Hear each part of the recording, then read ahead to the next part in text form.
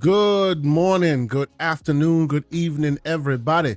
However you happen to be watching and or listening to this, I want to welcome you to episode 159 of the Gaming Circle podcast, the This is a Podcast episode.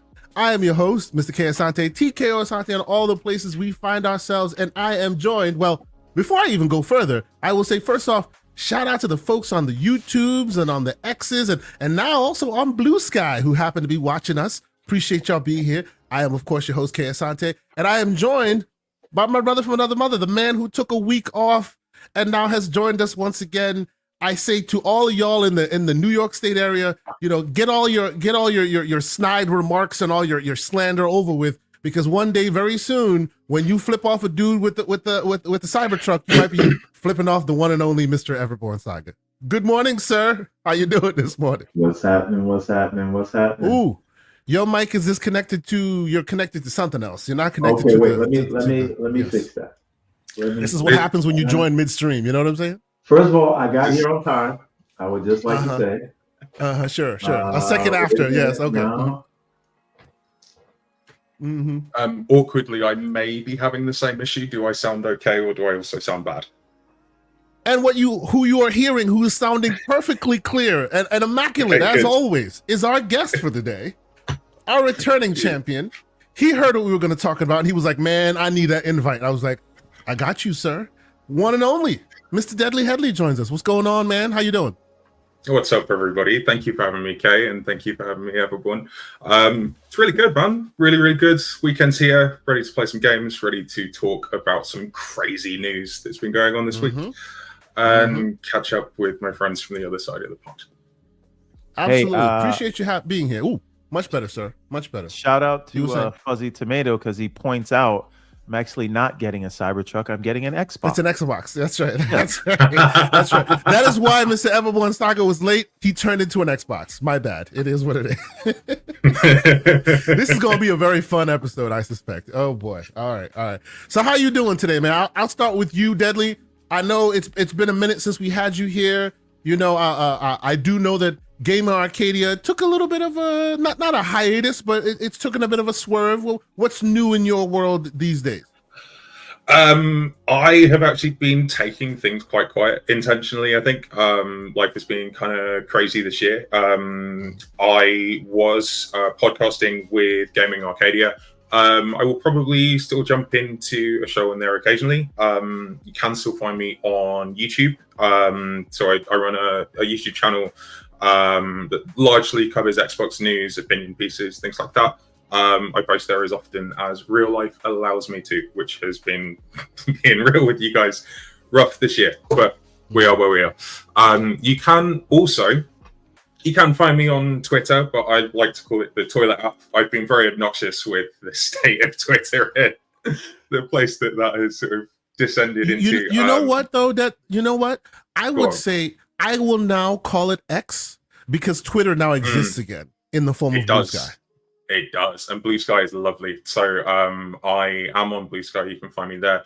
I also have an Xbox Essential starter pack on BlueSky that is really helpful. It has these two fine gentlemen in it, so you can follow those guys as well as a bunch more content creators, Xbox related channels and all that sort of stuff on BlueSky. I've been sort of gathering up as they go. So by all means, if you're going to start up on BlueSky and you need a hand finding a load of accounts that are relevant to Xbox quickly, hit me up and you'll find my starter pack there. Excellent. And by the way, for those who aren't aware what that is, basically you can go on BlueSky, find this gentleman, and you can find his handle right there under his title, and under his in his account you will find a link. You click it, it basically tells you all the people you should follow right from jump. It shows you all the essential content creators. It's a great service. Mr. Everborn Saga, you were going to say.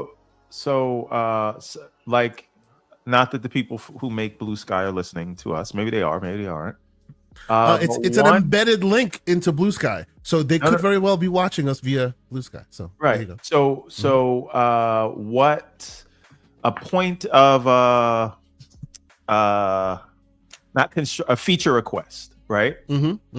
In your notifications, when it says someone has followed you, it doesn't allow you to click a link to follow them back right there.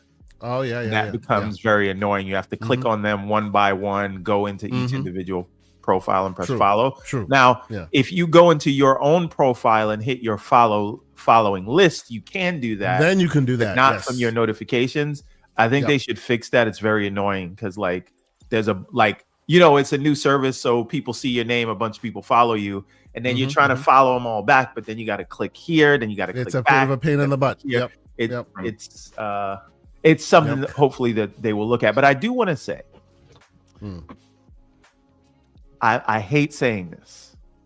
But I'm just getting Threads vibes from this thing. Which is it is a protest app.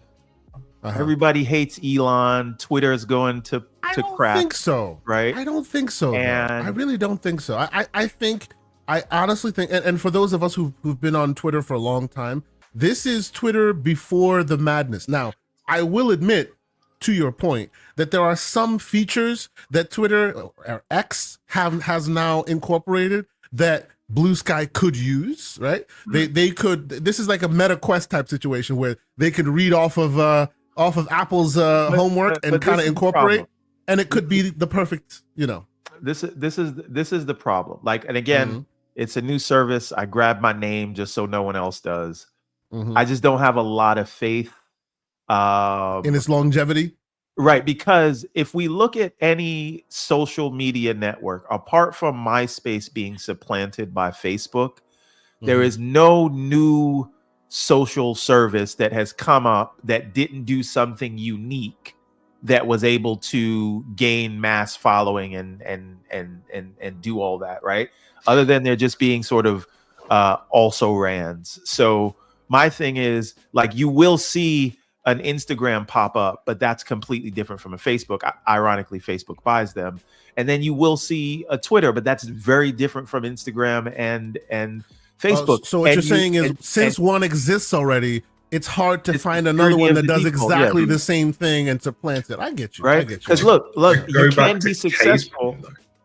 You can be successful with a new social app, but you just look at TikTok. TikTok took over the world, but it wasn't anything like what was on the market. So I don't know that BlueSky is going to. I will tell you that the TikTok example is a bad one because TikTok is a literal clone of the other one. What's the other one that the kiddos use? See, I'm getting gray beard vibes right now. What the hell's the name of that one? Snapchat, yellow icon, literally the same thing. Snapchat wasn't big enough to where it had that like tyranny of the default kind of thing. So there was still space to duke that out.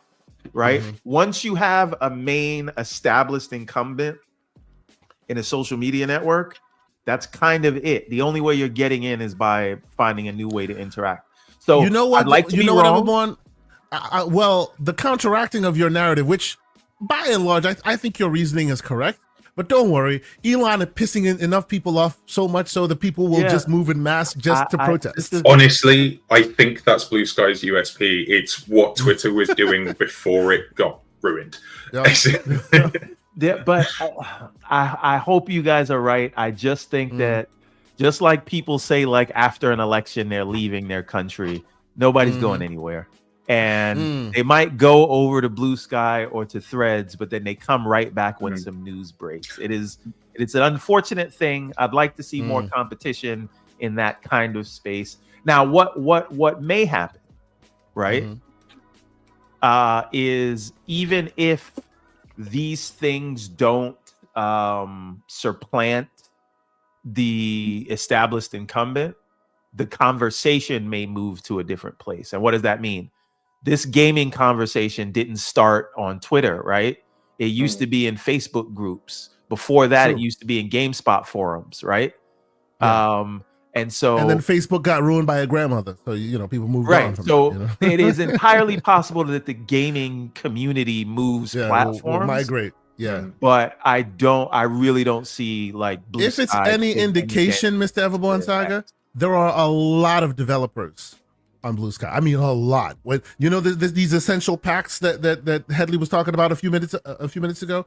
There's one for devs and indie devs and all, and I'm talking hundreds upon hundreds. They are all there. They are all having great conversations.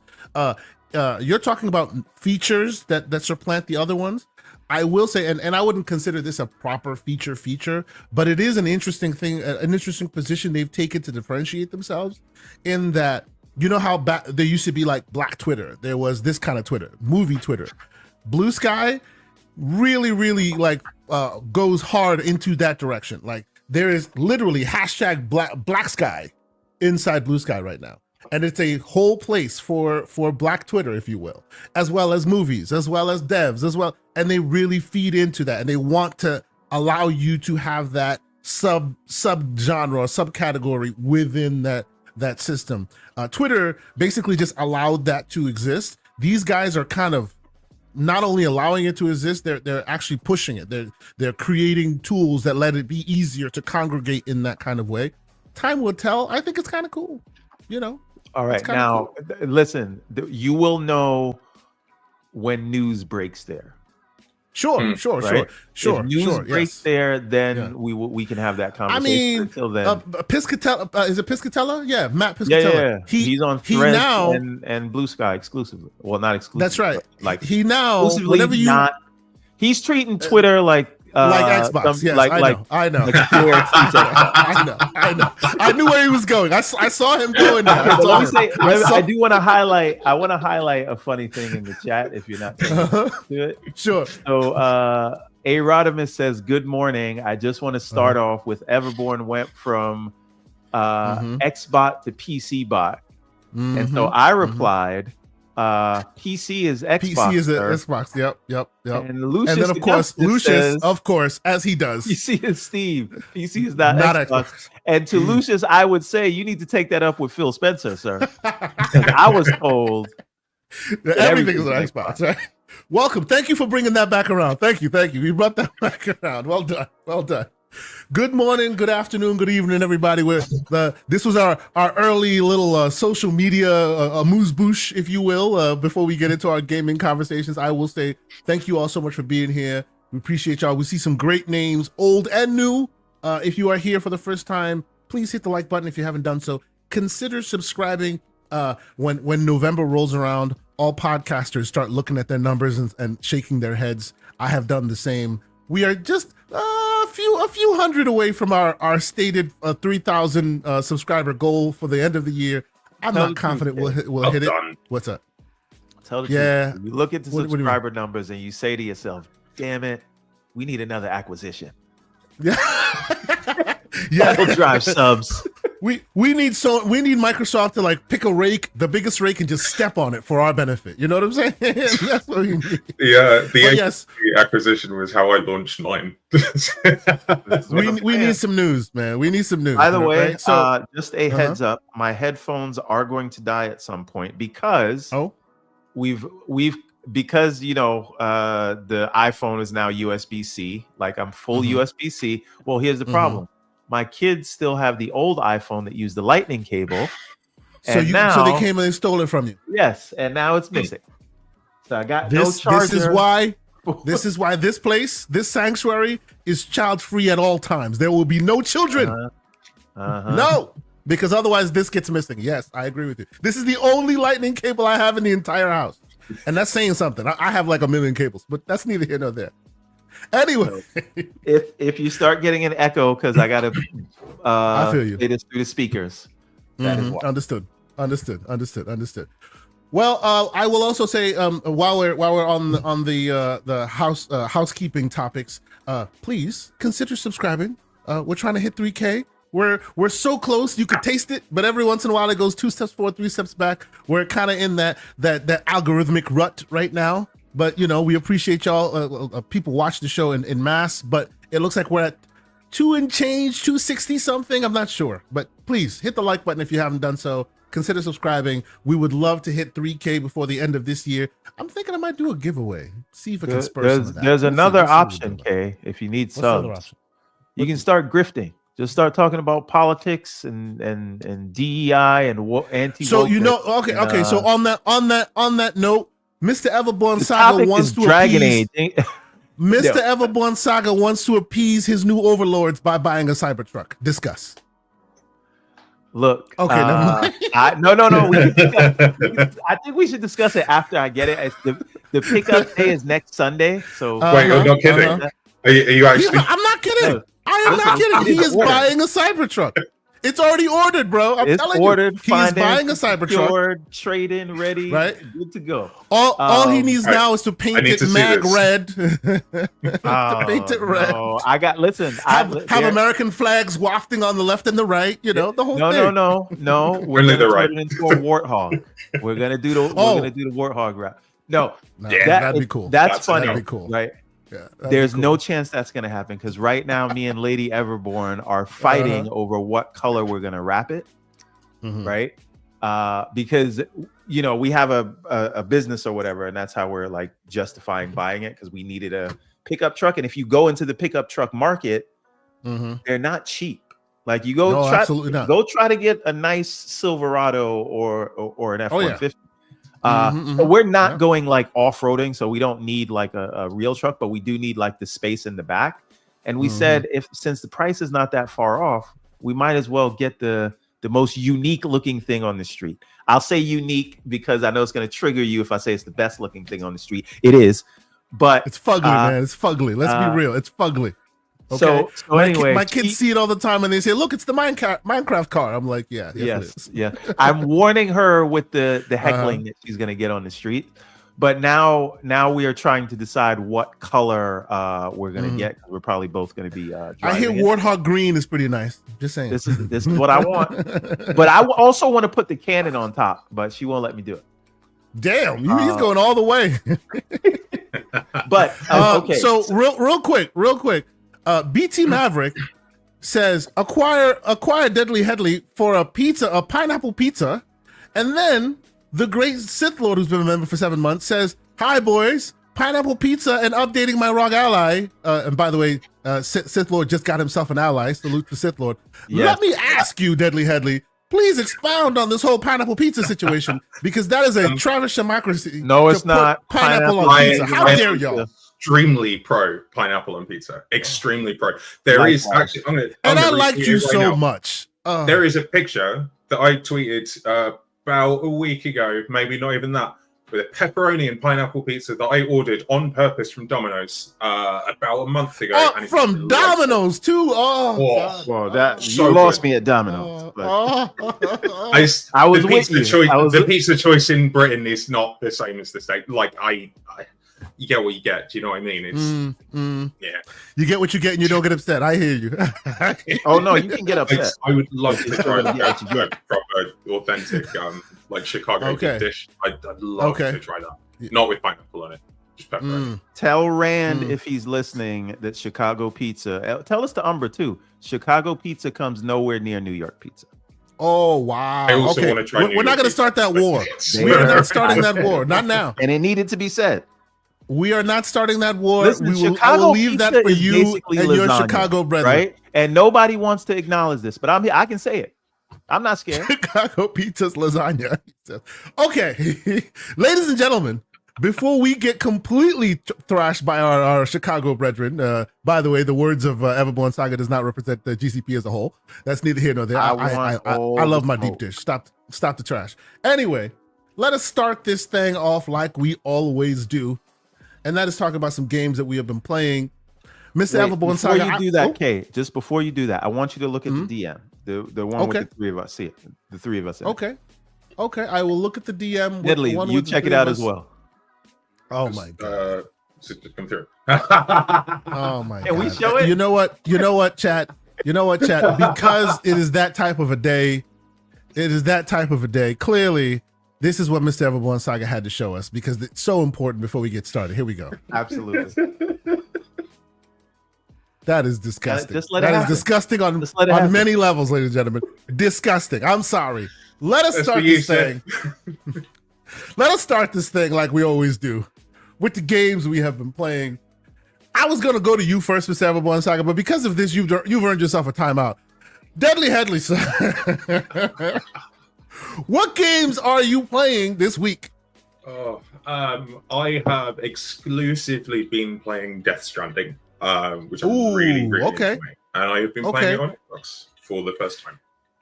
give us your relationship, because obviously Death Stranding has been with us for some time now. It's been exclusively on PlayStation, then it was PlayStation and PC, and now PlayStation, Xbox.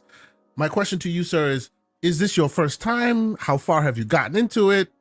What are your thoughts? So this was a really nice surprise for me. I'm gonna count it as my first time playing Death Stranding, but I did once attempt it on the PS5. So I bought my PS5 a couple of years ago. I jumped into PS Plus and I sampled loads of different things and played loads of different games. I was really interested in Death Stranding because I've heard really good things about it. It looked really interesting and wanted to give it a go.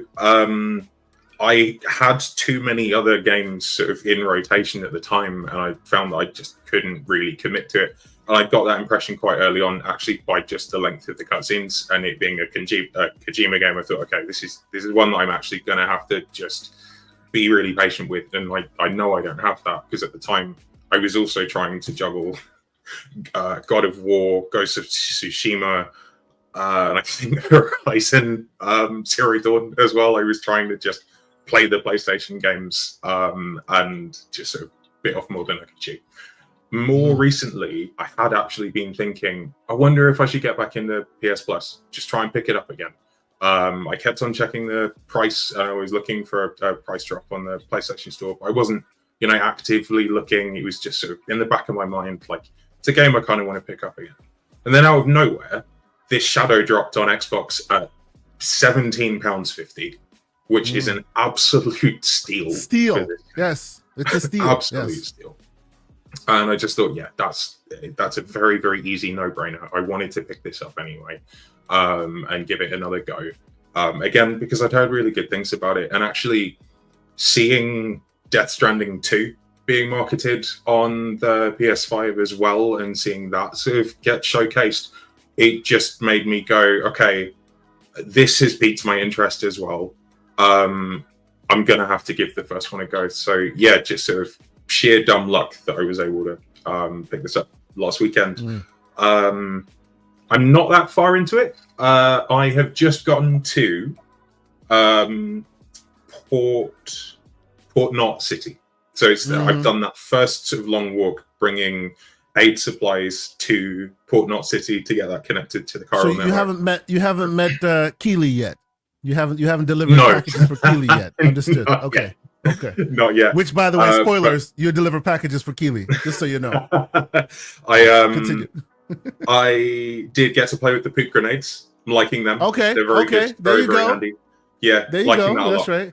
Yes, that's right. You heard that, ladies and gentlemen. Poop grenades. Yes. Continue. Yes. Yeah. I didn't know that was a thing, by the way. Sorry. Minor spoiler alert. It's a lovely game. I think it's really meditative. I think that there's moments where you really have to think and use your brain. There's a couple of points where I've tried to take a route. I've ended up running out of like ropes and ladders and stuff and just reloaded my save and had to figure it out again. So there's a learning curve for me for sure, but I love it. I think it's really, really nice. It's a really lovely way to spend your time when you're quite tired and don't necessarily want that sort of high-paced, sort of twitchy experience of COD, which I've also been enjoying a lot. But this has been one of those weeks where I've needed Death Stranding a lot more than I've needed COD. So that's where we are. So let's talk about this just a little bit. And obviously this was the news of the week last week. Shadow drop or stealth drop on Xbox. Now it's available on Xbox, basically on all platforms at this point, right? I too got my hands on. I have it on PS4. Played it for a little while. It didn't connect with me at the time. Then it was given to me for free via Epic Game Store. Tried it again. I liked it better, but it's a long game, and you just have to commit to it. I've actually been playing this myself for some time now as well. I think it is like the perfect podcast game, right? A game which and I've said this before, and people think it's pejorative, but I mean it in the best way possible. This is a great walking simulator. Like it is, like it's almost. I was saying this before. It's almost like Koji went, you know what? Y'all mother effers out there want a walking simulator? Let me give you one. And he spent more time than normal man should spend analyzing what walking means and what it does and how it could be gamified, right? And it's like you say, very meditative. You could be listening to or watching something in the background, and a few moments of crazy action here and there. But by and large, it's very cool, and I love the music. It becomes one of those. I feel like sometimes it overstays its welcome just a little too long. Right? Sometimes you want some changes, but it won't give you those changes. Right? It'll continue to give you what it's giving you. But I have come to find a lot of love for this game as well, myself included. I mean that in a non-pejorative way. I genuinely like the moment-to-moment gameplay, which when you look at it, you wouldn't think that, right? You would think, like, what the hell is this? This is just a walking simulator, which it is. It is a literal walking simulator. How will your boots fare over rough terrain over X amount of time? Do you need to pack an extra pair of boots just in case your existing ones get too bad for you? Or you'll have to solidify yourself and balance because you have a lot of stuff on your back, or you're holding things in your. It's an interesting game. It really is. It really is. And yes, I understand it's fodder for the console warring and all of this, and I get why it is ripe for that conversation. I totally do, because this is Koji. He always throws something unique and weird included in his regular gameplay systems. By and large, I think it's an interesting world, and it's really cool. Mr. Everborn Saga, I wonder, what is your experience with Death Stranding? I know I bought it like as a impulse buy when I saw it for $20. There you go. Yes. Absolutely not. But I will say, when I've seen cutscenes of it in the past, there are times where like you glance at it out of the corner of your eyes and think that it's a live action film. Like it is. It is very visually appealing, and it just shows like that Decima engine is no joke. And I was told it could only work on PlayStation, but fun fact. Oh, here he goes. The slander's coming early. But again, I think this is good. I'm gonna play it at some point. I do know all of the people that got mad at Hellblade for being a walking simulator. I have no problem with this, but again, it's neither here nor there. While I like both of them, I would say this is more of a game. Hellblade's walking simulator-ness was a delivery device for the story, right? Whereas this one's walking simulator is an actual walking simulator. How well can you reach that terrain from here to there? Will you fall? Will you drop your packages? There's a lot to that. That's what I find that really satisfying as well. And the other element that I knew about but hadn't really sort of looked into or understood why it was so impactful was that you end up using other people's ropes and ladders and paths that they've sort of carved to get there, to make their own way to the objective, or things like I'm seeing other people's bridges and stuff like that. And there's this sort of sense of community that sort of spans across this like parallel universe where you never see each other, but you know that other people have been there. And I think that's a really nice touch. It is, like you said, it's a walking simulator in all the best ways.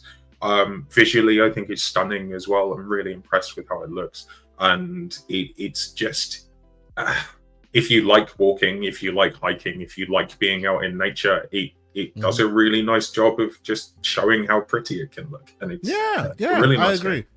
Yeah. And real quick, I see you in the chat, Aaron. He says that Hellblade is a better game just because they added RPG elements to walking doesn't make it better.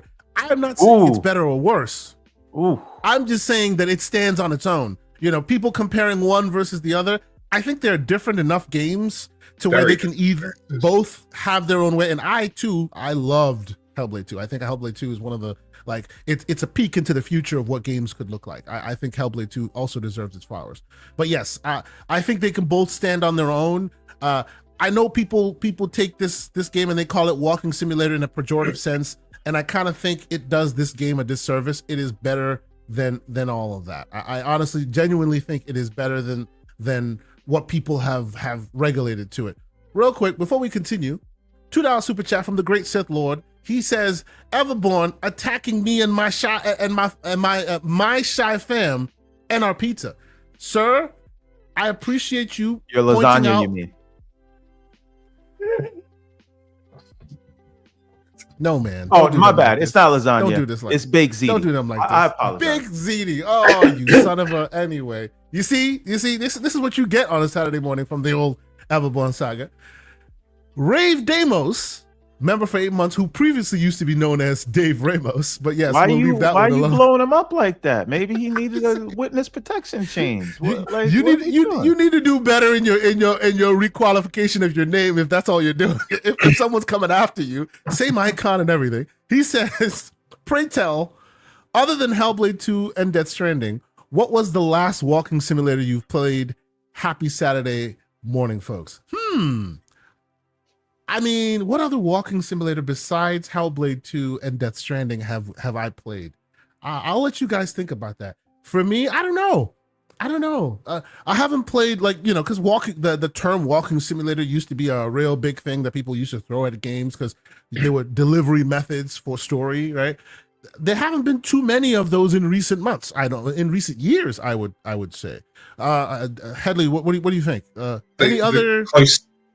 only thing that is I would consider a literal walking simulator in this sense is something like Death Stranding. The closest I could get to in if we're talking, if we're considering that as a pejorative, because I don't necessarily think that Hellblade 2 is one, but I could put Starfield in that camp. You end up walking a lot in Starfield, but it's not. None of these games are designed to simulate walking. I would put Hellblade 2 in that camp. I think it gets criticized as one because you end up walking a lot, but that's because there's a story being told at the same time. There are puzzles that need solving. There are experiences to be had, and I think it's, especially on the internet, we get really reductive really quickly with stuff like this, and so if we're going to play into the reductiveness, I'm going to stick Starfield out there. But if we're going to be slanderous, then let's be really slanderous. I thought it was brilliant. Yes. So it's definitely not slander, just like I wouldn't consider, but it's slander being, or a walking simulator being slanderous for Hellblade 2. I mean, people are going hard in the chat. I see God of War. I see The Last of Us. Like, geez, guys, calm down. Some of these games are way better than all that. I saw Baby Steps. That game isn't out yet. Calm down there. Baby Steps looks great. I actually really want to play It's not out yet. That looks really good. Anyway. Thank you for the question there, Ramos. Rave Damos. I'm just saying. Thank you for the question. Anyway, so this is the main game you've been playing this week. All right. So and I'll get to you, Everborn Saga, but I think this segues into something interesting that I wanted to bring up. So people love this game, and as you can tell after we've spoken, I really I have enjoyed Death Stranding. I continue to enjoy Death Stranding. Some folks call it a genre, right? I don't agree that it's a genre. People go, "Oh, it's the Strand genre, the Strand games," and I'm just like, yeah, a genre requires more than just one of its kind, right? And then they go, well, Death Stranding 2. I'm like, well, that's a sequel. That's not really a genre, right? If you want it to be a genre, if you want it to be defined as a genre, then others who aren't part of the franchise itself, meaning Kojima and others, should not be the one making it. The next one should be made by somebody completely different using the same components or the same game, right? It brings me to an important question. I consider those games the ones that become genres, a game of a generation, right? Roguelikes, Metroidvanias, you hear them all the time, right? What is in recent memory, what would be a game of a generation? Some people would consider The Witcher a game of a generation, right? Because others kind of take some components of The Witcher or some of the visual or story elements and they bring it into their other games as well, right? So that is becomes a like, right? And I'll put my hypothesis out there, and I want you guys to either push back or tell me if I'm right. I would consider Vampire Survivors is a genre of this of our current age, because there are so many Vampire Survivor likes out there. Unlike any other game of recent memory, Vampire Survivor specifically has so many also rans. Like, they just took the original concept and made their own thing. With that in mind, is the latest game that I have been playing, because Vampire Survivor has become catnip for me, clearly. I'm always playing a new version of it. The latest version is a game called HoloCure, Save the Fans. I don't know if you guys have heard of this game before. Let me, as I am, it is my job here to always point out the weird, odd, unusual game that no one has heard of, and maybe my chat has heard of it. But it's called HoloCure. I'm sorry, Save the Fans. Now, it is literally Vampire Survivor, like literally Vampire Survivor, unabashedly Vampire Survivor, but pixel art in its own way. It's 16-bit instead of 8. Right, the music is cool and pixel art, pixelized art that you would expect. Right, the power ups and the way you move and you traverse the world, everything is pretty much the same. But the power ups are very interesting and different, and the art style is interesting and weird. And oh, by the way, this is a fan game, so and it's on Steam. Forgive me for my console gamers.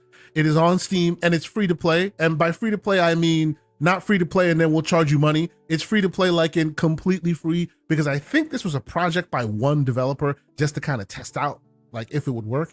And it's so damn fun that thousands upon thousands of people have given it super positive reviews on Steam, and you can just go download it for free and play it. You know, it is a very cool, interesting game. I was learning about it, you know, who this developer is and where they come from and all this.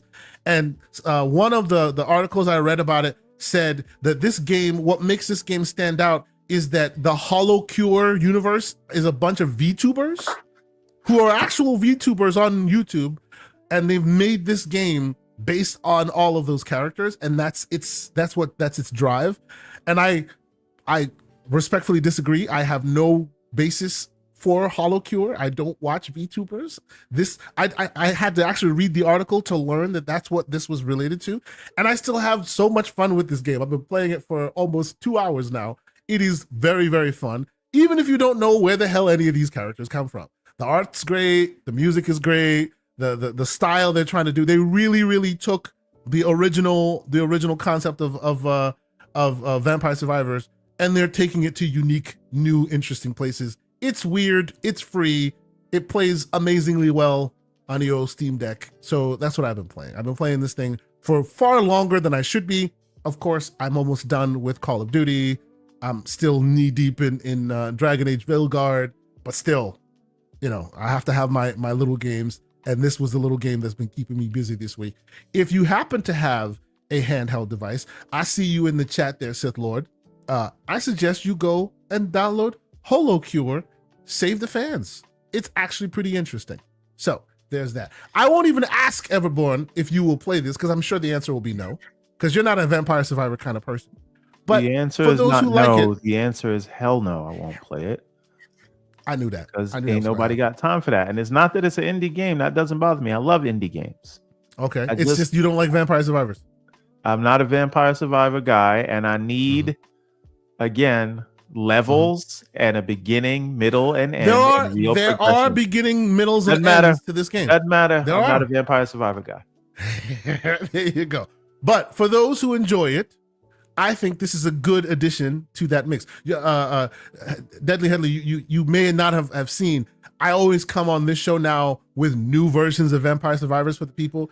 I've had one where it's literally a Jackie Chan in a grocery store, and the whole thing is you just beating up bad guys in a grocery store, and that's a Vampire Survivor. I mean, it's great, man. They just keep coming up with new crazy ways of expressing this game style. Like, to me, honestly, it is a game of a generation. This genre will be talked about, and there's another one I recently talked about. Jodin Slayer, you know, the developer came on and was able to chat with us. It was really cool, which is basically Vampire Survivors but with Diablo 4. Like, it looks like Diablo 4, but there's just so much here, right? So I would think if we're talking about games that define a generation, that there will be a lot of likes. I have a feeling the Vampire Survivor likes will be around for a long time. I think so. What do you think? Is Vampire Survivor a kind of game you play? How you feeling about it, Deadly? I liked Vampire Survivors, actually. It's got me thinking that I want to play it on my Xbox again, and by Xbox I mean Amazon Fire TV Stick. Nah, I see what you did there, sir. I see what you did there. Well done. Lucius, he says the genre existed before Vampire Survivors. That is news to me, and that's awesome. Please elaborate. I would love to know what other games, where did the source of this kind of style come from, because I feel like every other one I've played since this one always steals from specifically Vampire Survivors, unless you tell me that is a copy of an original work, which I would love to get to know, because I'm obviously, as you guys can tell, I'm knee deep into this genre now. Every time I turn around, there's a new one, so it's kind of cool. I appreciate it. Let me know which other games came before it that speak to that same one. 30 Below, $5 super chat. What's going on, sir? He says, EBS, Everborn Saga. Just so you know, the Cybertruck is an Xbox. FYI, Deep Dish is better than Thin Crust. So we gonna do this pizza war all day today. Is that what's gonna happen? I clearly that seems to be the case. Everborn, do you have a retort to that? Come again? All I heard was Cybertruck is an Xbox. That's all I heard. But I thought we established He also said Deep Dish is better than Thin Crust. No response. Wow, he's not gonna even dignify you with a response, saying the Deep Dish is better. Okay. You're just putting that out there with no sort of facts research or Hey man, I don't know what we're doing, man. Was that peer reviewed? Did you go through the scientific method when you came up with that? He used his tongue. Pause. I'm sorry. Anyway, tongue for the Deep Dish. All right, let's cut it out. We will move swiftly along. Yes, the great Pixelbit G with a $5 super chat. He says Vampire Survivor is the gauntlet of its gen. Deep Rock Galactic was a good clone of Vampire Survivors 2. Yes, I've also been playing that. I'm telling you, if you take the Vampire Survivors quote unquote genre and you check my library, I have at least 6 or 7 different ones that are exactly like that.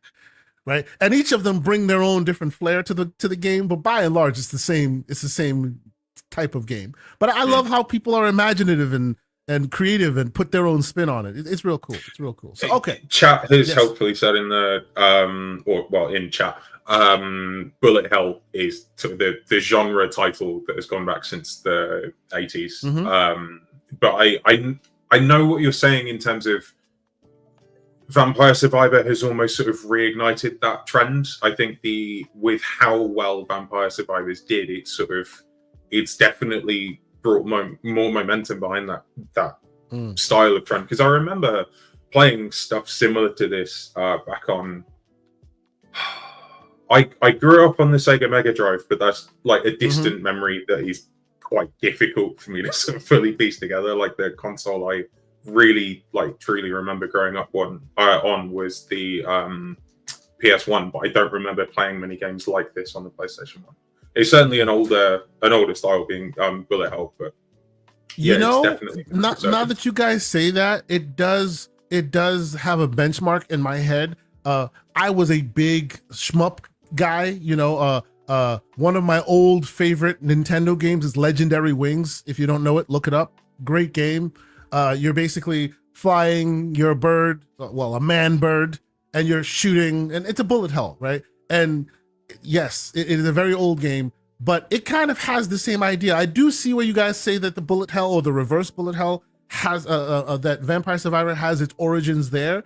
My only, not pushback, but the only qualifier that I would say would make this a little different is the combination that Vampire Survivors has put together specifically keeps getting duplicated specifically, meaning you play a little while, you get a power up, you play a little while, one of them you get closer and it has a area of attack, one of them you get throws bullets throws weapons behind you, ahead of you, it's that upgrade path, isn't it? Is that the specific style is very Vampire Survivors like, and since its inception, since Vampire Survivor has introduced that or has put that together, it seems like all the others are copying this exact method, right? So I feel that that's why maybe Vampire Survivors earns that name, that genre like. But I do agree that obviously there's nothing new under the sun, and others have repeated, and this too will be repeated soon enough with something else. But yes, so this has been a game that I've been playing for some time. I actually enjoy it. It's free to play. If you haven't played it, you should definitely give it a shot. It's weird. I like the style. I like the pixel art and the music. It's real cool. So, Mr. Everborn Saga, sir, how about you? What has been keeping you busy this week? Dragon Age the Veilguard. Okay. Still, Okay. I How far in are you now? About 10 hours. Okay. 10 hours. Yeah. I think I'm further along than you are. I think I'm like almost 20 hours at this point. Like, what are you Mr. Gotta capture everything, gotta see everything, and that's why it's taking you a while, or you've been busy? I mean, here's the thing. I put in an hour to 2 hours a night. Okay. That's usually the only time. And it's usually between, if anybody's watching when I'm online, like it's like 10, 11 to midnight. That is that is the time. Sure.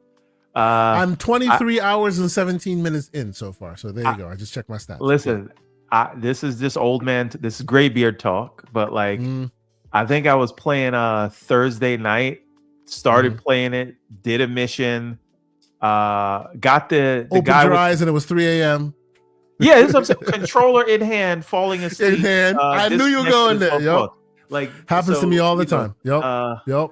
I got, you play when you can, and even when you can, you got to be awake for it. So we'll see what happens. But that being said, I did knock out another mission in Call of Duty, but I think that going back and forth between the two is making me not remember how the controls work in each game.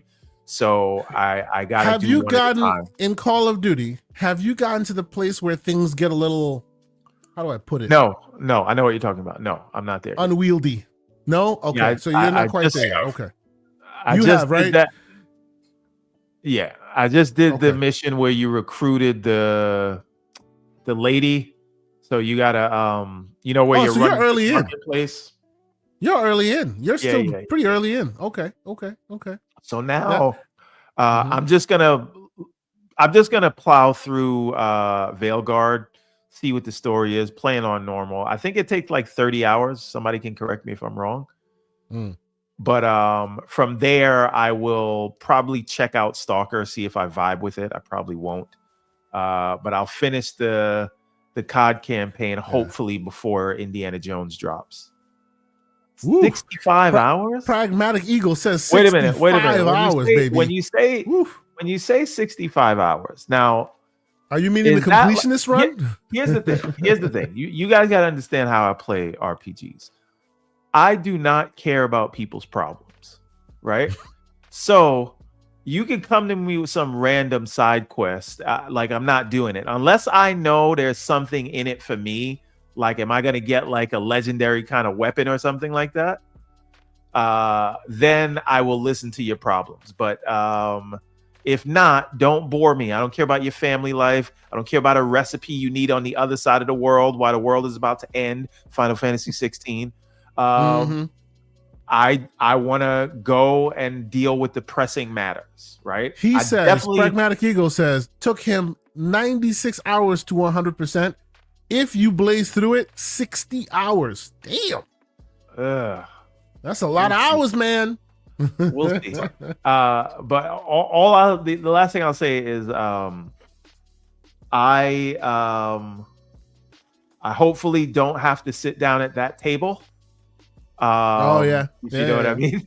But I'm kind of staying away from side quests. I'm just doing what I need to do to get it done.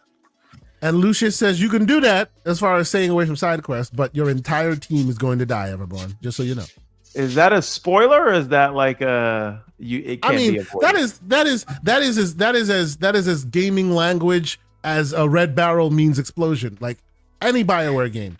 If you have companions and you don't give a crap about their story, they will all die. That's just the way it is. Look at Mass Effect. Listen. I'm gonna do to quote a certain Harlem rapper. People die every day, B. They'll be all right. Okay, sir. All right. Very good. He ain't got no time to save people. What are we doing? We got to get to the end and move on. I understand. Understood. Okay. End. I don't need the end. There's a lot of the stuff. End. Yes, I know. There are people out there who are like so gung ho about the end. Oh, it's amazing. It looks like if you're not a completionist run kind of person, there you go. Oh, and let me let you in on a little secret. The entire world will die. I'll let you in. I just dropped my phone. Hopefully, I didn't break it. I'll let you in on a little secret. I play games on normal. I get to the end, and if there's a secret ending, I watch it on YouTube. I beat the game. I said it. Game. There you go. There you go. Yeah, Did my job. There you go. So does that mean you've never seen that Halo ending? That Halo ending where the Master Chief takes off his helmet? Well, okay. So I've beaten every Halo on Legendary except for Infinite, and I do plan to do that one day. Okay. So, and by the way, spoilers for a version of Halo that you don't know which version I just said, but in one of them he takes off his helmet if you play the Legendary. So go and play all of them until you find it. But there you go. But you don't get to see his face. You kind of see a little bit of, I haven't seen the sun in forever kind of skin tone. Yeah. It is what it is, But yes. Okay. So I think that's a good smattering of games. If there are other games out there besides the popular ones, your Veilguards and your Call I of do want to Duties say and all of this. This is not something I'm playing right now, but I did pick it up. There's a humble bundle right now for Telltale for like $6. Okay, I did a humble bundle for Telltale for the Xbox way long ago. Yeah, this is basically a package Steam. for them. Yeah. This is Steam. Now you can pay $12 and get 8 games, but you can just pay $6 and get 6 games. Okay. But for $12 you will get Telltale Batman, Telltale Batman Evil Within, whatever within, and you get both the shadow versions as well. Now I see why you ask people why they want the Expanse, because you have an extra code for the Expanse. Right. Expanse, a great game, by the way. You get the Wolf Among Us, and there's another one in there. I can't remember. Monkey Island, the complete Monkey pack. Island. Yeah. Very cool. And obviously the Walking Dead, the whole thing, the definitive edition. Very cool. Very cool. I had a lot of these on Xbox, but I didn't have them on Steam, and I paid full price for them on Xbox. But you can't beat $12. And this is how the Steam library grows, ladies and gentlemen. This is how it's done. I think if you go for the $6 one, you get all the games. You just don't get the shadow versions of the 2 Batman games. Oh yeah, I see that. You have a shadow mode. Interesting. Stylistic new look. Okay. Texture remapping. Interesting. Playing it in black and white, like noir. Yeah, that's great. That's an awesome idea. That's a good bundle. For those who in the chat. I'm sorry? Put the link for it in the chat. Absolutely. I will do that right now. Yeah. For those who and the link is long, but there it is. It's in the chat now. For those like Sith Lord who maybe got themselves a new handheld device and they're looking to grow their libraries, $6, can't beat it. Great games, a bunch of them. And while we're talking about that, I think what is it? The Castlevania collection is also free on Epic Game Store, and that's like 8 games in one package. Also, by the way, I don't think it's over yet, but they were giving away Half-Life 2 for free on Steam. So just search for Half-Life 2, and it has that new RTX update, I believe that's included. So you get all the new ray tracing. They do that all the time because at this point that game should be owned by every gamer on Earth, and if you don't own it, here's a free copy. And if you haven't played Half-Life specifically 2, you need to fix that immediately. Amazing game. Anyway, so okay. So I think we'll leave the the games we've been playing there. Real quick, I must reiterate, please hit the like button to the 180 whatever people that are in here right now, via all the various platforms that we are broadcasting. Thank you so much for being here. Consider hitting the subscribe button and become a subscriber here. Help us get to our 3,000 subscriber count. That would be awesome. We're trying to do that before the end of this year. We appreciate all y'all for sticking with us and rocking with us on a great Saturday morning. I would like to sidetrack us a bit, right? Yeah. Go ahead. What you got? Tyson v. Paul. Oh God. Are we gonna do that right now? It was such an anticlimactic situation. I'm sorry. We gonna talk about that. Deadly Headley, did you watch this? I didn't. No, I'm not really. Do you care? Guy, but only about the fact that Jake Paul is a bit obnoxious, and it's really sad that Mike Tyson lost. That's where I'm at. That's the beginning and the middle and the end of this whole conversation. Here's the thing. We needed to see him stuffed in a box. Not literally. Figuratively. We needed the gray beard to put him in his place, and he didn't. And I was just upset, and I went to bed. And you had to recognize you got about, I don't know, 15 years before your knees are looking just as bad. So this is like, but let's be clear. Like, what did you like? He's 58 years old. He's old What'd you enough expect? to be Jake Paul's father. And I think a lot of us fathers watched it because we want to believe when our 27-year-old starts acting up, we could but put him in this place. Yeah. I needed him to stuff Jake Paul in the corner.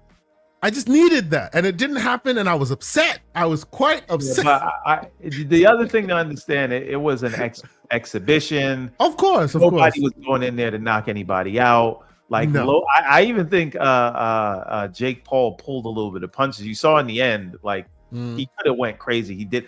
Again, he's not like a A-class boxer, right? Like he's not. No. He fights people that are either not boxers. He's taller than Tyson. His reach is longer than Tyson. He weighs about the same, if not more than Tyson. It was a whole thing. Anything to do with it? It is just that he is half Tyson's age. That's it. That is all. True. Everything. True. Right? If like a 60-year-old, like fighting a 20-something-year-old, like that. That's what this was, right? Yep. But I think the undercard fight with Katie and the one from Puerto Rico, that was the main event. That was a good fight. Yes, it was. That was a fight. And fun fact, here's another reason I brought this up. I watched the fight. I watched the whole thing while I was working. Don't tell anybody. Yeah. You were working. You were working. Yes. Entirely on the Quest. Oh, like so you had the thing on. You had the Quest in the corner. Oh, okay. Now, question for you. I saw that, like I was watching on Netflix. I saw that it was sponsored by Meta.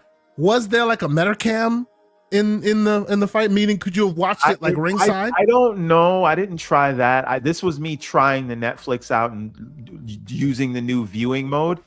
It is so close to the Vision Pro. Like you don't understand. Like it dims the room, but not like fully. And it's like it's dim in the direction where the screen is, but if you turn around, it'll be lighter. Like I had my literally. They're stealing Apple's lunch, is what you're saying. But I was wearing a hoodie. I had my hand in the hoodie pockets, and it still could sense that I was moving my hand for me to move the cursor around. Like it is crazy. The improvements that they've made, and the experience watching in full screen, and then you can drag the screen. It like I recommend trying this. I will say after keeping the thing on my face for like over an hour, and this is the thing. Like I was working in the headset because I just turned around and I could see through the lens, and then turned back around to watch the fight. So the fight was behind me on a 12-foot screen because that's how because I made it take the whole wall up behind me. But again, the only issue, like obviously everybody knows the fight was like they had server issues. Let's just call it that way. I'd say 15 seconds, man. No one believed that. That would be a one-hit knockout, right? Yes, 15 seconds. But it would just take as long as it took for Tyson to get to him, right?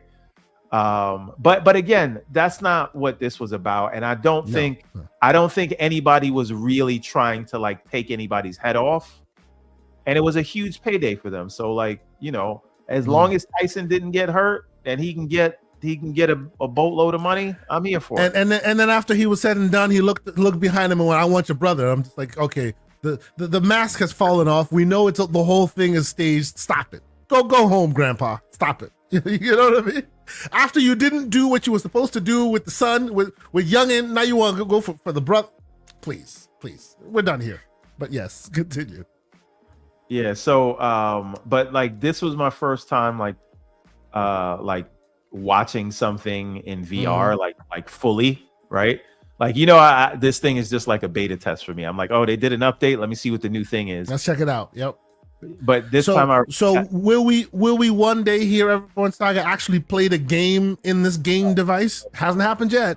I'm totally here for AR. Do not care about VR at all until they figure out how to do the San Juniper thing. Okay. Talk. Okay. If Black Mirror people, if you want to know it. Yeah. But yeah. What is it?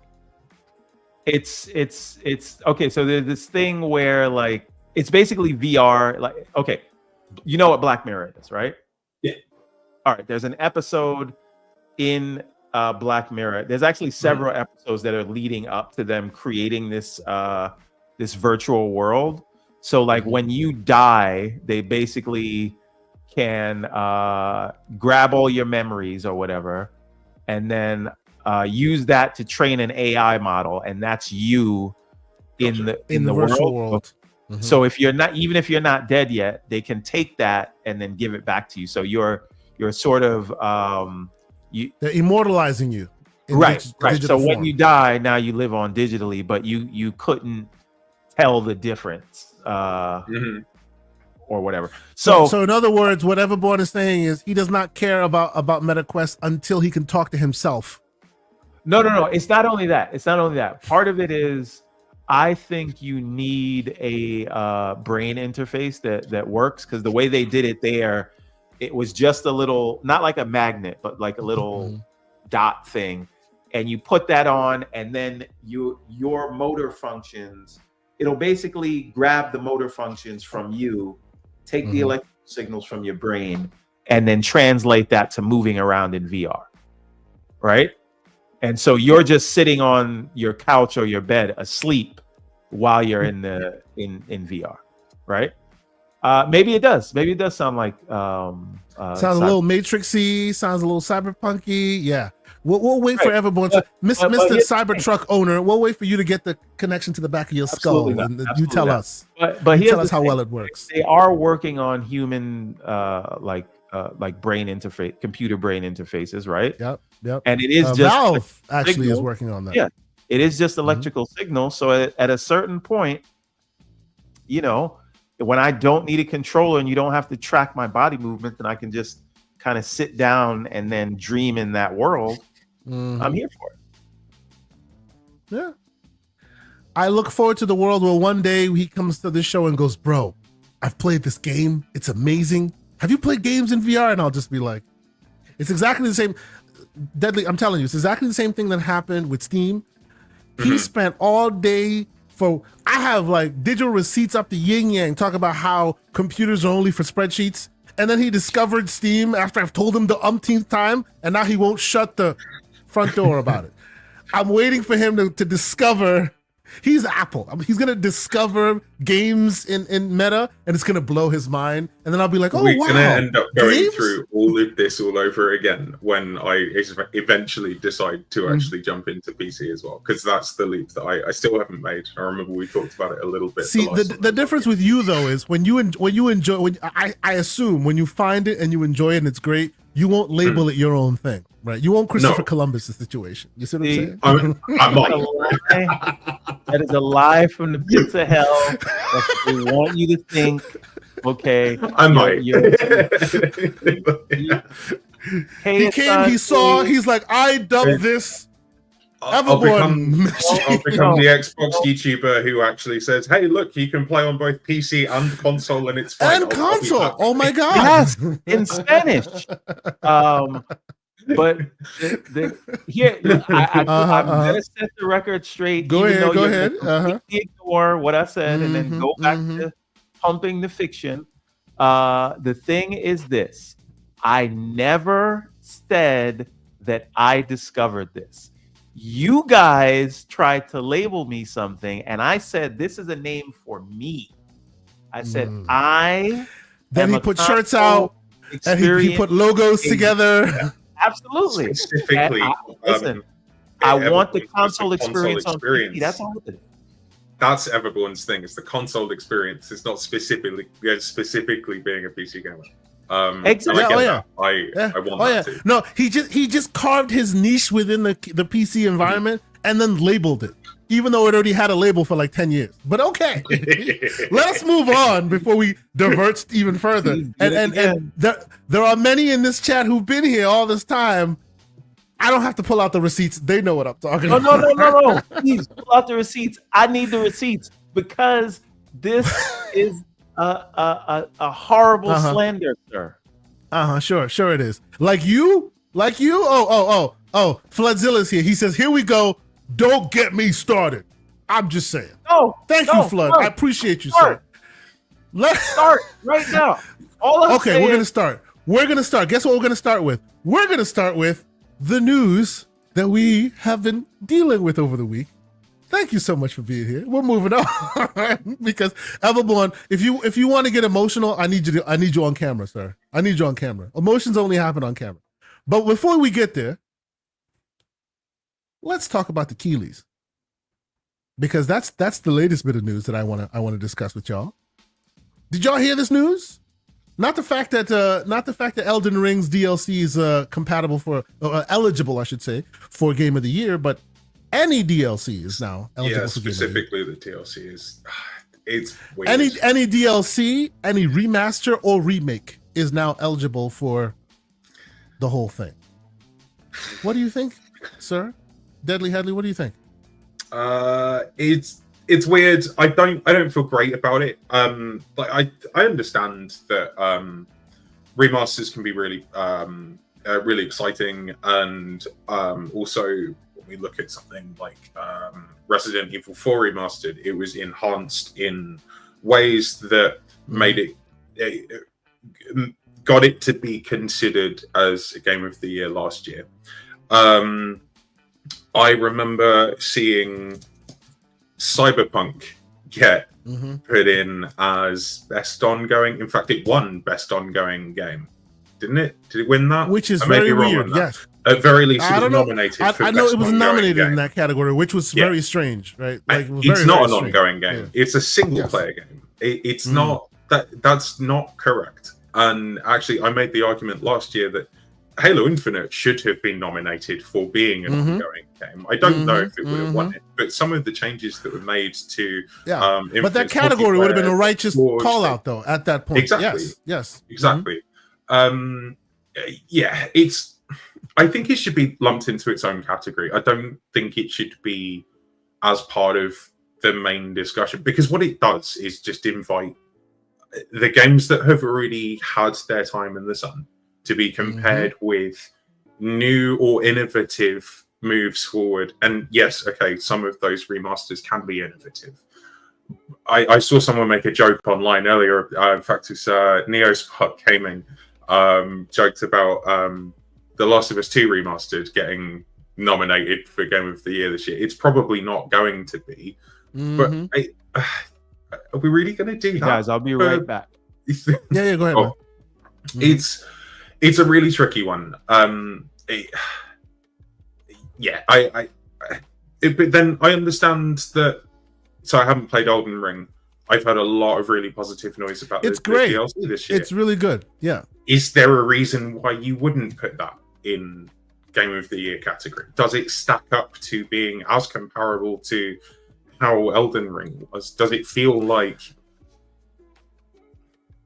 if you were, let's say hypothetically, Shadow of the Erdtree was marketed as Elden Ring 2, even though it was effectively an expansion, like we've seen sort of certain expandalones effectively get released as games that could have been tied in but are considered separate. Things like what was there? Gears 5 Hivebusters, Miles Morales, God of War Valhalla. You could sort of argue that it was like a thing that could stand on its own. Would you put Elden Ring in the same, the Elden Ring's DLC in the same category as that, or would you put it in as effectively considering its own merit? Especially, didn't Elden Ring, like the original Elden Ring, win Game of the Year? Yeah, it did. Right? It did. So if a game wins Game of the Year and they have amazing DLC, can the DLC also win Game of the Year? I don't know, man. I don't know how I feel about that. I don't know.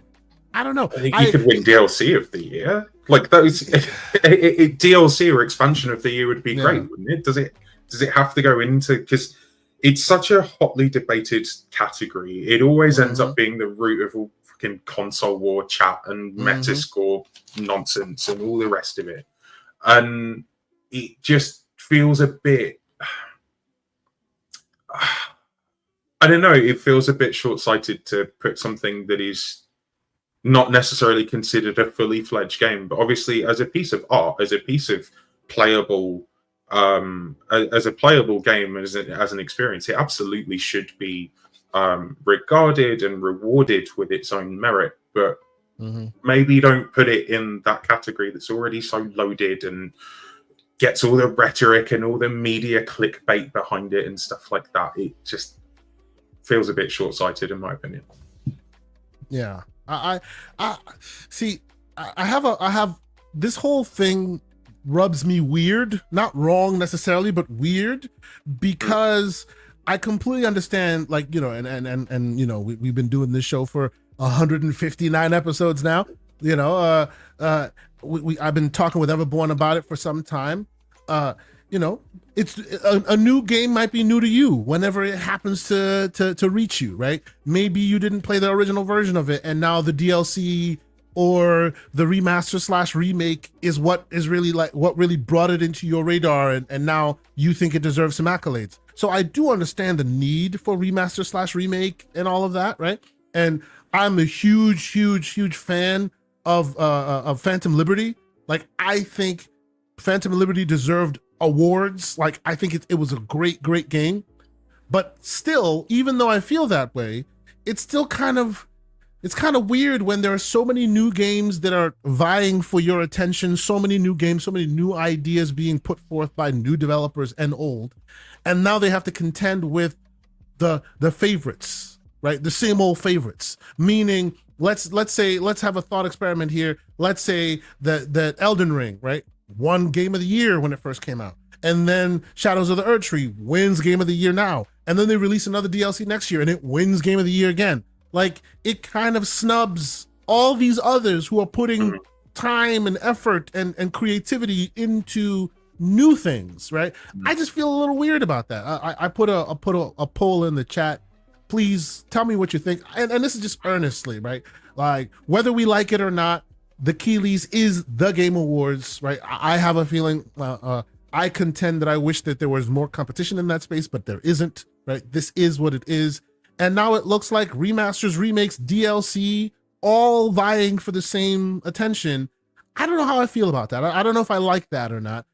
You know, let's hear what you guys have to say. Sound off. Let me know what you think. You know, I agree with you. You know, I think Hivebusters did deserve something, right? I do think that some of these, the remake, for example, of Resident Evil also deserves something. But Game of the Year specifically, I'm not sure. Maybe best DLC, right? Best ongoing game. Me personally, I think that should be regulated to live service games, right? Either live service games or games that have established a cadence of continuously releasing more content in them. And by that I mean games like what do you call it? What the heck is that game? The game I compared to Starfield that everybody lost their minds about. No Man's Sky. No Man's Sky, exactly. They have released 10 years or so, or actually 7 years worth of DLC for free. Every year there's 1 or 2 DLC that makes the game better, that pushes the ball forward, all for free. I still think that can be considered best ongoing game because you're still kind of adding more to it. You're adding more. You haven't left it dormant, right? But I don't know, man. They're blurring the lines now. So I have a feeling that with this, the way it is, before long, we're going to see Game of the Year for games that released 10 years ago because, you know, the lines are blurred. What does it matter? It's a Game of the Year because it's something you played this year, even though it released in 2012. You know what I mean? Like, I don't know. Like, I'm not a fan of that. I don't know. Maybe I'm overthinking it. Slow-mo backslap, $5 super chat. Great slow-mo backslap. He says, it makes more sense for Sonic to have a home and remaster remakes and expansions being considered for Game of the Year. But let's bend the rules so Erdtree wins awards. I kind of, you see, this is where I was kind of going. I kind of feel like they're making it up as they go just so that their favorites gets awarded. You know? Achilles. I kind of feel like that. And I'm trying not to make it feel that way because that's a negative place we're headed. I don't want that to be the way it is, but that's how it feels. I don't know, right? I feel like, next year, if something happens that bends or breaks, not breaks, but bends the rules a little, if you like it enough, we'll allow it. Rather than the rules being solid that everyone follows. I don't know. So yeah. What do you think, everyone? Welcome back. There was some old NBC marketing about their Thursday night shows, and they said it's not a rerun if it's new to you. True. So are you saying it's fair? Well, no, but I just I'm never gonna look at the Game Awards and take it as anything other than a marketing event. Other than I'm not watching it for the awards. I'm watching it for the trailers, right? And I'm watching it for the reactions of people because that is hilarious, and I think the show is worthwhile, and I think it's good that a night like that exists. But in terms of rule changes, if the rule change was something that we wanted, we wouldn't say you can't change the rules. So the rules are malleable. They let you know what the new standard is for this year, and that just goes for this year. It might be something different next year. But to the larger point about this not allowing other games to get shine, I agree with that, right? Because Elden Ring and Cyberpunk, I like the idea of best ongoing game, right? Keep it within that category. But as much as I love Cyberpunk and I'm the hugest Cyberpunk stan, it did not deserve any award. Right. It did not deserve to be in that category. Right. But it doesn't, right? But I mean, maybe you should have best DLC as a category. Shout out to the great Pragmatic Eagle. This is what I'm saying. We need standards, man. Why are we always wishy-washy, changing things as we go to make some people feel good? The standard should be the standard. But that's all I'm saying. I'm saying you guys are holding this show to a higher standard than the show warrants. This is what I am saying. It is a marketing event. And every year, people are mad at this show, saying the rules don't mean anything, saying it's biased, saying Jeff Keighley is this, Jeff Keighley is that. And how many times does it have to not go the way you want for you to eventually get over it? I get it. Yeah. It's just the awards, they don't mean anything. The rules have been. Slow-Mo is saying we are holding the show to the standard that it had a year ago, and now they're changing it again on us. Yeah. I'm not saying you shouldn't. I'm just saying I don't care because I don't hold this show in any high regard. This is not the golden joysticks. This is not some of the other actual where it's game developers voting on it. This is just a popularity contest and a marketing event so we can see new trailers. And we should stop treating it as anything other than that. That's all I'm saying. And is there a world where we will I ever have seen get to too many podcasts spend too many hours talking about how biased the Game Awards are or using this thing or that thing, and Jeff Keighley shouldn't be running it, and now it's a new rule and all of that, and it's all bullshit. It's just marketing. That's all it is. It is. I think as the more the industry changes, the more all of this becomes very, very transparent in terms of it being popularity contests over things actually reviewed on merit equally, because they're not. And I think more and more it's just us showing that is the problem, and we don't like it. It should be based on merit, but it continuously, every year, it shows us, oh yeah, you had high hopes for it reaching a certain standard or it being some reputable. No, let's remind you, it's not. No. Last year it was putting corporate games in with indies.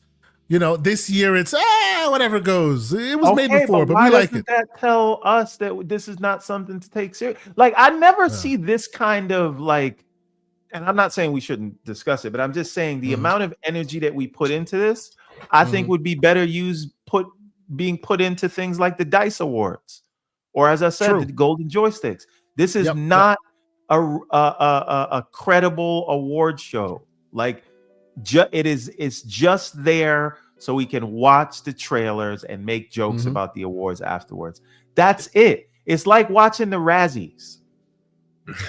Right?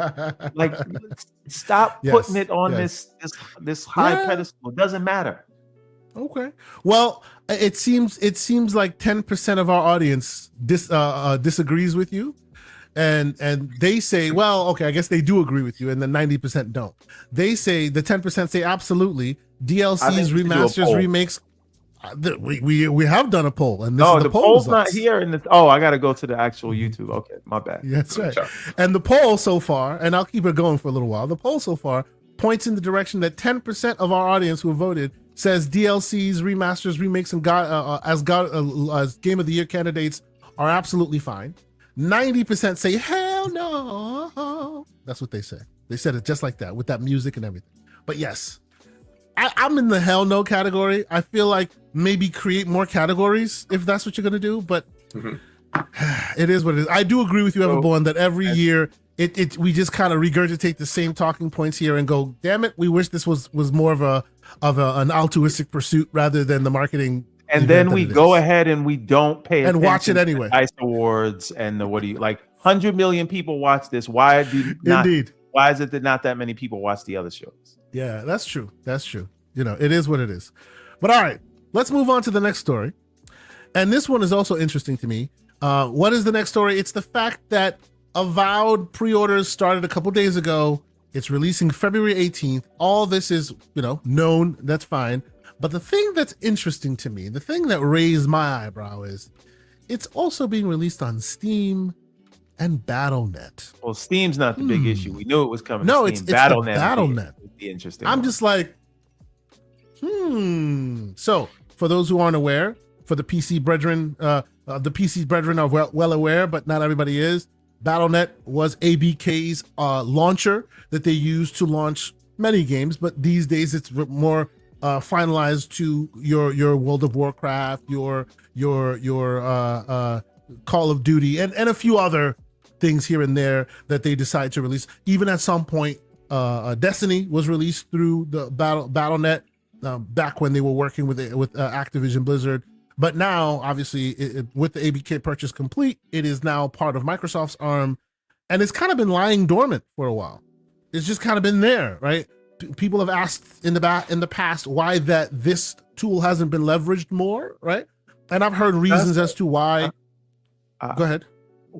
Listen, I think everyone in this chat will agree with me. They should use Battle.net going forward as their store because the Windows Store has this stink of death on it. No one wants to use that. But here's the thing. I have asked this question before. I have asked the question of I know why Battle.net. What was the answer? So here's the thing. Right now, and I've brought this issue up years ago when the deal was first announced. Battle.net works and people love it, but it is designed to showcase hero products from a single publisher, right? It is not currently designed to be a storefront for tens of thousands of games. And the reason people like it is because it's not cluttered. Once you start putting everything you need to make it a viable store, then it becomes cluttered, and then it becomes exactly like the thing. So I was told, to your point, the reason what makes Battle.net great right now is exactly what you're saying. And if you all of a sudden start filling the entire store with all of the various properties that Microsoft would then be filling the store with, it buckles under the weight of what it's currently available, of what it's currently designed for. right? So it works best because it's able to showcase the games currently in it the way it's able to do it. And the moment you now have it showcasing 5 million different games, it buckles under its weight. That's what I was saying. So just for the console gremlin over here, aka me, because I don't use Battle.net. I don't use. We call them troglodytes, but continue. Yes, that's fine. How much content is there in Battle.net right now versus? Obviously, there's a hell of a lot in Steam. That's a given. What are people going to Battle.net for right now? Other than so it's a beautiful thing that you say that. It's wonderful you say that because I have now loaded up my Battle.net account so people can see what it looks like. This is basically Battle.net right now. As you can see, there are only a select few real games in there. When you click games, there are some games, right? This is just my library specifically, but you can actually go to the shop. You can buy games, but it's what you and of course it's all right. It's populating. It's basically what you would expect from thousands of games there. Exactly. It's what you'd expect from ABK, right? It's your featured World of Warcraft stuff. It's your Overwatch stuff. It's your Call of Duty stuff, but it's not much more than that, right? The various versions of WoW. It's not much more than that. And a big reason why people also like it is because in addition to the games, it also gives you an easy way to showcase friends, and it's like your mini Xbox UI, if you will, right? Chatting with people while gaming, active chats, live chats, things like that, as well as texting and all of that. So for what it's used for today, it works rather well, right? It's just, I just think it's notable that they're now leveraging this. I would have thought that they would have possibly I've been told to go there and choose games on the left-hand side. Oh, hold on. What does it say? Go to games and then choose all games on the left-hand side. All games, 27 games. There they are. There are 27 games on this side. Okay. There you go. Fine. Right. It's not much, right? And I think that's the feature, right? Yeah. What do you think? It's interesting. So, okay, first of all, we don't see Indiana Jones on there. Not yet. Yeah. I mean, that's coming before Avowed. Interesting to know why that hasn't come through. And actually, I guess the only other notable thing for me is that pre-acquisition, pre-acquisition, Avowed was not associated with Activision. Obviously, Battle.net is associated with Activision. So, despite Obsidian being an Xbox Game Studios developer, very weird, right? They're crossing streams. It's very unusual. But interesting. It could be that they think that there is a decent target audience for Avowed on Battle.net specifically, and they're just trying to see what works, because I think that generally is sort of the space where Xbox is in right now. They are just trying to figure out what works for them, considering how much has changed under their roof over the last couple of years. Yeah. Let me ask you a question. What do you think, Mr. Everbon? I think Battle.net is a great place to put like their service games. And then when you have a launch game, when you're launching a game, just to get more eyeballs on it, right? Because how many tens of millions of people come there specifically for World of Warcraft or specifically for COD? And if they're coming there for that and you're launching a game, let's put it there just to get the eyeballs on it. Maybe it doesn't stay there forever, right? Because not all Activision games stay there forever, but it's there as sort of a let the other hero products get eyeballs on this thing. And I think that's what they're trying here, and that's why this is a test. I think Zach Riley's comment here is notable. He might be onto something. Like, they specifically chose Avowed maybe because it may appeal more to WoW and or Diablo customers, right? Who also come here for that, right? It seems like it's more in line with those games. Yeah. Maybe that's what it is, right? And indie is not here, right? A thought. Interesting. No, well, I the other thing I think is that indie is a separate test. right? Okay. Indie is what happens when we take a single player exclusive and we do a short timed exclusivity window, and let's see what the results are on that, right? They have another example of just bringing Sea of Thieves. This is something that was homegrown for a very long time, kind of peaked in users. Let's try to bring it over there. Each one of these things is not like the other. That is also why it seems very confusing to us, because they're just testing a lot of things. They're just throwing a lot of pasta on the wall, basically. And it really is very jarring if you follow this stuff so much. And that's why I think part of the reason people are so frustrated, because it's like, what are you doing? I don't understand this. And they're just like, well, let's see what works. Let's see, So I have a bit of a theory on this, and it actually more pertains to the Red Line story, and I don't know if you want to jump into that yet. We'll get to that. We'll get there, but we can continue your thoughts. Yeah. I wonder if this is basically obviously there's been a lot of talk around Xbox's third-party strategy and where they're planning on publishing games, etc., etc. Obviously, this is also Xbox publishing a game in a different place, but the place also belongs to them, which is why it's a little bit interesting. I wonder if this is what I guess basically what I'm trying to say is I'm a big proponent of treating content like a gateway drug and sampling content in other places to get people to draw into the broader aspect. So if you go back to the Avowed page, there was actually mention of Xbox's ecosystem on there, I believe. And I think that's something that we're going to start seeing a lot more of from Xbox. But again, we can go back to that when we actually hit the topic up. So you go back up. Sorry, mate. So you've got included with Xbox Game Pass right there. Yep, it says it right there, and it says also play with Game Pass. Yep. That's true. So these options that you're providing on other storefronts, even if this is one of your own storefronts, it sparks a question or it brings a user's attention to something that they weren't necessarily aware of. Let me ask you a question though. What happens when you go to Black Ops 6? Does it mention Game Pass? COD BLOPS 6. Let's see. COD BLOPS 6 does not mention Game Pass. At least not here, right?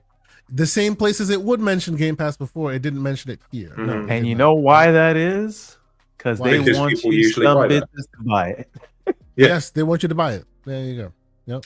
I think that that comes back to users being a creature of habit. So if they know that they're going to buy Call of Duty, then go on. Yeah. No. I was just going to quickly say it could also be because Call of Duty was the hot button item, right? It was the hot button item that everybody was talking about during the ABK thing, and maybe they don't want to push the envelope there because that's the one that everybody's eyes are on. So they want to leave that one alone, and everything else is fair game. So Zach Riley in chat has just said that Black Ops 6 Battle.net is not on Game Pass. What is that? But look at his next comment. Look, no, meaning through Battle.net, right? He's saying that it's but StarCraft and Diablo do show it. Yeah. Can we let's verify that? Before we do though, ladies and gentlemen, Everborn Saga. I'm just saying. Come on. Don't lie to me. And you have the benefit of me not being on camera today to spread these Everborn Saga. Look at that. Come on now. Stop the ridiculousness. Anyway, where we go? But anyway, we're going to check StarCraft and we're going to check Diablo. Now, all right, StarCraft. Here's the thing that I wanted to ask about. So we know that there were still vestiges of we're checking if it allows Game Pass. Yeah, if it says the Game Pass. So far this one does not. Or which version of StarCraft did they put on? This is the remastered. That's the version I think was on Game Pass, right? StarCraft remastered or StarCraft 2. Let's see. Try StarCraft 2. I think it's StarCraft 2. Yeah, StarCraft 2 campaign. There we go. Let's see. Also does not show anything Game Pass here. But then again, remember these games could also have been in the Battle.net showcase for a long time now because they've always been here. right? These may not have gotten any kind of touch from Microsoft because they live here. Zach Riley says, "Are you on the shop page?" Oh yeah, yes I am. I am on the shop page. This is the shop page. Says go to games. Go to games. Okay. Games tab does show it. StarCraft 2. Yeah, it does. It says Game Pass right here. It shows the Game Pass app. A little bit weird that it's saying it in some places. Play StarCraft and StarCraft 2 with Game Pass subscription. Play now. Yeah. So it's not quite clear and well thought out, but I see what they're doing there. They're dipping their toes in the water, clearly. Yeah. But here's the further point. I think the reason you don't see Black Ops there is partly because of the vestiges of whatever Sony marketing, which literally just ended on November 9th. Right? We saw that. Charlie Intel pointed out some evidence pointing to that. And I wonder if that has part of the reason why the marketing has not been mentioned by Activision itself. So I say this to say, the marketing was weird. Like, why didn't they plaster Game Pass all over Call of Duty this year? I think we have to see what happens next year when the PlayStation contract is completely done. We know that they altered it because they put COD in Game Pass, right? But PlayStation still had some rights in that deal, so there was a negotiation there. I wonder if next year's COD you'll see the Game Pass labeling on it, as well as Activision actively mentioning Game Pass. I think that'll be our test. No, I don't disagree with you. I think that is right now there are many potentials, and we'll know for sure the next version of COD, which will also be the next version of COD. That is, will also be the first COD that Xbox or Microsoft has their hands all over. Because as great as this COD was, it was already being built and incubated and all that. I would say Microsoft's hands, at least on the creative sides of it, were pretty minimal, based on the time of release. So the next one I would think would have a lot more input from them. We'll see how that one looks like, right? It would be interesting to see how it looks like. Let me pause for a moment. I will reread Mr. Slow-Mo Backslap's super chat because everyone was not here to hear the slander.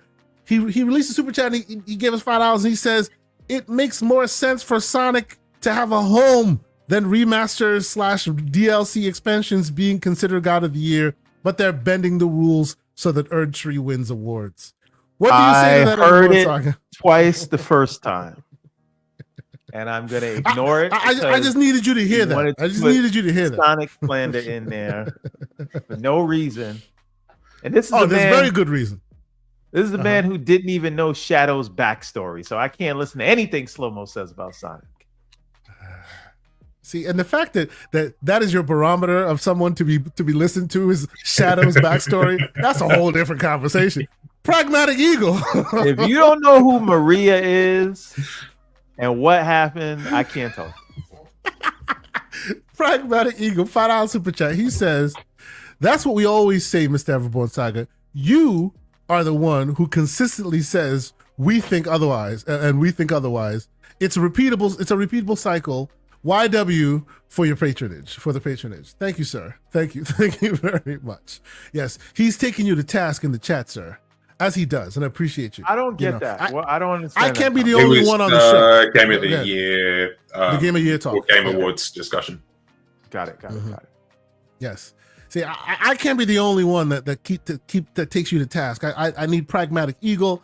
I need Dorian Gray. I need all of them in the chat to keep the boot on the neck, as it were. We appreciate you. Thank you so much for the support. I will close our poll, and our poll right now, which was DLCs, remasters, remakes as God of the Year candidates. Game of the Year candidates. What do you think? 11% say absolutely. 89% of the 65 people that voted say hell no. So there you go. But I do agree. I will have to attest. I do agree that we all as people just need to stop focusing so heavily on specifically these award shows. I do agree with that.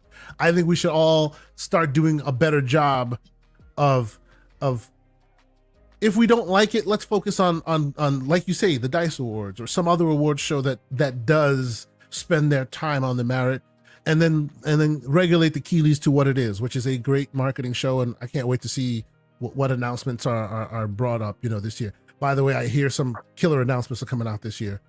Keep an eye out. But yes, let's move on. Before I do, shout out to the over 200 people watching. Thank you so much for being here. Hit the like button. Consider subscribing. We're so close to our 3,000 subscriber mark. You can help us get there on YouTube's. We thank you so much for your support. Thank you so much. But let's get to our next story, which is an interesting one. I don't know how much of this you heard, Mr. Everborn. It's like, I'll start with you, which is basically a lot. I wouldn't say all of them, but hundreds, based on the article, hundreds of Bethesda game makers took to striking because they feel like their voices have not been heard.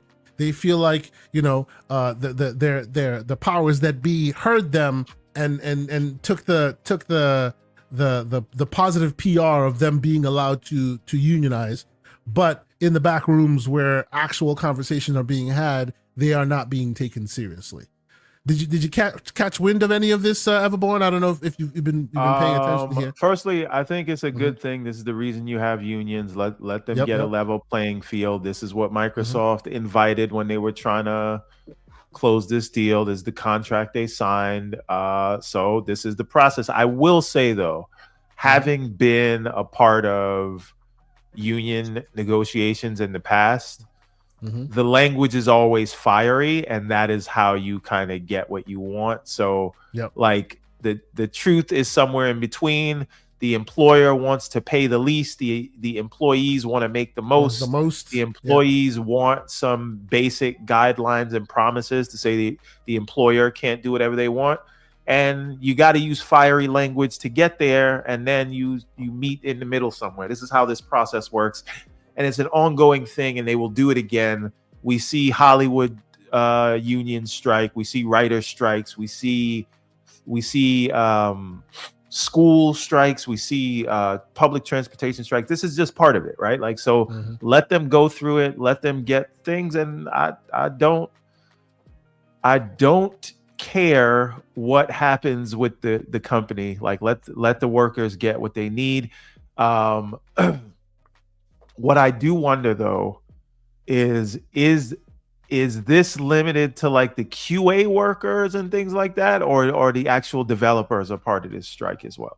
Based on this article, it was hundreds of employees, including developers and QA. 300 QA. It started in 2023. And the union itself is mainly QA, but it's not limited to QA. Right. So I agree with you, everyone, that this is part of the process.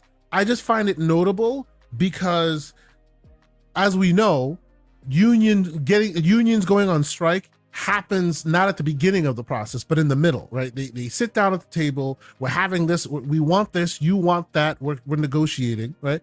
And if talks break down and no one is able to meet in the middle, that's when striking. That's happens, a bargaining chip. That's all it is, right? But let me get my thoughts on this. The reason why I think it's notable is because this is Microsoft, and they're already behind the 8 ball in the PR game of, oh, they're the evil empire. They're gonna fire a bunch of people. Oh, did you see all the firings, right? Even though, let's be honest, this is a situation that's been happening in this industry for some time now, right? We already know that the ABK firings, the ABK vast swath of people being let go was already in the works before Microsoft bought them. But of course, as soon as Microsoft bought them, that's the noose around their neck, right?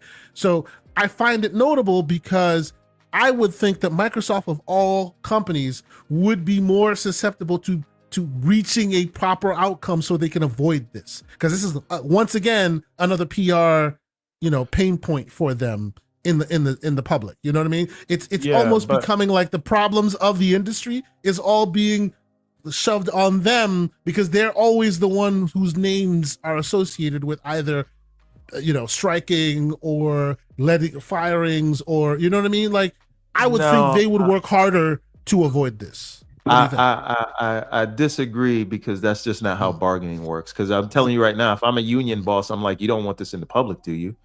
You know, Yes. you know you're gonna look dog water, don't you, in front of the But it's public, and they true, already hate right? you. Yeah, but yeah, because of that, now I need every worker to get triple their salary. Right? It just doesn't work like they have to.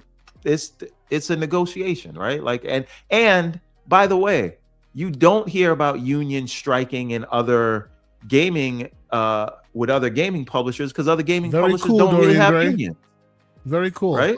I agree. They're using it against them, right? Because they are a ripe target. I get that. You have a union. This is gonna happen, and you know, I say let them work it out. And by the way, this is a very civil union thing. I've seen stuff. Picket signs, crazy stuff. Like King David was just on his show talking about it, and I've seen things like that firsthand when I was in the hospitality industry, where like you see.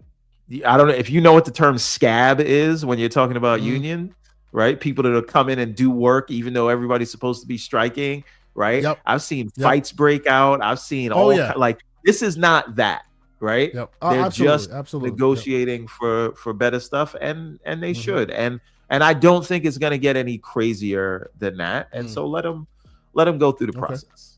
Microsoft invited. Deadly Headley, sir. What are your thoughts on this whole situation? Do you think it's much ado about nothing, or is this a sign of things to come? I think you guys have largely covered it. I hope that it gets resolved fairly swiftly and tidily for Microsoft's sake more than anything else. In order to not delay Elder Scrolls 6 any further. Yeah. That's the real elephant in the room that we don't want to say.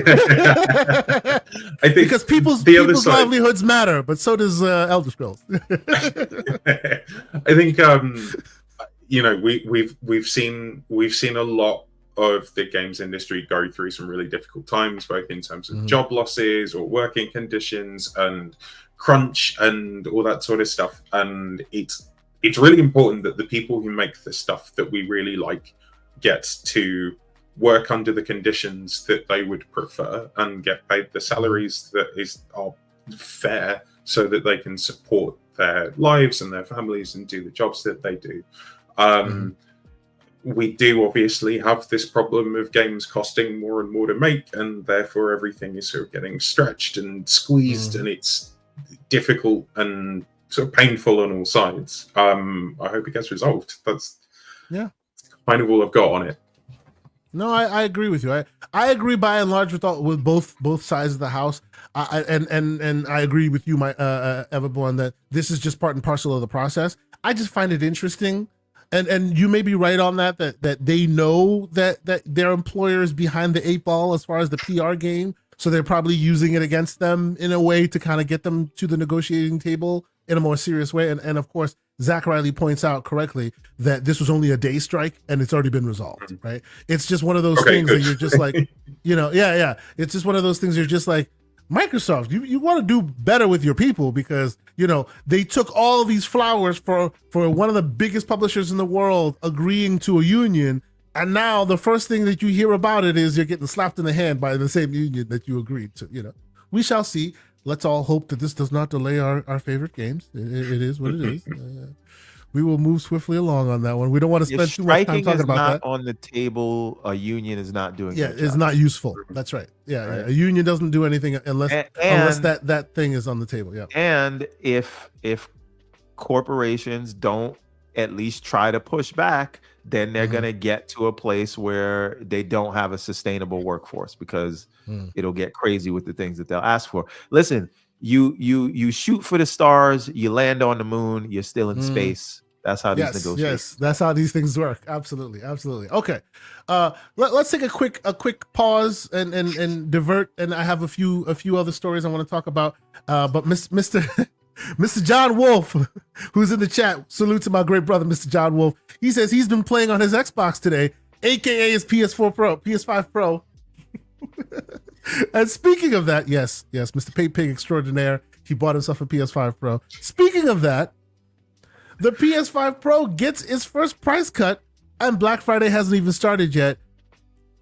what do we think of this? PS5 Pro is being discounted, which, hey, I think that's a good look. You know, money out there is not cheap. This article specifically denotes the price changing in the UK. You know, what do you think, Deadly Headley? Is this small change good enough for you to possibly jump in, or what do you think? It's not 700 euros anymore. It's definitely not enough for me to want to jump into it. I really like the look of what the PS5 Pro is doing. I really like what I'm hearing about it. If I was more embedded in that ecosystem, sure, yeah, I'd consider it, but the price point is still the price point regardless, no matter which sort of platform I prefer playing my games on. And I do think, like, if Xbox offered a Pro unit at 700 quid, I probably wouldn't entertain that either. It's a hell of a lot of money to play your video games on, especially when we consider that ecosystem still being like a walled garden rather than something that is far more open, like PC, for example. The price that it's at is £659 at EE, which is actually a mobile operator here. I think psychologically, £659 definitely looks a lot better to me than 700. Obviously, that doesn't include the stand or the disk drive. But I was just about to say this, right? I was just about to say this. Like, I don't care if it stays at 700, but then include a DualSense Edge, include a stand, a proper stand, and include the disc option. If you keep it at 700 and you include those things, I still won't buy it, but I'll be a little less side-eye about the whole situation. You know what I'm saying? It's a really difficult ask in a global cost of living crisis, because we're all feeling that. 2 elections this year, both sides of the Atlantic have been fought on that. Like, everybody's feeling that, and it's a big ask. It's a niche product. Some people are loving it. Some people would really like it, but don't want to spend the money on it.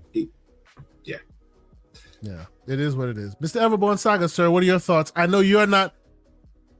Maybe I'm wrong. Are you thinking about this? Would a change in price, whether this or other price, change your equation? What do you think? Let me explain something to you. You're Mr. I love exclusives. There are exclusives on this thing. There's no chance I am getting any place that, like, I'm not even buying a new Xbox console now, let alone a PlayStation. But why? The PlayStation has exclusives, man. I mean, come on. It doesn't have offset sticks. So that's the fatal flaw. You could buy a third party controller with offset sticks, and now you got you. But listen, let's not get away from the fact that the PS5 Pro did not sell. It was the wrong price. There are too many in inventory. Nobody wants it. It's actually $810. Even the scalpers can't sell it. I will push back on you and when you say nobody wants it, somebody wants it, and his name is Mr. John Wolf. Okay. What? When have you heard, ladies and gentlemen? When have you ever heard of a product launching and in 2 weeks going on sale? I mean, I heard of a product launching and in less than a week it closing up shop. A la Concord. That's my slam. Let's keep it moving. There's something going on with the source. You got to get to the source. Listen, this thing is a joke. Right? Yeah. But I'm happy for the people that like it, especially John Wolf. Like, I hope it's great. And you know, they made it for you, for the pay pigs. Right? And by the way, before we slander Mr. John Wolf in the chat, and I see you, Dorian, don't do that. Before we slander Mr. Wolf in the chat, I will say Mr. Wolf paid, what is it, $175 for the thing? He traded some things in. He ultimately paid $175 for the thing. That's a good look. Because if it was 700 bills straight out of pocket, I would have been on him about it. I would have been slandering him left and right. But he ultimately paid up only like $175. I don't think that is worth some commending. I'll just throw that out there. He didn't pay $150. He paid $699. He traded some things in to get that money, but he spent $699. Let us not obfuscate the fact. Wow. Okay. Like you and Lucius are in the chat just like, nope, he gets no slack, no quarter. No. Especially of all people, John Wolf. The man who was capping for the hate. No. When they announced it, he was ready to.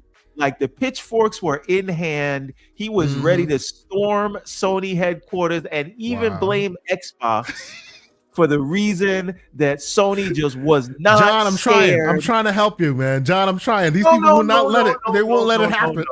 Somebody needs to say it, right? This was Xbox's fault. And Sony is arrogant Sony again, and it's because Xbox is not pushing back, and they crossed the line. They crossed the line. If it was above 650, he wasn't gonna do it. James said he traded his kidney for it. John Wolf said he traded half his house for it.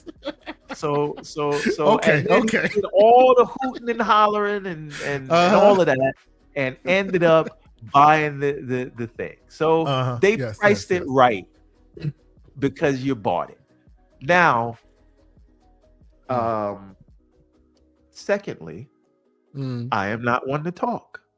I bought a ROG Ally the year before, and then this year for what, 8 extra gigs of RAM and some more battery life.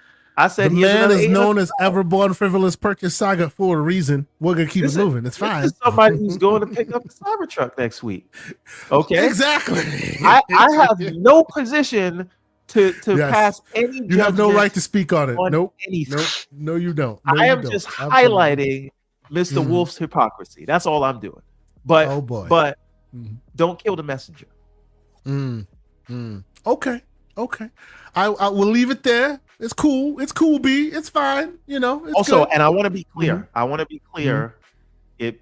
Yes, I was being messy. What I did not do, apart from John Wolf, is come at anybody who wanted this thing. I did come at Sony for the price. If you want it and you got the money, you get it. Unless you was talking smack about it and then ended up buying it. Then you get and we got to give Mr. Wolf credit. Even he says it. Damn right, 100% fraud. He owns it. It is what it is. You know, it's always fun listening to John because he'll be the person that will buy the thing he's slandering a week later. It's fine. I think I'm with you on that. By the way, Everborn. For the people who want it, it's brilliant. Like it's a really, really exciting enjoy thing yourself for the people who really want it. But it is a big ask. I think. Don't get me wrong. Like if I could find a bunch of stuff that I didn't want anymore to trade in to make my PS5 Pro cheaper, great. But you know, other than trading in my PS5 and then covering the rest of the cost, like it's. I don't know how much I would get for trading in my PS5, but I'm still going to have to cough up another 300 quid probably. So Mr. Wolf messaged me and he was like, he traded in 17 controllers. He said 17 controllers, right? And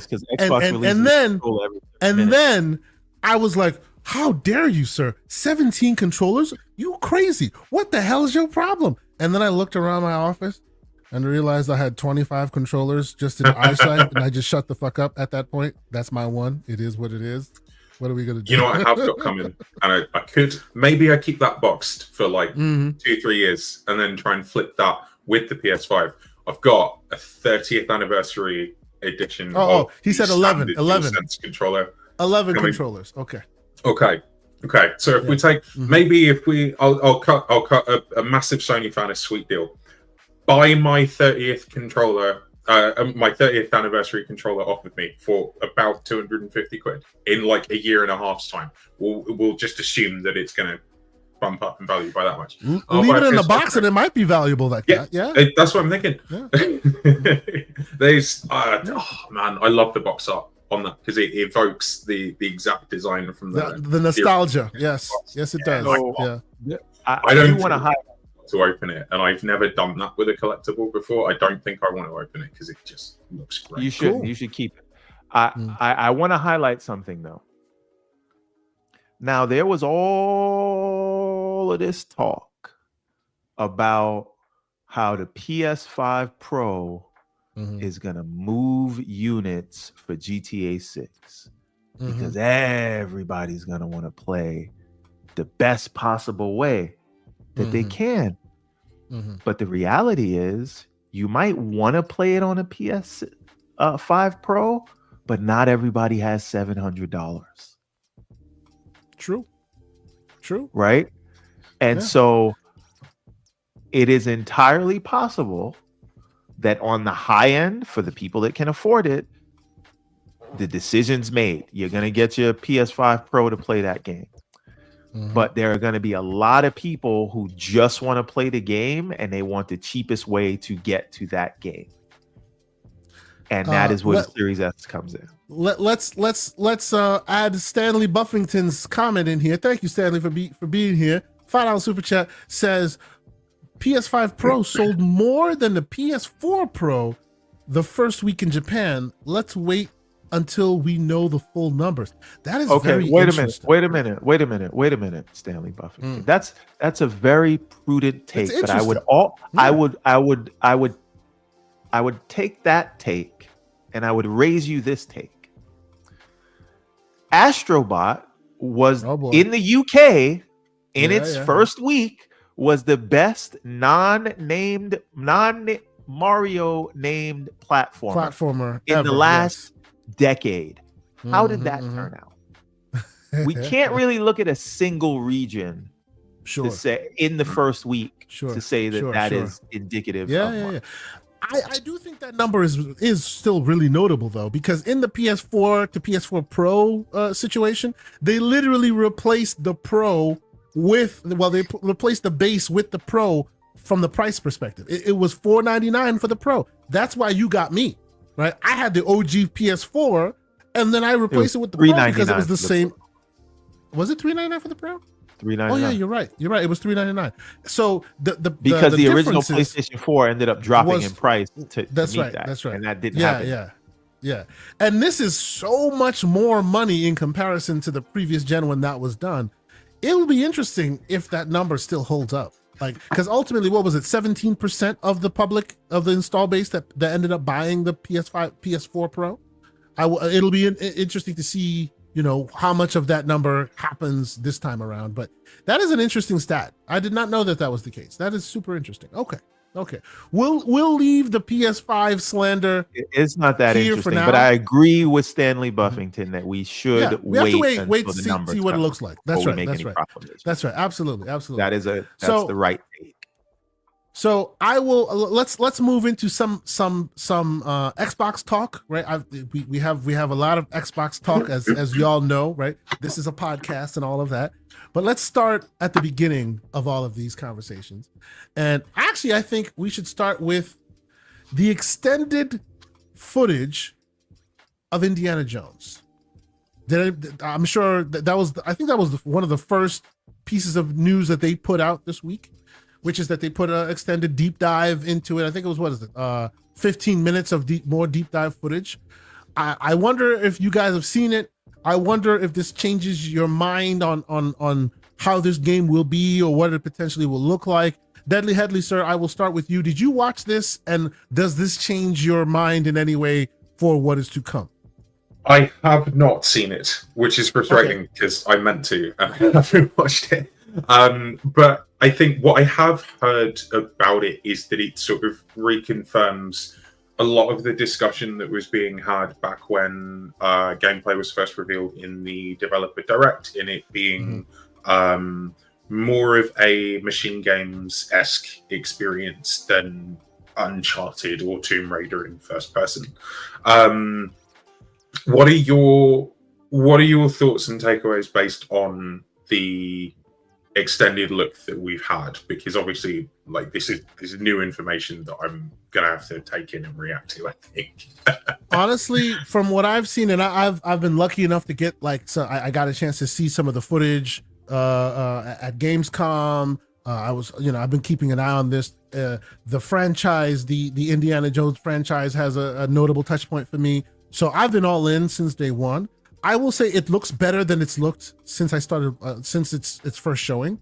I really think that this specific extended look puts a lot more emphasis on details, right? The details of things, his leather jacket and the way it just looks like they spent a lot of time on just the small, minute details to make it look more lived in and more real. Graphically, the faces and all of this, it looks very good, right? I will also say that if you haven't played it, then you may not understand what I'm talking about, but this is speaking a lot more to the Escape from Butcher Bay, Chronicles of Riddick, because that was the original team that made this, and a lot of folks have made comparisons to Butcher Bay. Those who have played it, shout out to the great Mr. Boomstick XL. He made that reference point because he was allowed to play it for X amount of hours in a preview event. Like, all of it makes me happy to see where we are here. And hot take from me. And by the way, shout out, rest in peace to the great Tony Todd, who's passed away. We talked about it briefly last week. He's the one referenced right here. He's at the beginning of the game. So shout out to him and his family. My hot take on all this, I'm kind of happy it's on all platforms. I'm kind of happy it's on PC. I'm kind of happy it's even on PS5. Why? Because I feel like, just like I was talking about the HoloCure game, where you have to have a reverence for the IP, otherwise it's nothing to you, right? I feel like this game is better than just its IP. Yes, the IP is great, and those of us that know the IP love this IP, and we want it to do well. I feel like beyond the IP, they've done a lot of work to make this a genuinely decent, good game, and more people that play it will see that. So I'm kind of happy that I need this to be successful, because I want more in this franchise. I want this to live. I want to be in a world where, hey, Indiana Jones, the trilogy, because that's all there were, 3. There were only 3 movies. Can continue now. No, you're not going to ignore Shia LaBeouf surviving a nuclear explosion by jumping into a fridge in a refrigerator. Yeah, no, we are. That did not happen. That is not. But exist. It did. That was a fever dream, and he woke. I want the beginning of this game. He wakes up, like, you see that whole scene. He wakes up like a fever dream and goes, "Damn, that was a very weird dream," and then continues the game like that's the 4th version. Just develops like a permanent phobia against crystal skulls or something. Just like, no, can't do it. yeah. You know what I mean? Like, I want that to be just a bad fever dream when we move forward. I think everything they're doing here looks super excellent, and I don't want anything to hold it back from being super successful, because it looks like it's the IP is great, and even if that IP had nothing to do with it at all, it looks like a genuine, decent game that more people should play. So I'm kind of happy that this has more chance that more people can play it, right? And by and large, this doesn't change anything out for me. This has solidified it as a day one for me. Like, I'm super excited to play this game. I really am. I am really looking this forward to this. It's definitely going to be my sort of holiday single player game. Go on, everyone. No. I was just gonna say, I actually did not watch this because I knew I was gonna play the game anyway. It's like when I know I'm gonna watch a movie and I don't want to see any more trailers. No need to see the trailers. Yeah. I get you. That's kind of where I'm at too. Like, it's one I'm excited about. It's one I'm looking forward to. It's definitely something that I'm gonna play day one on Game Pass on all of my Xboxes, and including your PS5 Xbox. Yeah. I'm gonna need to see how this performs in the Xbox PC app, because I may end up having to buy it like so many other Game Pass games. The Xbox PC app is dog water. But specifically on the point of exclusivity, I'm cool with this going to every platform. It's good that more people get to play it. But the mistake that I think Xbox made was revealing that before it had even released on the Xbox.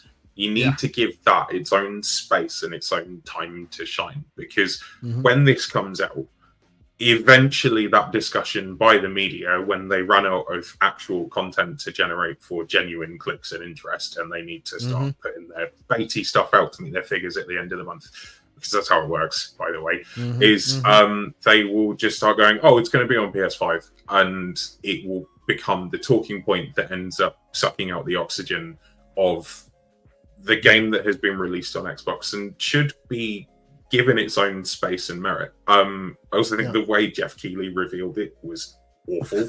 That was a very, very poor decision. So Deadly. Jesus Christ. I think that this is a similar issue that I highlighted, which is the issue is not that they are doing it, because I've come to I've made my peace with they bought third-party publishers and these games would have been third party if it weren't for the acquisition. So I actually believe, just to jump in very quickly, I firmly believe that all Activision and all Bethesda games, if they were third party from the off and Xbox just went, forget about the exclusives on platforms where Game Pass exists, that was a mistake, because that's clearly not true. If you just go all ABK, all Bethesda, goes everywhere, all the Xbox Game Studio stuff, and maybe some select titles that we want to cherry pick, like Starfield, for example. You know for a fact that a 2-year exclusivity window that isn't defined by anybody for Elder Scrolls 6 is going to leave you. It's like no tomorrow. Sorry, I think Elder Scrolls 6 is going to be day and date, but at this point. But my point, my ultimate point is, I just think in the way that they've done it and left it in this sort of silence, when they announce a game, you hear more about PlayStation than you do Xbox, right? Every time I hear indie, PlayStation is followed up right behind it, to the point where that is talked about more than your own sort of ecosystem. So and that happens because of the haphazard way they went about announcing it. If they set it up front, hey, it's a licensed game, it's going to be everywhere, we got to pay Disney a lot of money, and that's just what makes sense, nobody would have said anything. Right? It's the same thing with Blade. You left people in the dark. They got to ask all these questions when you could just say, hey, it's going to be everywhere, or hey, it's going to be a time thing. From the beginning, when you announce the game, say where it's going to go, and you won't get this. It is they did something that it just, whether it should or not, it did rub people the wrong way, and that's because they're being coy with their language when they announce something. I want to bring up a different side of this, and it's to a point you've made before, and to what Deadly Helly was saying just a minute ago, and it brings up a very interesting thought here. You, Everborn, have taken. We've kind of analyzed how Metacritic breaks things down, right? Oh, not even the reviews themselves, but how many people reviewed them, right? I kind of feel like with the way this was announced, you probably won't see a lot of reviews for this game before 2025, because that's when it'll be on PlayStation. Because by and large, the reviewing public tends to prefer the PlayStation than the Xbox, and you know that because, like, the same game that's on both platforms, you tend to see the number of reviews on the PlayStation platform is a lot higher than the number of reviews. Whether the number, the ultimate number, that's not the point. It's the people playing would rather play with the offset stick, with the inline sticks. Yeah, but I think that's an issue for a day and date. So you don't think that between December and January there'll be like less than 100 reviews, and then when it comes on PS5 there'll be like 300 reviews? No, I definitely don't think that. I think if it was day and date, you would see that, but because it'll be there first, the majority of the reviews will be on Xbox, and then a few will be on PlayStation to do the port. Only because the game isn't going to get talked about. Yeah. Or PC. Obviously, it's also day and date on PC, so maybe that's how it'll break down. But yeah, I've since you put that into my head, Everborn, I've noticed that more and more, that even a game that has marketing on Xbox's side, you'll see the review number, the people who reviewed it, will always be larger on the other platform. It just seems like people don't like, or maybe, I don't know, maybe that's my thought, they just don't like the offset stick, right? I love the offset stick, but I feel like that may be why people don't review it on that platform. I have no idea. I'm just speculating, but yeah, it's just odd to me that when it's available everywhere, they tend to review it everywhere, but where this lives. Somebody said I was wrong about a Black Ops 6 prediction. I don't remember what that prediction was. Abdel114, sir, we love taking Everborn to task on this show. If he was wrong about something, please, we want to see the full transcripts so I can put it on Front Street, man. Come on, like let's see it. No, I appreciate y'all takes on all this. I said that look forward to it. I predicted that there would be both PlayStation and Xbox bundles, and it turns out no one had them. But I feel if no one had them, I'm kind of right because they're both in the same situation. I'm just saying. See, this is a rare Lucius agreement. Lucius agrees with me. These reviewers hate playing on Xbox. There you go. So I want to address something that Pragmatic Eagle said earlier in the chat. Why do you care where the game goes if it's on your preferred place to play? Sure. Again, that's a sound question. But the point that I am making is, what has the conversation been around this game? Shout out to Cerebral Paul. He's pointing out what we've already noticed, that Everborn don't want that smoke. Cerebral's not on the show, and here's Everborn. The minute he's on the show, Everborn's nowhere to be found. Salute to you, good sir. It was great having you on the show last week. Yes, he's gonna keep putting you. He's gonna keep holding your feet to the fire until one day you show up. I'm just saying. Oh well, so Eagle, if you don't follow social media, how you gonna? That's what. Come on. Now, no, but the thing is, the thing is, in articles and the general discourse around the game, PlayStation gets brought up more than Xbox, right? Well, but that makes sense because PlayStation is the market leader. Almost everyone plays on PlayStation. I understand, but if the whole point of even having, what's the point of having a timed exclusive? Yeah. Right. That is a good question. To bring eyeballs to the platform. So I'm saying, as a strategy, the way they went about it is wrong. Not that they're doing it. That they're doing it is fine. It is just like, from a comms perspective, it's the wrong way to do things. It's the fact that they revealed that and they showed that card way too soon, because like I was saying, and like you guys have said as well, it needs that space to breathe. It needs to launch on its own merit. It needs to launch where the discussion is how good the game is, not where you can play it and when you can play it somewhere else, because you know full well that as soon as the reviews are done or the previews go out, the next article that someone's going to write, because they need the clicks, is when is it coming on PlayStation, which, by the way, you're not going to know the answer to until closer to spring 2025. But outlets, that's what's going to be the whole conversation at this point. Yeah. If I'm and again, these are all experiments for them, right? But if I'm doing it, I'm letting it come out in December, let it get the accolades or whatever, and then in the January showcase, then you say, hey, we're going to do this thing. That's a better place to do it. Yeah. And the conversation could be stupid, right? But the conversation still is. And they have to account for that, whether we deem it as a worthwhile or a weird conversation or not. Like, it's just a thing they got to deal with. Yep, understood. I agree. By the way, they weren't done. They did a deep dive on Indiana Jones, and I really appreciated it, only to be followed up shortly with another deep dive, which I really loved, which was another deep dive on South of Midnight. And they actually did a whole documentary, 30-minute documentary on it, telling you what to expect, showing you what the game is about, showing you the lore and where they're pulling their lore from, and the art style and the music. Shout out to Chris Fox. There's Chris Fox, buddy. You met Chris Fox, remember Chris? At the wedding. We met him at the wedding. Yes, that's where he is. Yes. So he just happened to be in La Romana, Dominican Republic, on the weekend where I got married.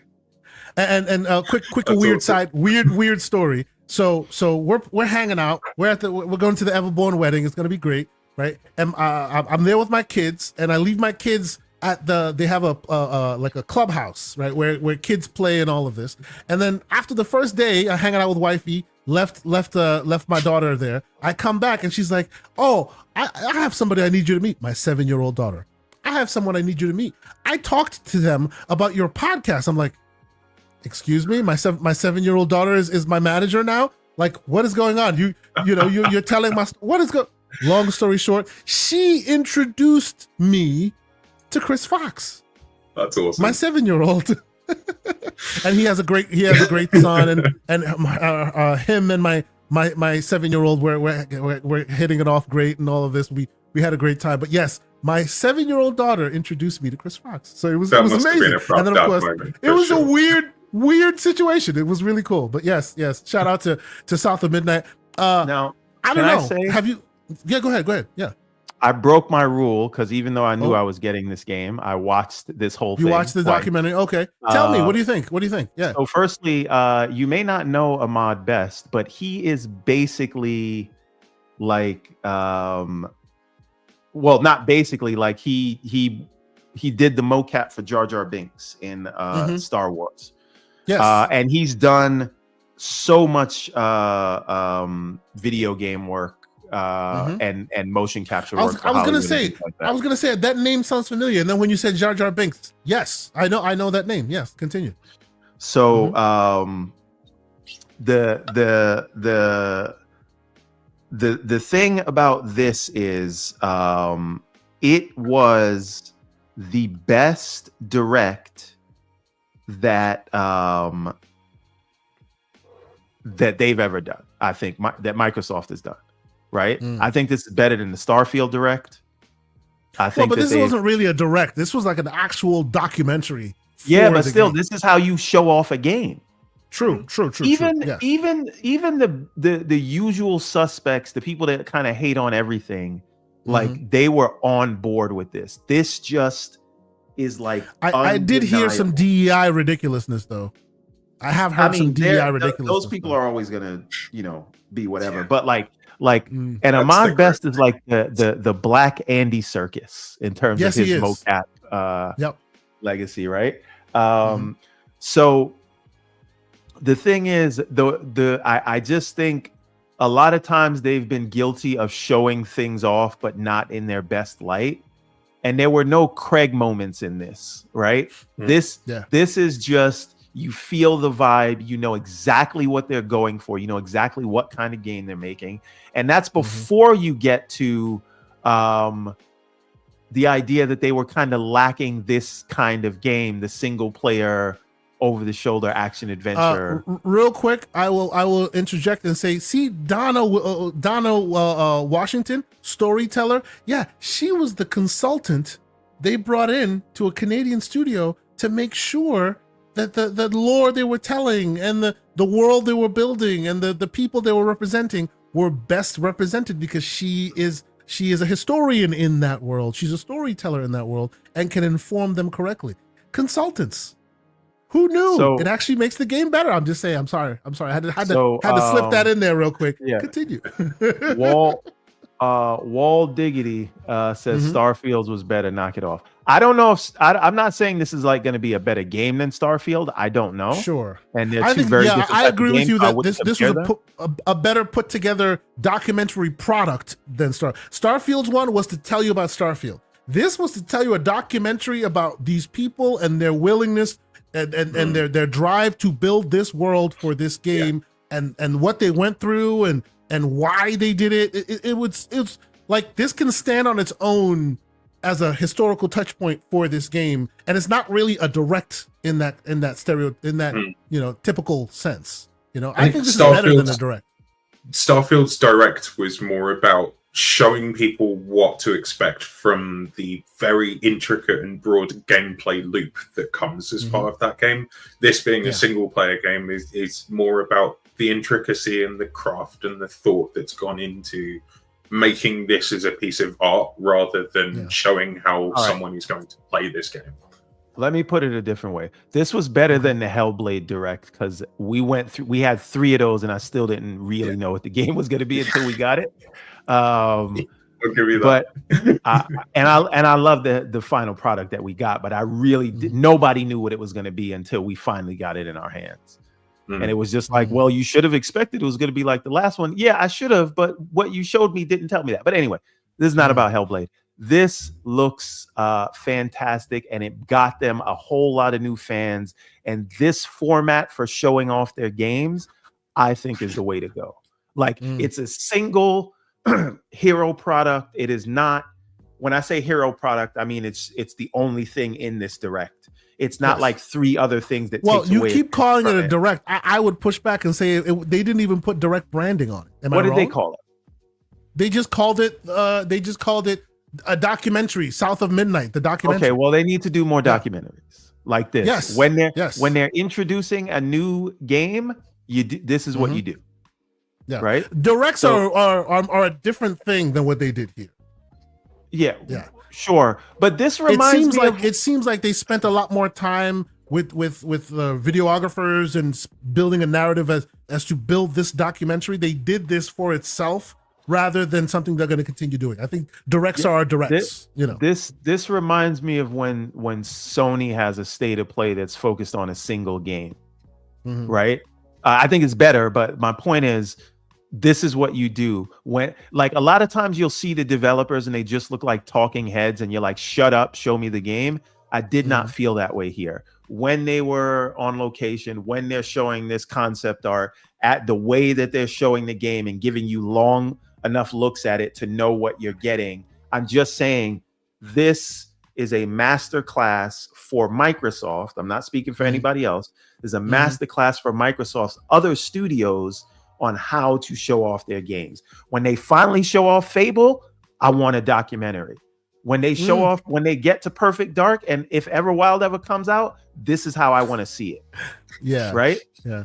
This is the mold, because I think you might not get that though. I feel like because of the subject matter and what the studio is trying to accomplish, it warranted this like overarching effort to basically introduce and explain what this is.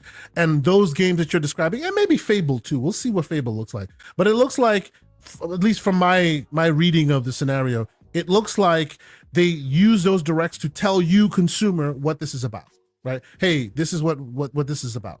But this specific thing, because it's about the South, because it's about Black people, because it's the whole thing, required them. I guess what I'm saying is, in a world where this is not a Microsoft studio, right? In a world where this is an independent studio or maybe owned by someone else, we still get this level of documentary because the subject matter kind of. I don't know if it's going to be this well produced if they're not. Oh yeah. Obviously, it may not be as well produced, but I feel like this was a unique thing for this game because of the subject matter and everything else. But I do agree with you that the quality of it is top tier. Yeah. Was Tina Amini involved in this? Because if this is another Tina Amini W, like, I am not sure. I'm not at all costs. Yeah, I'm not sure. I think this is and I may do some digging and I can talk about it later, but I feel like this was a separate actual film crew that spent days, months, weeks within the studio doing this, compared to what Tina and team does, which, let's be clear, I'll take nothing away from Tina and team. They've done amazing work, and I commend them every time they do it. I feel like this took some longer time in the hopper than what they normally do. But yes, let's move on from this.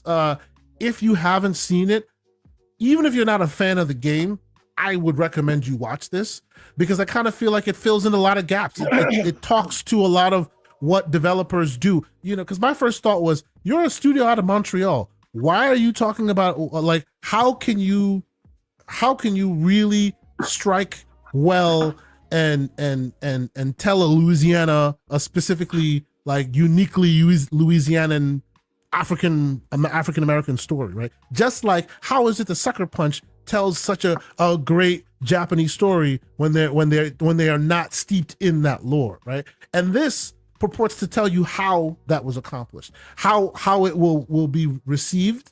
It still remains to be seen, obviously, right? We still haven't gotten the game in our hands yet, but it looks like they really, really took the time and the energy, and they struck that balance, and it looks amazing and excellent. And I hope more and more developers take this lesson and take the time and explain it in a way that's as well thought out as these guys did. You know what I mean? Like, I think it was Excellent. And of course, shout out to some of the community members. I know that Paris was also able to go to the studio and did an interview with them. So did Khalif Adams. They're really leaning heavy into the lore and the established world that they've built and all of that. I'm really excited to see how this game turns out, especially now with the documentary more than anything else. I think it's really, really critical, and it's amazing, and more people should watch it. Deadly Headley, I don't know. Did you see this trailer, this documentary? Have you? Yeah, I did. Yeah, I really like it. I think the art style is beautiful. That's the thing that keeps on capturing me. They've done such a good job of creating this world with so much character and texture and detail, and the stop motion style. I know there was an article or a sort of an update published by a couple of people that got to preview this, saying that the stop motion effect can be turned off in gameplay, so you can play without that feature, because I think that's going to feel a bit horrible, even if it is running at 60 FPS with that stop motion. Like, I don't know, it would be interesting to try out. It's interesting that they're sort of trying something new there, but it's nice that players have the option to sort of tinker with that. But it looks gorgeous, and I think it's good to see Xbox putting more focus into single player experiences, because I think that's something that its fan base constantly asks for. So I believe we're still expecting Fable for next year, which I'm really looking forward to. This coming out as well. I'm sure there's some other 2025 titles. I don't know. I sort of lose track of everything that gets announced because there's so much. Doom is coming out next year as well. There's a lot to look forward to. And I think just this sort of coming up and actually finishing 2024, showing a title that we can be excited for, something that we're probably going to get a deeper dive into again with a developer direct next year. It's a good time. Yeah. I will say I agree that if nothing else, Fable should get this treatment as well, because I feel like it's one of those games with also enough history and enough lineage that people want to see a full-fledged, coming out party, if you will, for that franchise, like coming out for the first time in a long time. I think they should also lean on this great documentary style stuff as well. But yeah, I think this showed really, really well, and it was a great capper to what has been a very busy week for Microsoft. We're still talking Microsoft, right? It's been a very busy week for them. Obviously, they're selling really well in the Call of Duty space. A quick touch point of the Call of Duty conversation is the fact that Xbox is now the lead platform for Call of Duty over PlayStation and even Steam, which is very crazy. Strange. Yeah, it's crazy. Seriously huge. I was trying to find the article.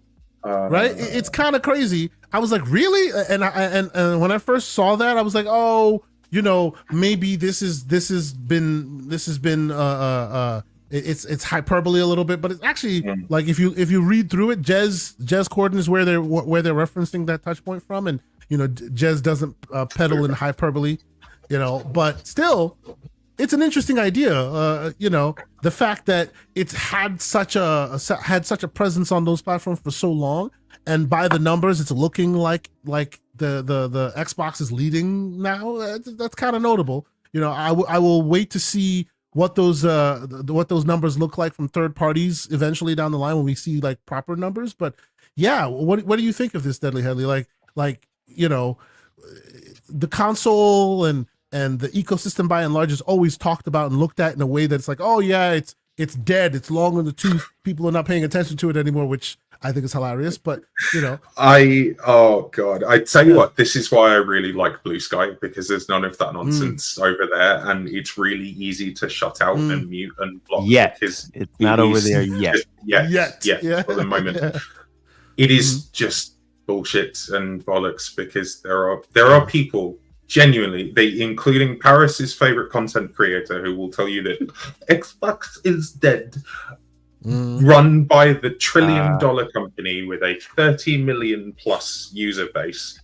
They will tell you that it's dying when they've just launched the biggest game on the planet in a service that lets you rent games for as often as you like, for as long as you like, for one monthly cost. And that, for something like Call of Duty and for Xbox, is absolutely massive.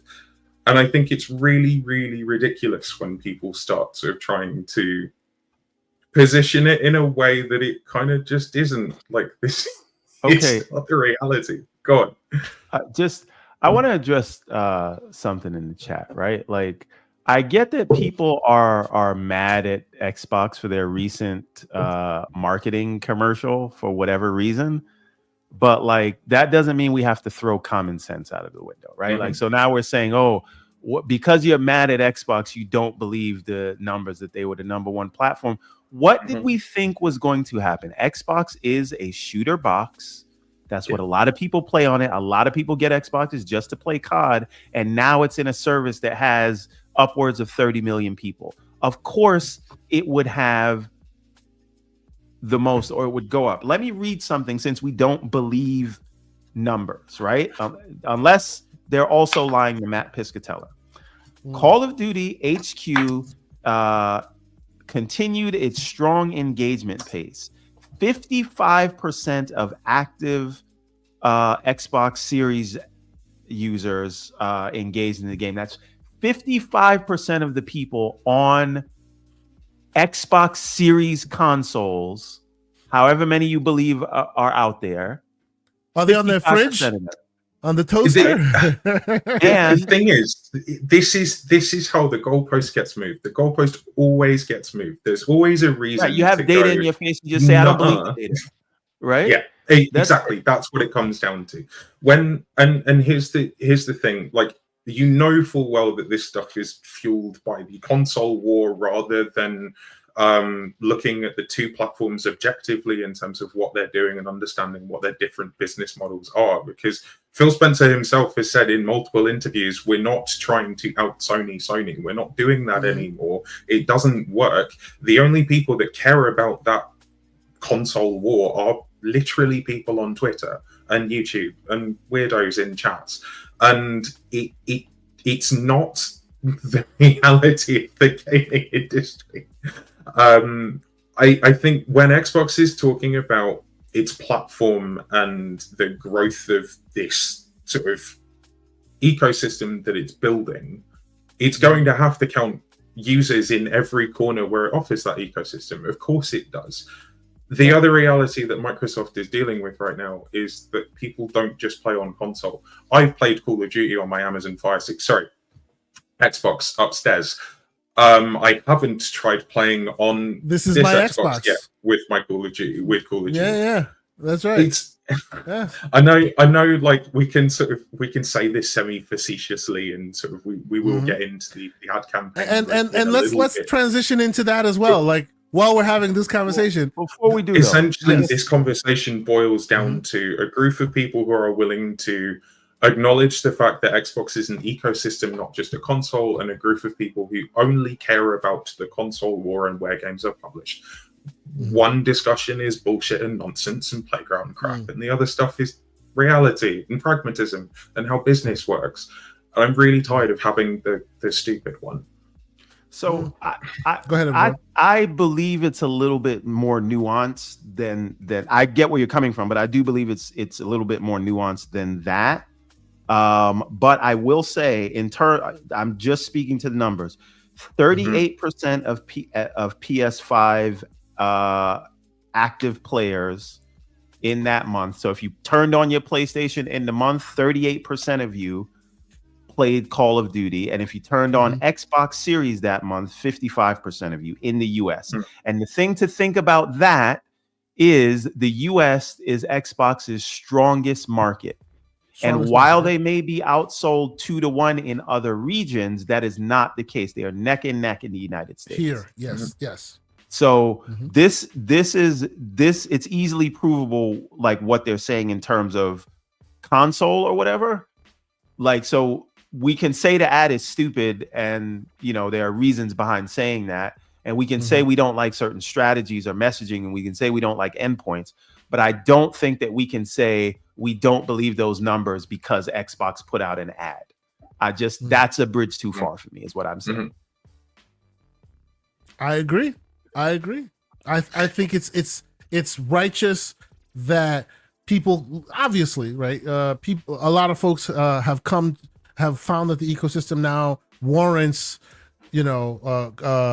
not just what do you call it? Not just, ooh, hey, now my son just said, hi, Julian. Thank you. Close my door, please. Thank you very much. Children, yeah, you told me that was the sanctuary and nobody could come and get the cables. But you're gonna hear about that later. I'm just saying. You're gonna hear about that later. I'm just saying. I should have locked my door. My bad. Anyway, but no, I do think that trust but verify is a thing now, right? Even you, Everborn, have said that because of certain decisions they were made, or because of way that they keep not moving the goalposts, but because the fundamentals on the ground keep changing, which changes people's perceptions of what's going on.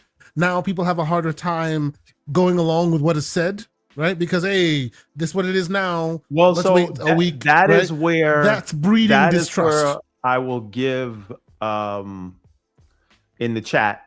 I don't know if he wants me to say his name. Lucius.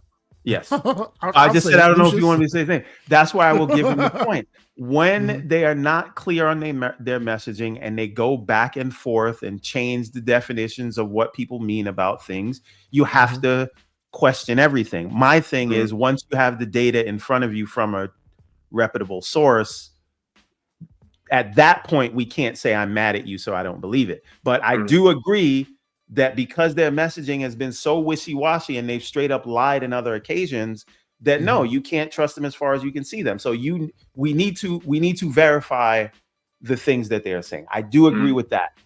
Yep. But this has been I would say I trust the Circana numbers.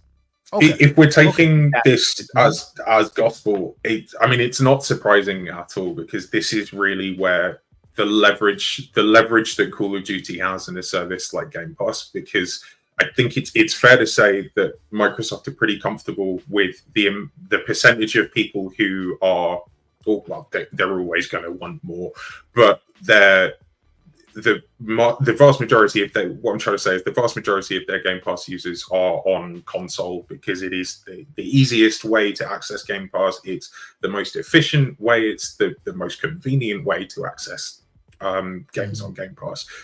Call of Duty, unlike the Xbox PC app, it doesn't suck. Oh, would you stop? This is a whole space I'm not looking forward to. Stop with the pitchforks. We know it sucks. We heard it sucks. I agree it sucks. Let's move on. They're working on it. They're trying. Call of Duty is a monster. Like we all know, it's one of the most popular games on the planet, and it's going to. I think really what the Call of Duty release on Game Pass has done is done a lot of work through word of mouth as well, which is a really powerful tool. Again, I think that sort of links into the ad that we're going to end up talking about as well.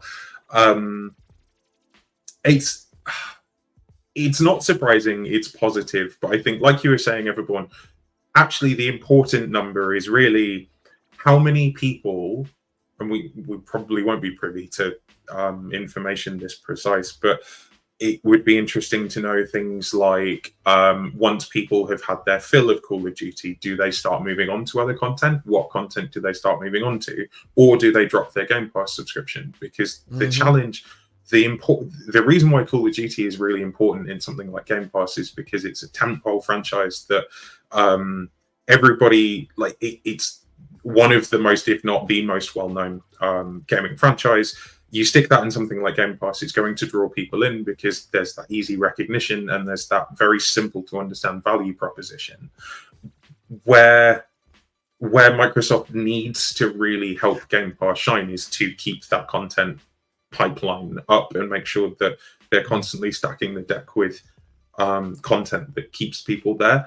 The number that I would be interested in seeing is what kind of drop off, if any, is experienced after the Call of Duty bubble dies down and people Yeah, sort of yeah. start fatiguing, because you will create a set of hardcore that are, because that game is addictive as fuck.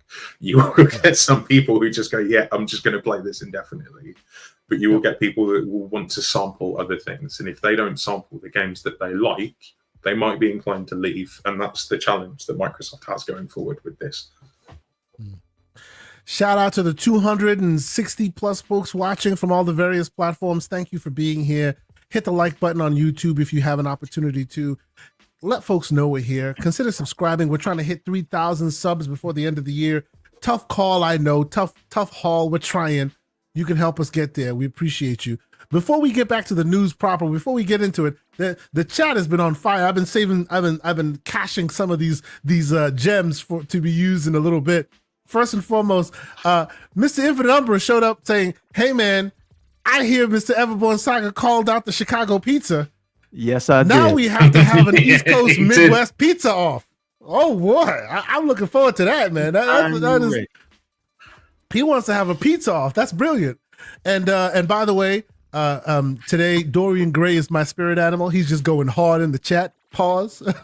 He says, and we're gonna get into it because his line of conversation. He is. I'm PG-13 with it. He's going hard R at this point. He says people acting like consoles are the end all be all, and they are not. People are stuck in the 90s trying to conjure up the ghost of Peter Moore. Get the hell over it. Evolve or get the hell out of the way. He's not wrong, sir. He's not wrong. That's the future. The future is now. That's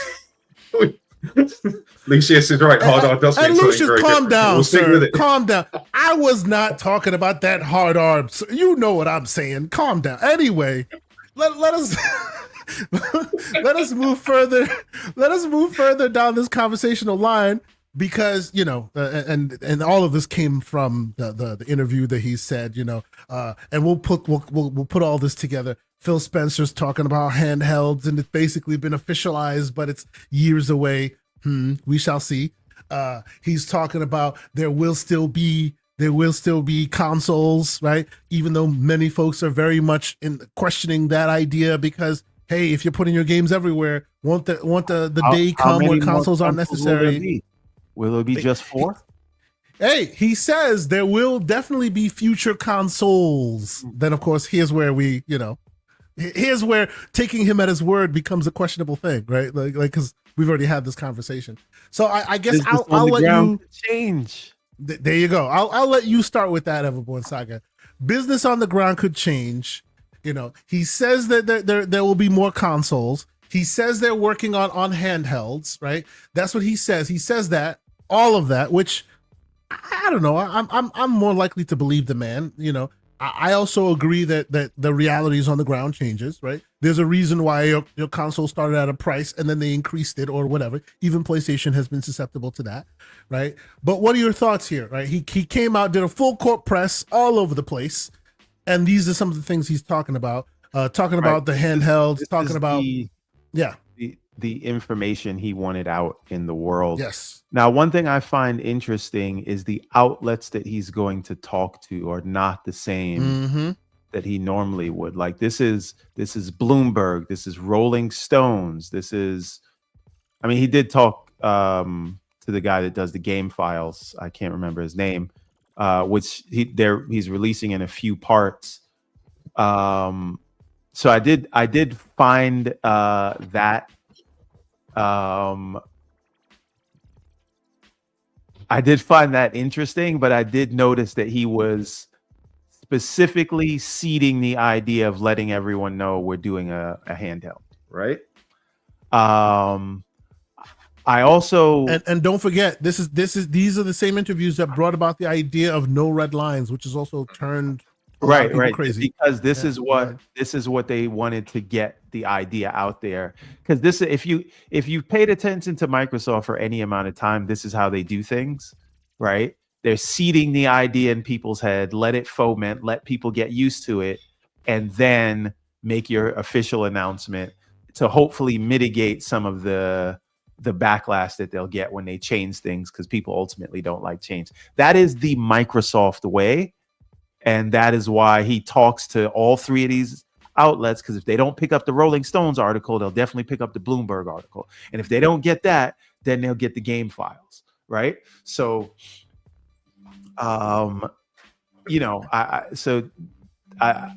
think that there's that. I think that it's also no coincidence that he comes out to talk to these people, knowing that that would disseminate on almost the same day that their anything is an Xbox commercial, because internally their goal is to change people's mindset of when they think of how they think of what an Xbox is.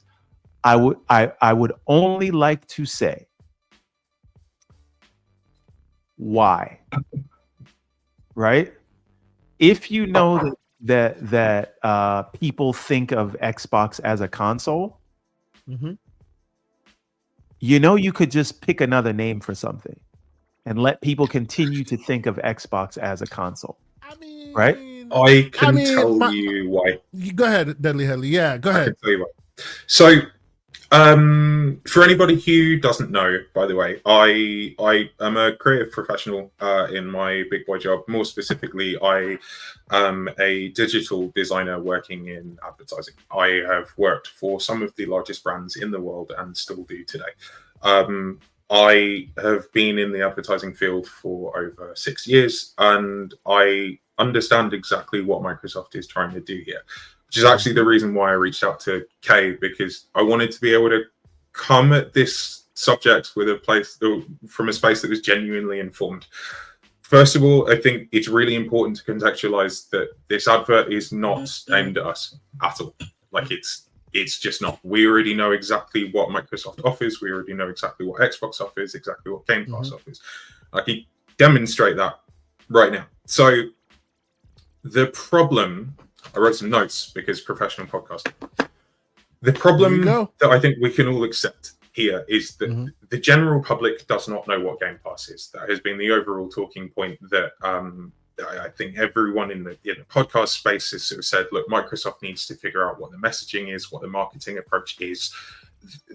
It's not clear enough. And that really what it should be marketed as is Netflix for games, but it's really legally, you can't do that. And it's very difficult to distill that entire offering of what Game Pass delivers in a really short message, being the one that they have leaned on, which is play day one on Game Pass. People who aren't on Game Pass don't know what that means. Similarly, and this is where I find this ad campaign really interesting. And by the way, they've also muddied their own message by it being play one on Game Pass, and now it's play one on Game Pass Ultimate, but not the others. Which does not work in their favor. So the concept, this is an Xbox, is designed to capture interest in people who aren't currently in the ecosystem, spark curiosity for people who don't have an awareness of what Xbox is, and disrupt the norm and expectations that the console market has traditionally undergone, what gaming brands do, because Xbox in this space is the disruptor. The reason why they are the disruptor is because they have found that their console market has started to plateau.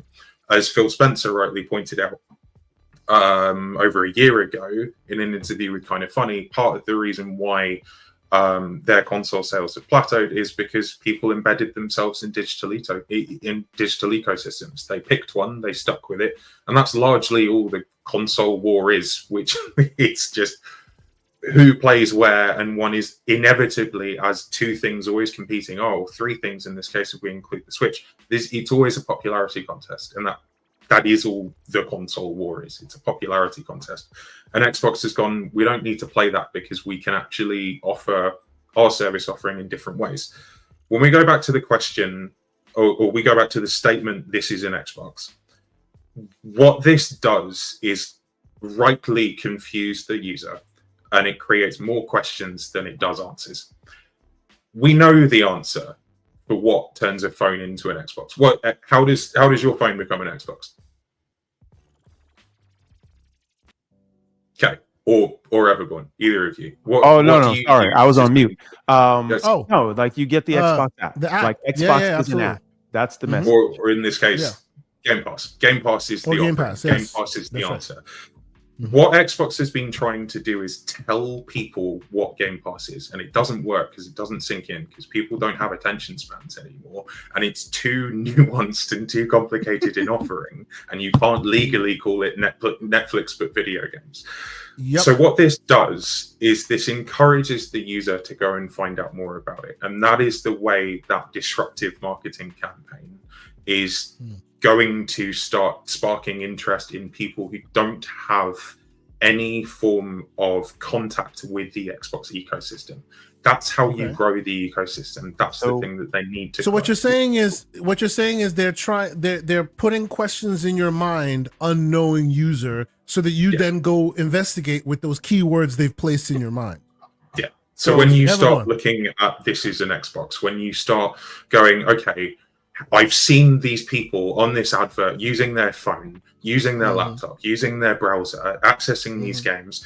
By the way, Call of Duty and Indiana Jones are front and center on their ads. If you look at them, if you play that ad back, you will see. I mean, you can see it right now, right there. That's it. It's all right there. That's right. Yeah. And that's what they're going to leverage titles like Call of Duty on. And as Sin has said in the chat, they have to plaster that message everywhere, and that's exactly what they're doing. So if you go to, could you pull up the Xbox Wire article for us? Sure. If you just Google "this is an Xbox," it will show up.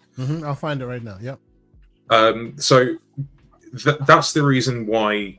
That's really the most important reason as to why COD was front and center on that advert, along with Indiana Jones as well. Because when someone, if you imagine, right, you're trying to explain to someone what Xbox as a platform, not a console, a platform, because that's what we're talking about now. This is the whole point of the ad. They call out the Series X is an Xbox, the Series S is an Xbox, and then they call out a bunch of other different screens. They're even telling the user, you are watching this on an Xbox. The earnest on the user is to go, okay, I've seen someone play with my own eyes. I've seen someone playing Call of Duty on their phone. And I think I saw something. How did they do it? I have to know what that's about. And the answer is Game Pass. That's how you sell Game Pass to someone when they don't understand what it is, when they don't know anything about it, because they have tried telling people and it doesn't work. So this is them trying something different. So I want to push back slightly, right? And I kind of get all of that. These are all the places that you can access. These are all the entry points into the ecosystem. These are all the edges, as Satya would call them, right? I think the reason why I say, like, I don't know that it's effective to call it Xbox so much as saying this is Game Pass is because, let's say right now I want to play, I don't know, Dragon Age. Oh, forget about Dragon Age. I want to play Space Marine 2. I buy Space Marine 2 on Xbox. Can I go and play that Space Marine 2 on a phone or in my Quest? I hear what you're saying, Everborn. The pushback to that pushback is not right now. Give it like a week. That's the problem, and that's where this falls then why is this ad out right now? Yes, that is where we all agree. They put the cart before the horse. This is something that I think Jez Corden hit on earlier this week, in that the mobile store was supposed to launch this year and it got delayed, and I don't know why.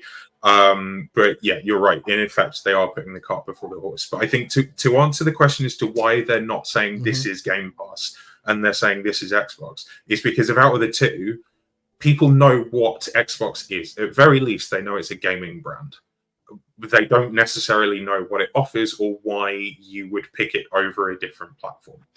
And I'll also add one other reason why they won't say Game Pass instead of Xbox, because they are decoupling your cloud capabilities from Game Pass. right? Yeah. Right now, cloud is only Game Pass. Only. The only way you're accessing a Microsoft Cloud offering is via Game Pass, at least from their first party perspective. Very soon, they've already announced it, very soon, you can do digital ownership of a game that's not in Game Pass and play it via the cloud without Game Pass. So to make Game Pass the name makes it null and void in a week when you can buy games that are not on Game Pass and play it via the cloud. I think that should be in place before this ad. Before this ad, yes. I mean, there's a lot, Absolutely. but there's a lot of things that should be in place. Like, and I said this to UK a day or so ago. If Valve did this same ad with the Steam it would make sense because it's already mature mode and Steam OS or whatever. If they did that, all of this makes sense. You know why? Because you'll get in that ecosystem, and then you'll they all work exactly the way you and it'll just work. You don't have to think about does this entitlement carry over to that entitlement? Is this interface different from that interface? This is a mouse and keyboard, mouse and click interface, and it doesn't look anything like the cloud interface, which only looks similar to what's in the console. And they're all very different things, and they're trying to tell us that they are the same. And then when you get there, it is just frustrating. Not great. Yeah, and it's not so. Great. If you and again, all of those things are connected because you said Xbox. If you said something different, then we can say, all right, these are the different places you can play these games, but that's not what they're saying. They're saying, but you know what, Everborn, the pushback to that idea of them using a different name is exactly the same reason why Ubisoft calls everything Assassin's Creed. You know it, and you'll come because it says Assassin's Creed. Yeah, it's the same reason Miles Morales doesn't have his own name yet. Sure, exactly. Getting brand awareness in the mind of the consumer is a very difficult thing, right? It's also and that's what's driving the game industry as a whole. Okay, but I also think it's kind of lazy, right? You just don't want to build up that brand again. But anyway, you don't have to be lazy. They're a business. They're here to make money. That's not the point. But, however. Another layer to this is if this ad had come out in 2021, when we all understood what the Xbox vision, the ecosystem vision was, before they started this being for the streets stuff, right? Before they started this new multi-platform approach, I don't think half as many people would have got mad and they would have tried to understand. Yeah, because in that context, it would be the PC, the phone, wherever. It's an Xbox. For me, the consumer who only plays on Xbox, it's just an extension of the ecosystem, right. And that's all that I have bought into. If they did the same ad in 2021, right around the time Forza and Halo was coming out, and you could play those in xCloud and you could play them on PC, nobody would be acting stupid. But now, because you think it's the third party part that they've added it is what makes all of this weird. I think people are still mad at them for that.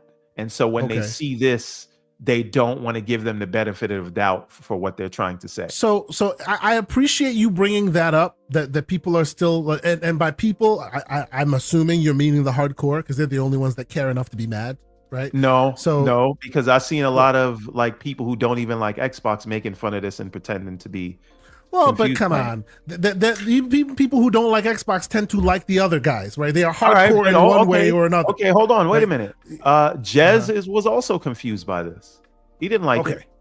That's fine. That's fine. I do understand the frustration with the no red lines conversation because it does just muddy the waters and go, okay, if I want this type of content, where can I get it? So I'll take my experience. I've always loved Halo.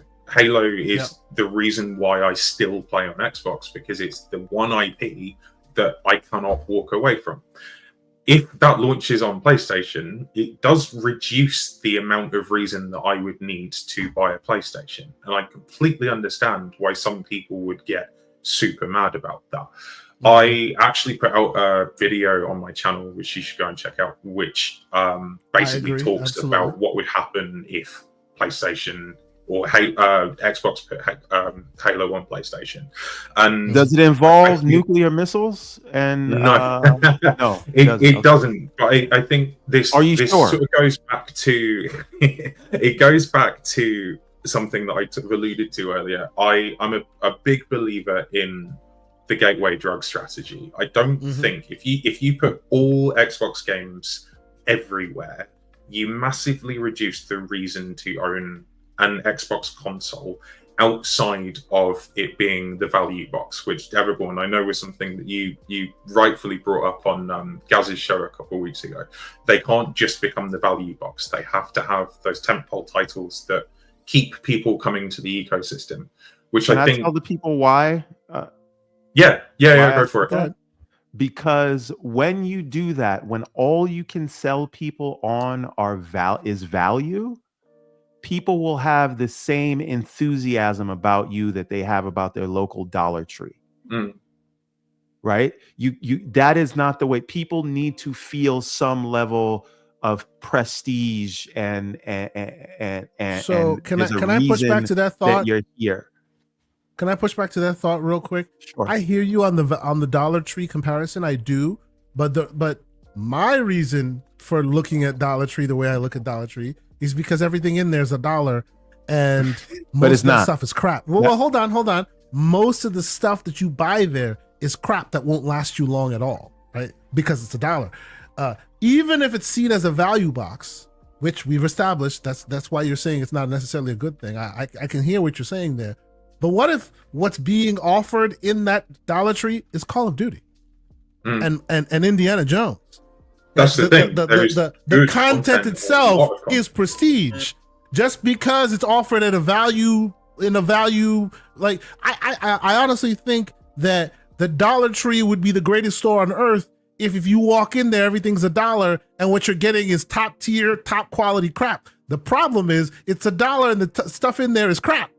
This is not the same thing, right? Do you see where I'm going with it, Everborn? Quality crap will eventually give people the perception of crap, right? And so, so just because it's in a value, it's being marketed as valuable, you're saying that would then take away from Call of Duty's prestige? In the minds of people, that it is disposable, yes. But again, this is not really my point, right? I don't know.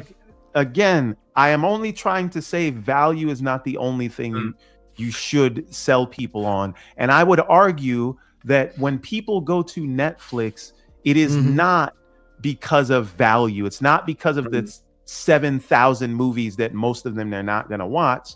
It's for the ones that are prestige and the ones that they can only get there. And that's why when Netflix raises their prices, people stay there. So this is why I argue for the gateway drug strategy and why I think that is important for Xbox. Because if you do just flat out put all of your content everywhere, you do reduce the amount of reason that someone needs to keep on coming back to that. That's why exclusive content has always historically matters to consoles in the old way and the old market. That's how you move your stuff. There is a TV show. I used this example on Gaz's show the other week. I'm going to use it again here because it's full on got me. And after I run through this example, I'll then talk to you about how that's going to happen with a video game that I have talked about on the show as well. There's a TV show called Brassic in the UK. Brassic is basically Cockney slang for broke, poor, strapped for cash, and it is a dramatic comedy about a group of professional thieves. It's an excellent show. It's really, really funny, and I recommend checking it out if you can. That show is produced by Sky TV in the UK. They have their own premium streaming service that you can subscribe to, and you can get all 6 seasons of Brassic there. More recently, and by more recently, I mean a few months ago, Brassic seasons 1 to 4 dropped on Netflix. What do you think I did after I finished seasons 1 to 4?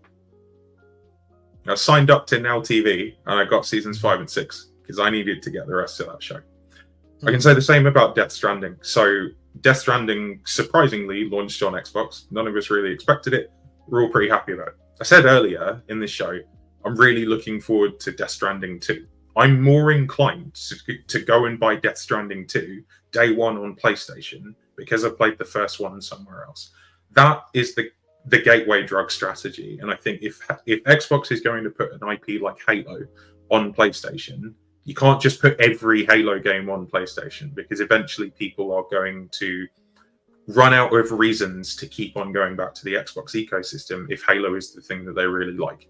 If you put something like Halo, the Master Chief Collection, and actually I also threw in, so the two games, if I was going to put Halo games on PlayStation, I would put Halo MCC and Halo Infinite's multiplayer, and basically say, if you like those, you can get more of that, but the only place you're going to get that new stuff, and definitely only going to get that new stuff when we decide to release it, is on Xbox.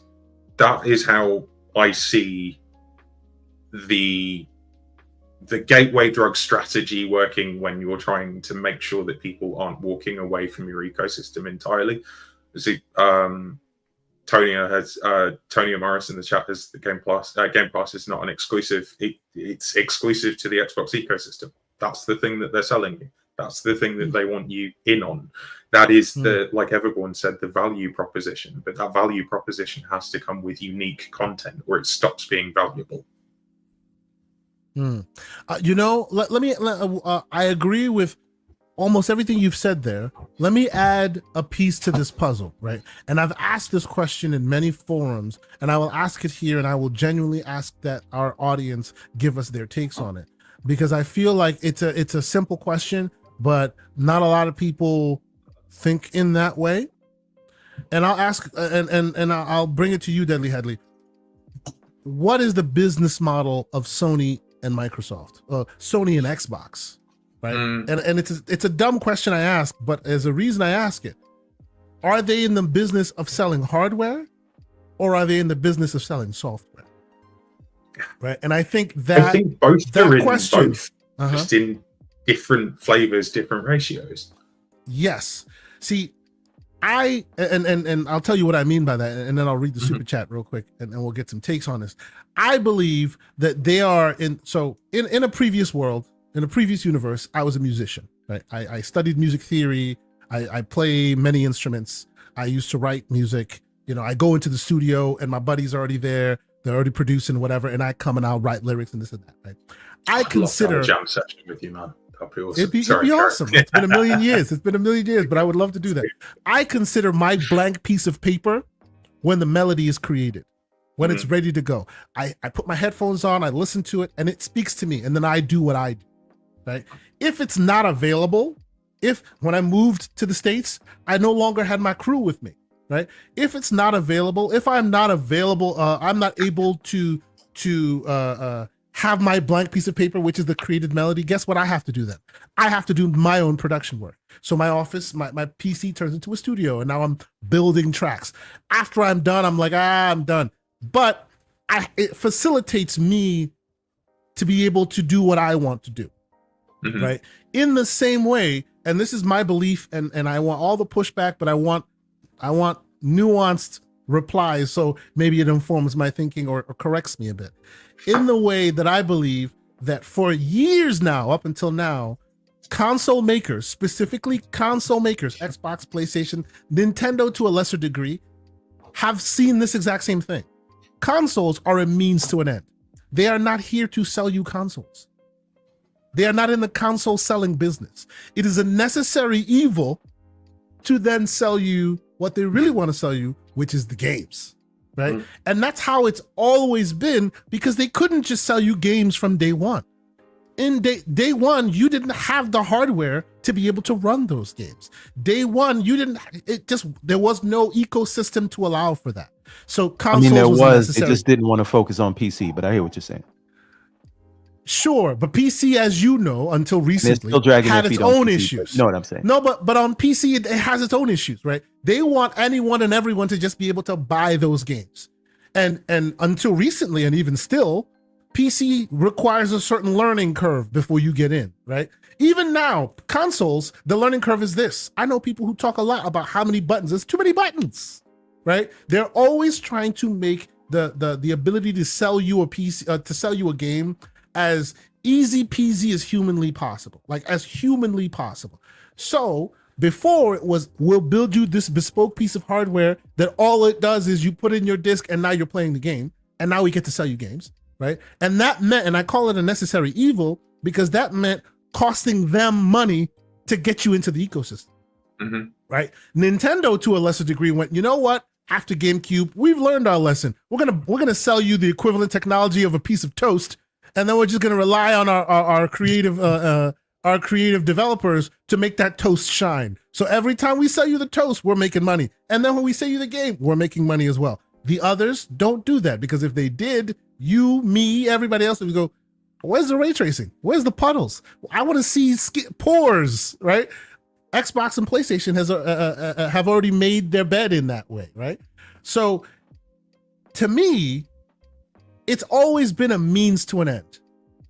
And here we are in a world where consoles are no longer the only means to that end, right? And you're a business.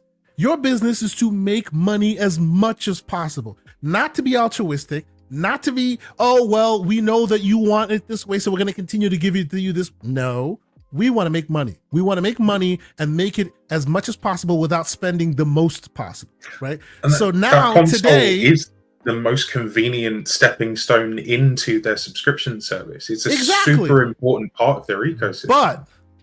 But it's no longer the only way. Yes, exactly. For a long time it was, but now it is not, right? So I always ask that question, because it seems, because we are, you know, and I am half a console lover. I have consoles all over the place, but I also play everywhere else, right?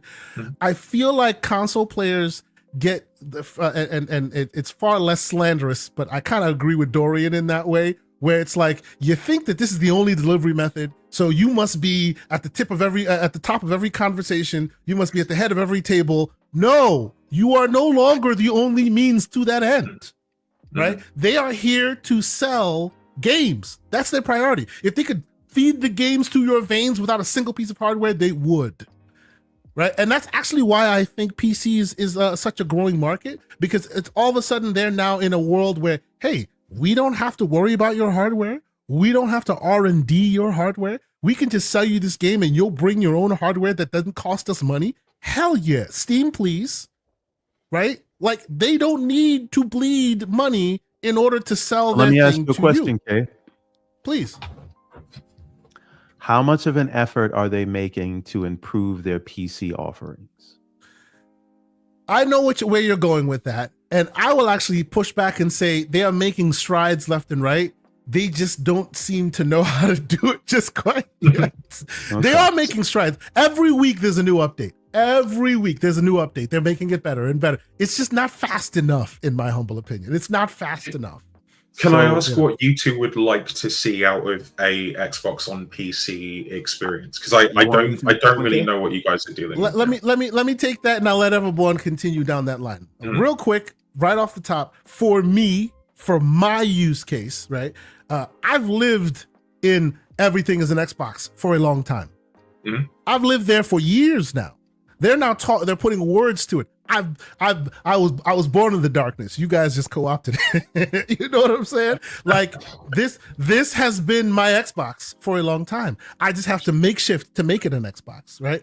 I play on the cloud all the time. I play handhelds all the time. I play on the PC all the time. It's been that way of playing has always been my way, right? So for me to make it perfect for me, give me a user interface, a UI that brings it all together, which I know they're working on, but that's what I want. I want one UI that I can pull up on my phone, I can pull up on my handheld, I can pull up on Xbox itself, pull up on a PC, and all of my games, it doesn't matter. None of the technical or licensing logistics matter. If I bought this game, it's mine, and it just travels with me wherever I go. That would be ideal. And everything that I get on one side or the Xbox base follows me. Your achievements, your talking to friends, all of that. And all of that is capable now. It's just not quite ready on those other endpoints. Everborn, I know you have similar. What is your laundry list? So first and foremost is the unified user interface, right? John Wolf being slanderous in our chat right now. And again, we have a perfect example of this. All I want, Steam. The simplest way to, yes, I want Steam, but Xbox. Yes, a formidable competitor to the Steam experience. But it is not just the UI.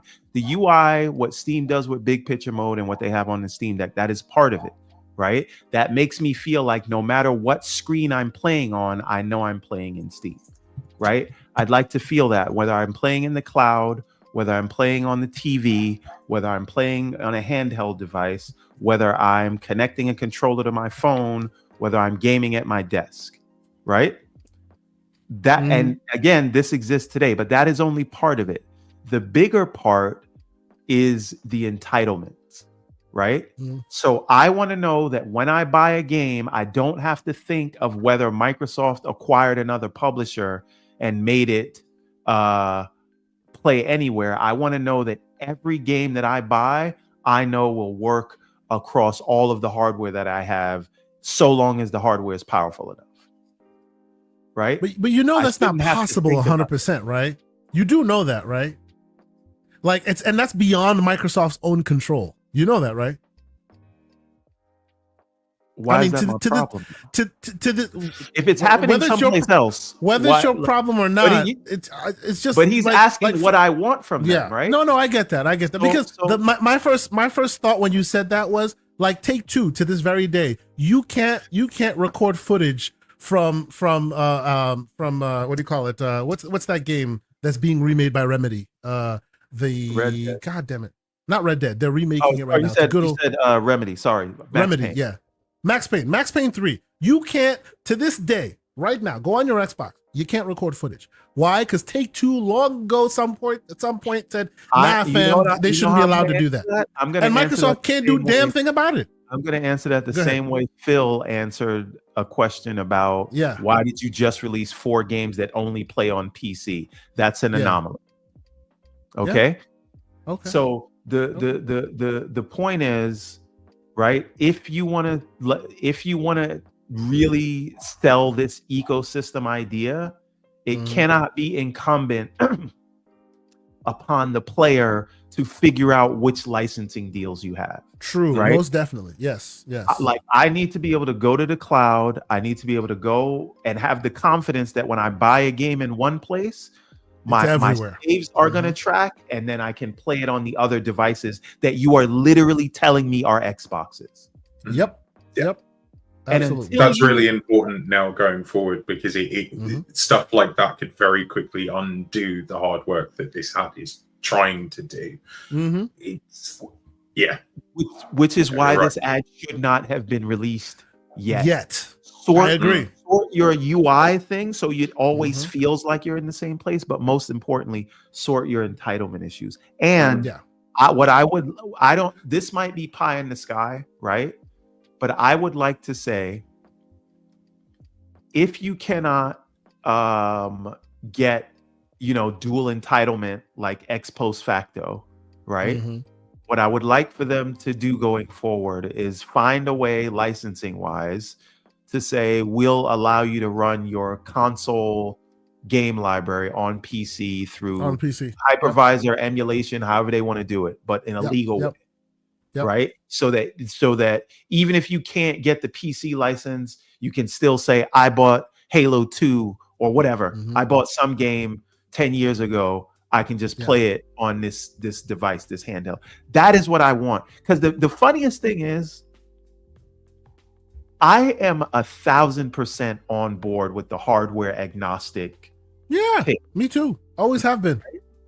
But there are too many holes that they expect you to jump to, because their ecosystem is so fragmented. And I get that this is the goal, but you have to crawl before you can walk, and run before you can fly. And so I do think, to be fair, that's what they're trying to do here. Like when you go into any of the when you start exploring this concept of everything is in Xbox, you can also look at the quiz that it sort of takes you down, or any of the sort of Game Pass supporting info on the Xbox site as well. They're doing a much better job of telling you how all of these things work. So if I look at the just having a little browse on the website while I talk. But I know, for example, when they start calling out the Amazon Fire Stick and how that works, like they've done a really good job of going, this is how it works.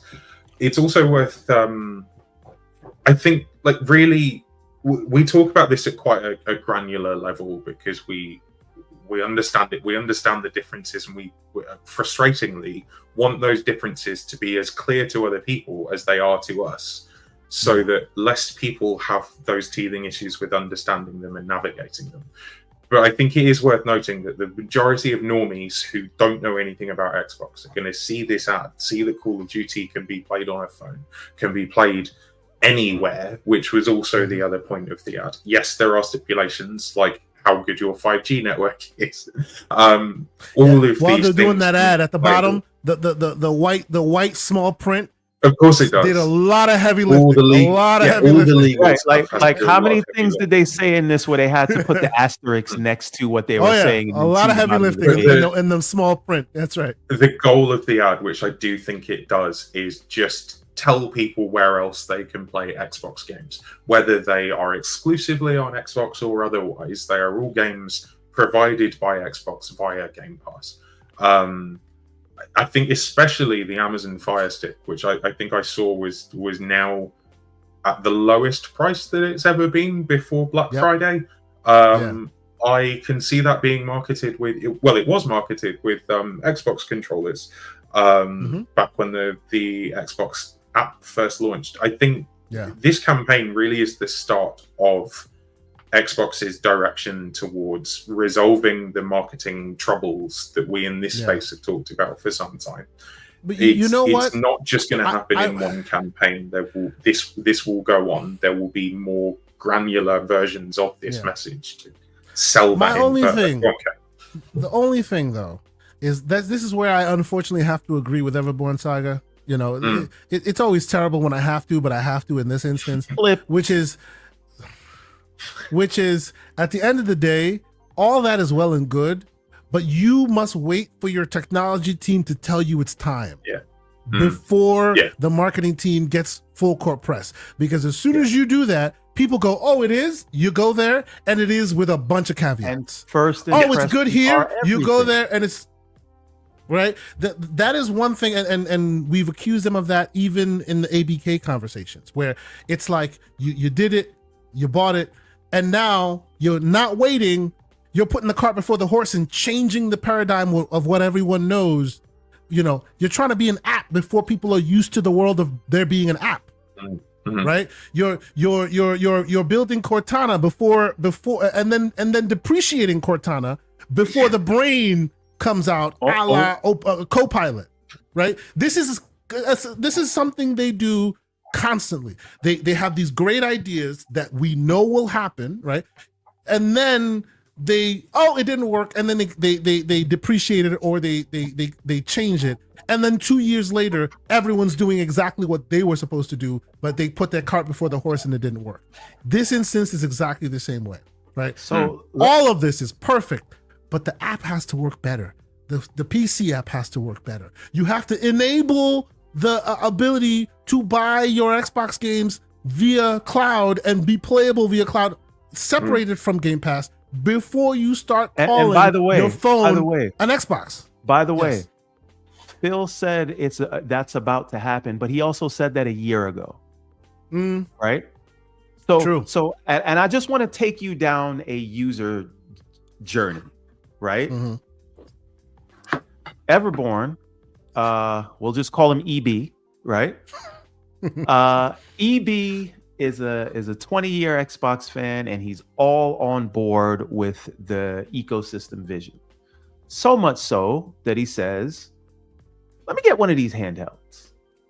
Let me also get the Game Pass PC app, and I want to just go and I want to play Sonic Frontiers." Right?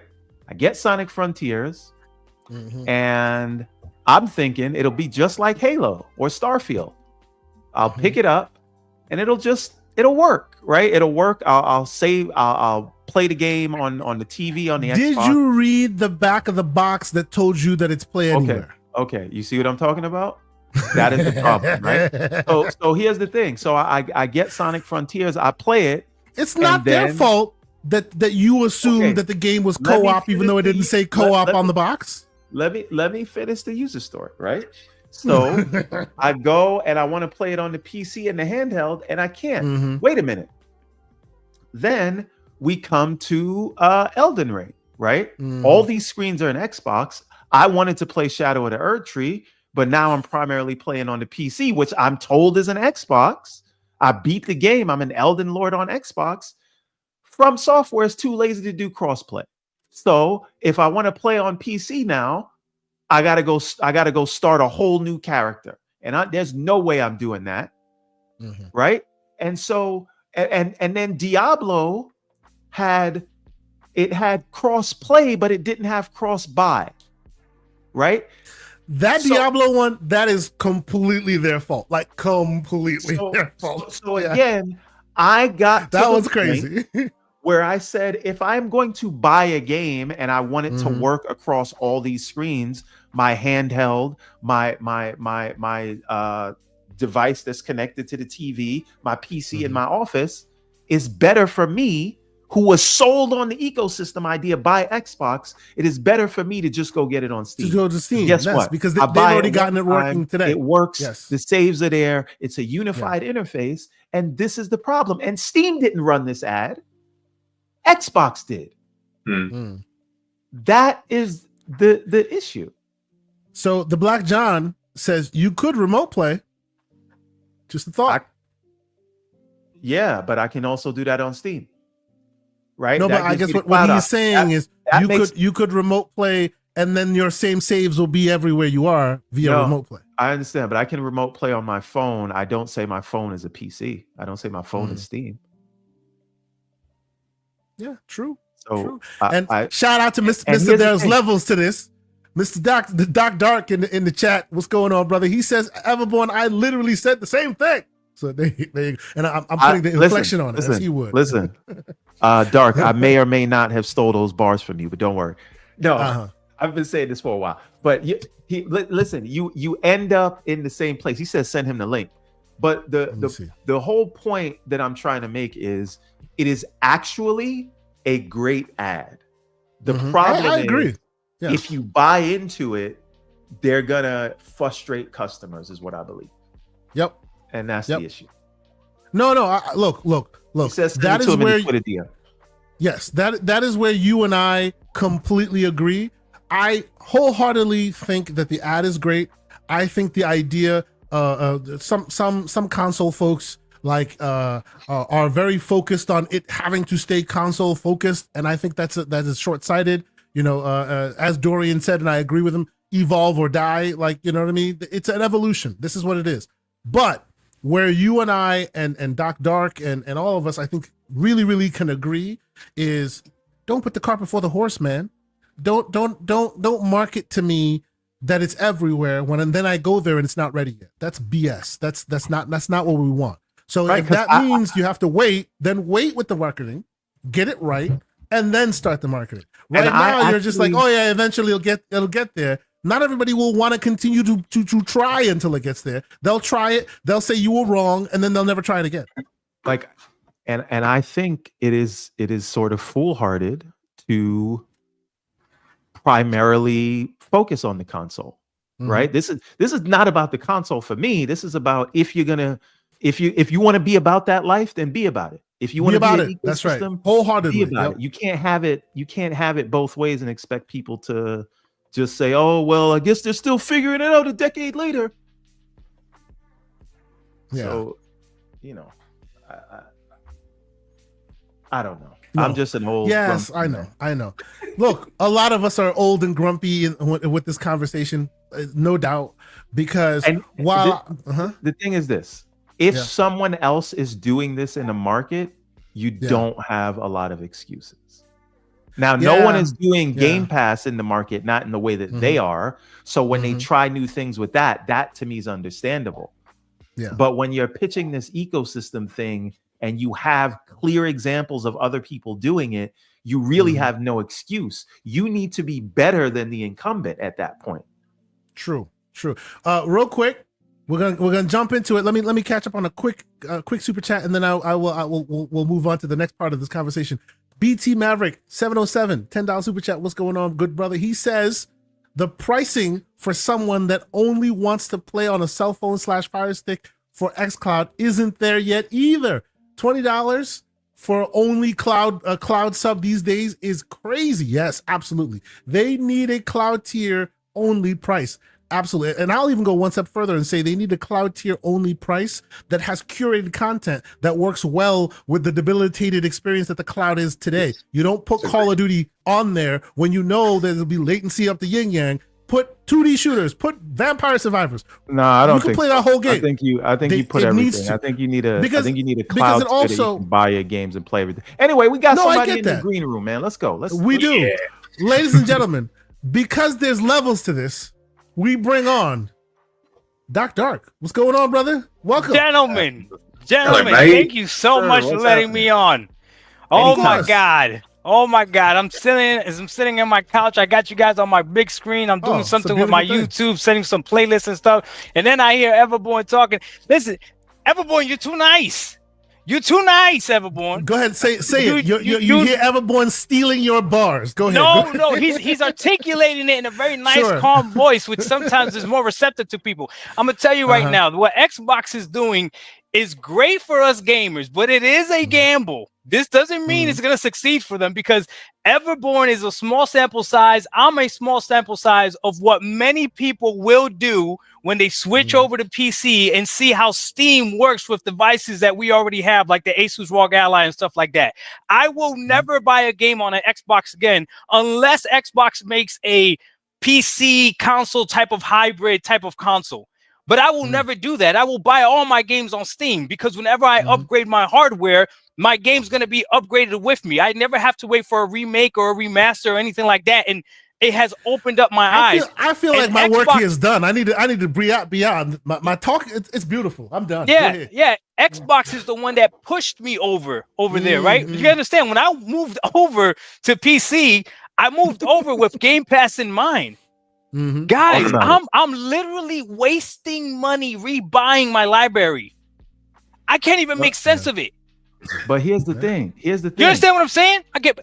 Look, it's crazier than that, Dark, because a lot of people think, well, okay, Game Pass, and I'm subscribed till 2026. They got my money. They already got my $500 for the console, and I partly feel like that's why they don't really care, because they know they had me anyway until they try to sell me some new hardware. But the thing is this: we could say, well, Game Pass has all this value. You're only gonna say that when you haven't seen some of these Steam sales, bro. Right? Like you when you're talking about rebuilding your old library, you're picking up things. Everborn. Be fair. Not everybody wants to go and rebuy it. Not everybody has throwaway cash to rebuy their games. But that's not how you do it, though. Don't say that, because Dark, tell me if this is not what happens with you. You weren't thinking about adding that to your Steam library, but it's so cheap, or you just feel like playing it today, you're just gonna grab it because whatever game is $3 on CD keys or Humble Bundle, and so you pick it up. So that perceived value can be gotten in another way. I love when Everborn is aping my talking points. This is a beautiful day. Go ahead. Let me tell you something else too, okay? And I know you PC centric people might not like this, but I'm gonna be honest with people, okay? PC is not the easiest platform to go on, but I'll tell you what: when it comes to launchers, Steam is the easiest one to use. I rarely ever have an issue with Steam. I'll give you an example of something that happened to me yesterday. Yesterday, I downloaded Remnant from the Ashes because it's on Game Pass, right? And I was going to play it on my PC. It kept giving me an error like throughout the game, like it would crash on me. It would say like an AMD bug report, whatever. I'm like, what the heck is going on? Just out of pure, let me try it. I uninstalled it from Game Pass. I bought the game for $40 on Steam, downloaded it quick because Steam downloads faster. I don't know why. I played the game on Steam, it does download faster, right? I'm not going crazy, right? 100%. Okay, and it loads shaders faster. Okay, so I don't know why, but Steam just works faster. Played the game on Steam, no problem. I had to stop before I got to the 2-hour mark so that I could refund it because I got lost in the game. but I went ahead and refunded it because I'm not going to pay $40 for a game that's on Game Pass, right? But but to me, it's like, hey, look, Microsoft needs to work on that. Everborn also talked about it. I've used the Xbox Game Bar and all that other stuff, and the compact mode is way better than the previous one. It's getting better, but it's still not ready. Mode, bro. It's not big ready. picture mode is a monster. It's you could control everything from the controller to the store to everything. Funny, right? Which is funny because Microsoft already has a big picture mode. It's called the Xbox UI. They just choose not to leverage it. You know. So I'm saying is this, right? Everything that Xbox is doing. The whole this is an Xbox. We know this shouldn't be a surprise to anybody. The first campaign was no Xbox is required, right? And I guess not too many people were picking up on it. What does this mean? Well, now they're letting you know no Xbox is required because everything is Xbox, right? That's as simple as it could be. But the problem is once you pick up a device that's supposed to be your Xbox and then it stops becoming your Xbox and you don't have your Xbox anymore, then what? Yeah. Then what? I don't think that users will ever put themselves into a position where they will voluntarily get. I mean, to be fair, Doc, you've done it, haven't you? If you got rid of Xbox consoles completely, I'm guessing you would also divorce yourself from Game Pass at that point, right? Or is because the intention with this campaign is to keep people in Game Pass whether they have a console or not. But obviously, the preference is for them to have a console because their experience is a lot richer. They've got a much broader storefront, etc. Doc, your perspective on this is really interesting because you've come over from console to PC quite recently.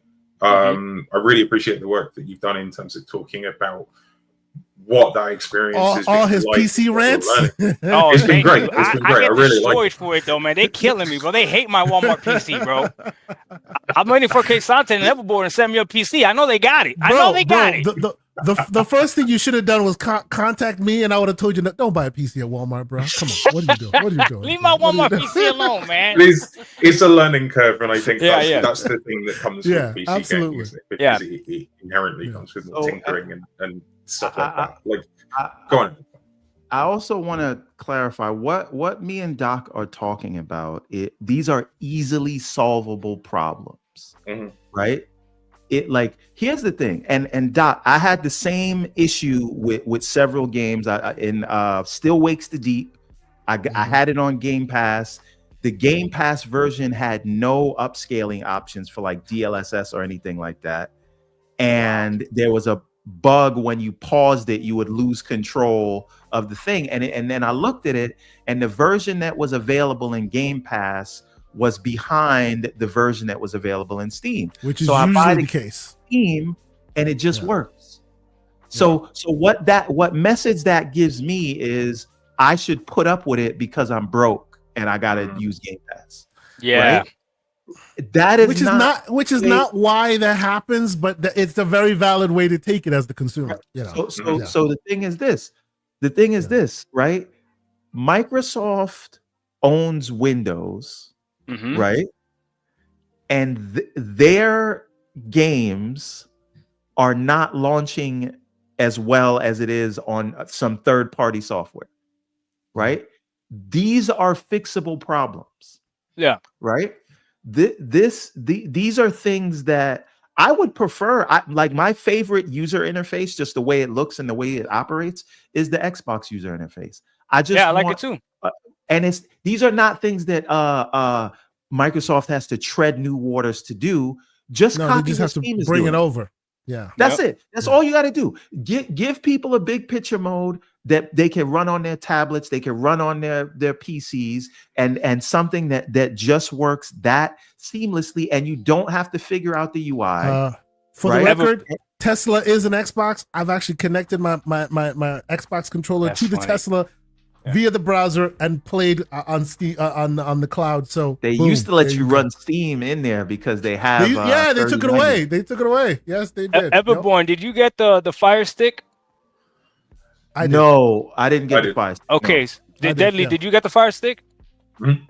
Okay, so I got it as well just to try it. That UI is better than what's on PC Game Pass. Hold on, K. What was I saying? The UI. Why did you hear what I'm saying, Everborn? That cloud UI. That cloud in UI PC, right? Because here's the thing, Dark. you might say, oh, that's like for people who are sitting at a TV or on a handheld device. But guess what? Steam has two interfaces, right? Big picture mode for the simplified UI is just a button you press. They could very easily run that shell on the same thing in the background, but they refuse to do it. And so the question is, if they are not taking that seriously, why should I continue to purchase games there? Yeah, I don't know what their goal is. What I do want to answer Deadly's question though. If I wasn't on the console, would I still have Game Pass? Probably not, to be honest with you, because for $10 a month on PC, I would just save that money and, like Everborn said, just buy games that I wanted to buy with the Steam sales. I'm just being honest with you. But I'll tell you what though, Game Pass is such an amazing value that every single month Xbox has the potential of adding something that might question whether or not you shouldn't subscribe. So like right now, the game, believe it or not, that has me like, okay, this is definitely worth it, is that Spiral game that just came out. Because me and all my sons are playing it on all our devices. You know what I mean? My son's playing on the Series S. I got it downloaded on my PC and on my X as well. And then my other son just downloaded it on his Legion. So it's like it's little things like that. You know what I mean? And we don't have to buy the game multiple times. So it justifies. What about All You Need Is Help? That was one that me and my kids were playing everywhere as well. There you Another go. one, like one after another. They always add just that one thing that goes, next month. I'll think about it next month. And then they need this help with that weird sort of couch co-op game, isn't it? Yes. Yeah. I might try that with Mrs. Deadly tonight. The other one was Black Ops 2, Black Ops 6. Like I don't buy Call of Duty games like that, especially like when they come out. But Black Ops 6 came out, everybody's playing it. You know what I mean? Yep. They dropped that on Game Pass. So they're still gonna be making their $20 from me, they're $10 from you, they're $15 from the console player. The biggest thing that disappoints me the most about Xbox is just the way that they treated the Xbox Series X. I know you guys got to head out of here, but I'm gonna say this. I got a nicer TV that now has 240 hertz at 1080p, 120 hertz at 4K, and it's 144 hertz at 4K, VRR, all that stuff, right? I recently played Starfield on my Xbox Series X, and I didn't even know that they had an uncapped toggle where you could just run the game uncapped if you have a VRR screen. Yeah. Man, I was playing Starfield, looked beautiful. Stuck at 30? No, way up. Right now, when I was playing on the TV, like at 80, 89, 90 FPS, and I'm like, why wasn't this the product that we received when it came out? Do you know how much different the conversation would have been? Do you know how much different the conversation would have been? And that's what frustrates me. Like they look at the Xbox Series X like. Doc, I think they would have moved the goalposts anyway. Well, but you, look, like the unfortunate nature of that though is, in order to have that exact thing, you would have had to have that game come out way later than it did, and then people would be bitching about it not coming out when it's supposed to come out. You said it'd come out and it did. If you wanted it to come out with 60 frames with great working well, you need to give them time. And all the while, they're the same people that are going, come on, we need our games. Where are your games? You already delayed it twice. Where's our games? Well, hold on. This is the problem. You can never win in that conversation. Hold on, everybody. I don't know what Doc is talking about. And by the way, this is the PC Game Pass app that we're talking about. Yeah, continue. Yeah. Starfield came out on PC, which is also an Xbox, so it did run at 60 FPS. I don't know what you're talking about. In my house, my Starfield ran at 144 frames per second. I don't know what y'all talking about. Hey, he's joking, but he's correct, because that's the very reason why I did move to PC was for Hellblade. Because I was tired of being gaslit by people telling me Hellblade doesn't need a 60. I want a 60. I want to play Hellblade at 60. And I feel like my Xbox Series X should be able to do it. If you are at a point where you don't want others to chew your food for you and tell you that how it tastes, hashtag get a PC. Yeah. And we can move off of this topic, but this is the last thing I want to say on it. Yeah. Any complaint that you hear me say or you hear Doc say, this is not coming from a place of being unreasonable. No. We can tell that you guys love it and you want it to be better, obviously. But it's my money. I can't be unreasonable if I want to. They told me 64K. That's why right now, let me whisper because they get mad. The PlayStation 5 Pro is giving PlayStation gamers what the box of the PlayStation original said. and they're championing it. That's true. And John Wolf bought it. But here's the thing. To be fair on that, don't be fair. It's not time to be fair. It's not time to be fair. In order to achieve that, some of them have gone to 800p in order to hit your 60 frames. Like, I don't know if you want that. Yeah. No, but the thing that I'm saying, it is not too much for us to ask.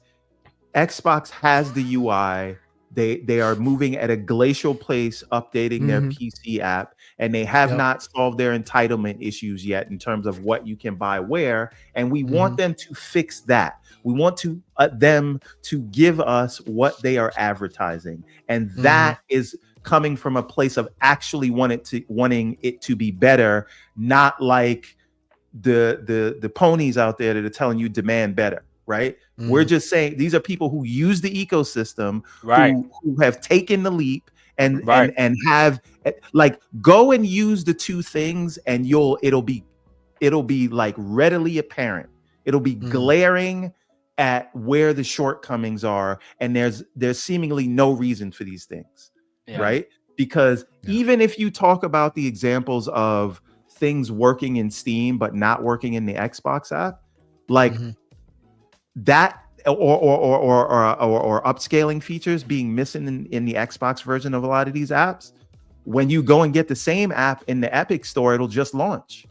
You go and get the same thing from other stores and it'll just work. There's something, I don't know at what level in the Xbox store that is, and I get it. It could also be that, and here's just a thought while we get out of here. It could also be the same problem they have on PlayStation, which is, let's be honest, most people aren't buying their games on the PC store. So let's prioritize the store where actually people are buying games, a la Steam.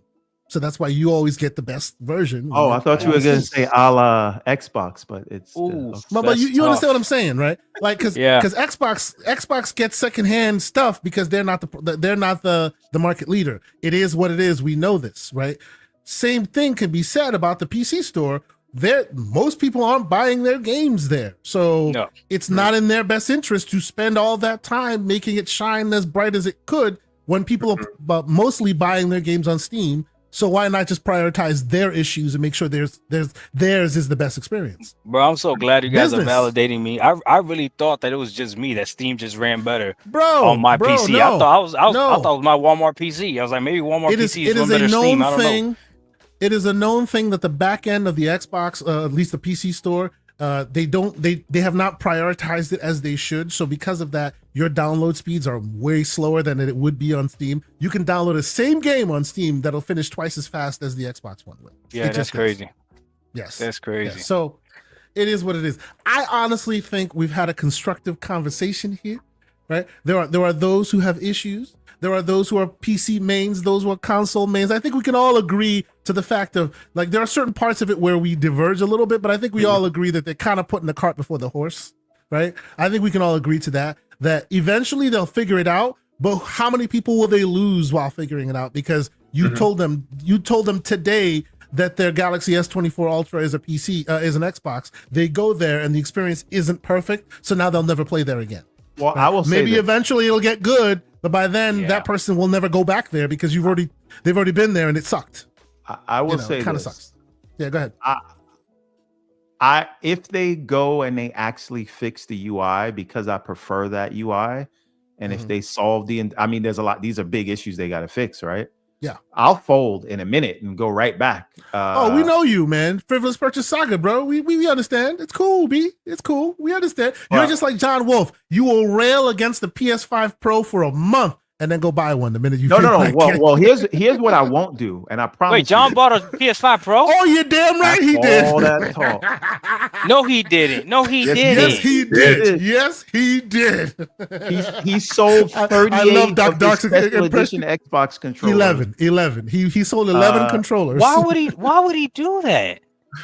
For 20 more frames? 4080. For 20 more frames? And he has a 4080 PC that runs righteous. I'm just saying. Maybe he hasn't beat Ratchet and Clank. Maybe he hasn't played Ratchet and Clank or Spider-Man yet. But let me. Here's the thing. What I will not do. Poor John. I do not. Unless it is a handheld, I am not buying another Xbox or PlayStation. If they release handhelds, I will buy those. But an under the TV box for me is done. That's just me. And my job is done here, ladies and gentlemen. My job is done. That's not for me. They can release a Xbox PC hybrid console, and I would Doc, get like if they drop the Xbox that has Steam on it. If they drop the Xbox that has Steam on it, that's different. I'm buying it. That's a different conversation. That's going to be an Xbox with Steam on it. We buying it. What we talking about? No, 1,000%. Deli, do you hear them? Now they want to change their mind, Deli. No. Dude, I didn't even have a PC or anything on the Steam store, and I will absolutely be on board. Yeah. If the next Xbox is actually a PC, then yes, I'm saying I'm not buying another console. Like you're not buying a standard edition console. I get you. Right. Okay. It just something that's locked. Yeah. Yeah. It doesn't make sense. Look, Doc. You don't know how full circle this all is. I can pull up the episode where Mr. Everborn Saga was telling me that PCs were for spreadsheets. And now here we are. I feel so good. I'm doing one of these. And this is where CEG comes in. Here we go. Console experience. All right. He lost me with the CEG Do I have to bring up the logo? No, we don't have to bring up the logo. Did you make a logo for CEG? Of course he did. He made a shirt. He made the whole damn thing. That's why we call him Christopher Columbus. Like, this is what are we doing? Hold on. Let me see if I can.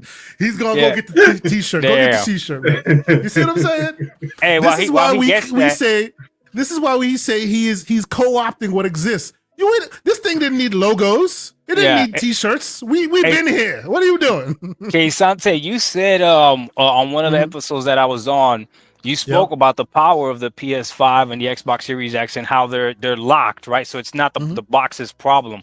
And I'll tell you what, man, after having a low-end PC, right? Because my GPU is a RX 7600. I am thoroughly impressed with the PS5 and the Xbox Series X. So now I really know that it's them holding us back. Which again, to me, doesn't make sense because most people, I don't want to say most, but there's a lot of people that went ahead and upgraded their consoles this generation and went ahead and bought a TV to match with the VRR and all that other stuff. So it's like the man won't turn on the camera. He won't turn on the camera to show respect to the show, but he'll turn on the camera to show you the CEG t-shirt. That's good. Anyway. I like it a lot. Yeah. You see, for the console emotional gamers, I'm just saying. Gotta get it right. But that's my thing. So now I do see how powerful these consoles really are. So I'm not gonna buy a console if they're gonna lock it. Like I can't. This is the problem, right? Even your handheld, your ROG Ally, people back when Starfield was locked at 30 and people were complaining, you could get it to run at like 45, 50 frames per second if you did your own thing, right? My problem with consoles isn't that they're not powerful. It's that someone else decides what you get and it's locked and that's it. You don't like that? Get one of these things. You'll be all right. You can do whatever the hell you want. And now 30 frames is not a problem you have to deal. This is my now all of a sudden though that the PS5 Pro is here, now 45 frames per second is okay too, which is like okay. 45 frames, 40 frames was always good. People just didn't understand it. Right. It is what it is. But yes. I would just like to point out though, before we go, that these CEG shirts are available on everyonesaga.com. No. Let's go. 4 hours into the show. 4 hours Let's in. go. Come on. I'm just saying. So I will let Soil Tech have the last word. And he left a member chat. He's been a member for 5 months. He says, please remember to hit the like button on your way out. Thank you, Soil Tech. I appreciate you, good sir. And on that note, Deadly Headley, sir, you are our guest. Sir, it is awesome to have you here. Always great to have your takes. Appreciate you being here. Tell the people where they can keep up with your ongoings on the internet, where they can hear more of your seasoned and reasonable takes. Well, thank you both for having me. I really appreciate it. And Doc, it's a pleasure to actually be on a show with you as well. It's really same cool. here, brother. Hopefully we get to do it again soon. You can find me on YouTube at Deadly Headley. Like I said at the start of the show, I'll be upfront with everybody here. My year has been crazy this year, both personally and professionally. There's been a lot of stuff coming into the Deadly household, and it's been a lot. So I post when I can, as often as I can, but I struggle to publish content every week. But if you like my content and you like everything that I've had to say here, you'll probably enjoy the YouTube stuff as well. You can find me on Twitter, aka the Toilet App. Dark in person, I am going to implore you that you set up a BlueSky account. There's a Twitter follower of mine called the Suspended Doll. Shout out to her. She described me as Jeff Keighley, but for BlueSky instead of PlayStation, and she's not wrong. I will cap for BlueSky like there is no tomorrow. So, so who's your Kojima then? Yeah, no. Who's your Kojima? We'll talk about that one later. Anyway, continue. Okay. You can find me on BlueSky. As I also said at the start of the show, I have a Xbox Essentials starter pack on my profile on BlueSky. So if you do set up an account there, you can find me on there, and there's a bunch of Xbox related accounts, content creators, news outlets, etc. So you can follow all of those in one fell swoop if you do decide to join the nice place and leave the Toilet App. Excellent. I think that's it from me. If you didn't catch that section in the show about us talking about the ads, the Xbox ad, go and check that out. It was informed from somebody who actually works in advertising, so I'm going to recommend listening back to that and the rest of the show if you missed any of it. That's it. I appreciate you, man. It's always great to have you on. As Doc Dark can attest and has done. At any moment's notice, you feel like dropping your bars, man, let me know. You on the show. I appreciate you being here. It's always great to have you here. Real quick, BT Maverick 707 with the message of the show. Everborn Saga, he's speaking to you here, sir. He says CEG is like paying a hooker to act like your dead wife. Oh, wow.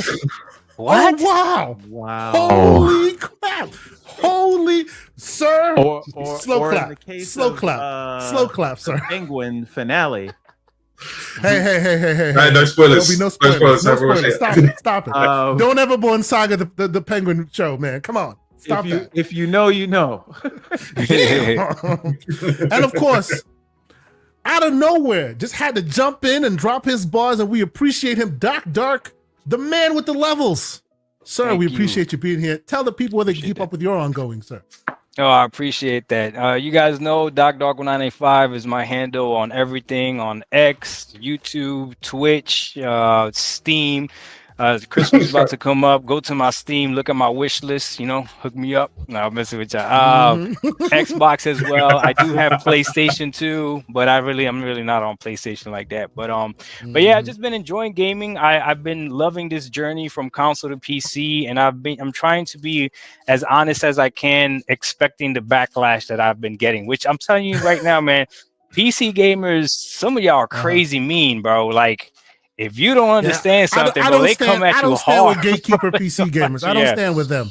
I don't stand with that. It should be an open tent that everybody is a part of. I'm not down with that. I say it's about 50-50. It's about 50-50 because I do get a lot of help too, But then I do get a lot of people that are like, "How do you not know that this and that?" It's like, God damn, But Doc, I don't know if I told you about this, but on the channel here, we got the little mini PC that basically was like a ROG Ally in a box. Yeah. Everborn keeps showing it. Yeah, the one with the little lion on it. Yeah. So we put the Steam OS, the same thing that's on the Steam Deck, so it's not Windows. Right? Okay.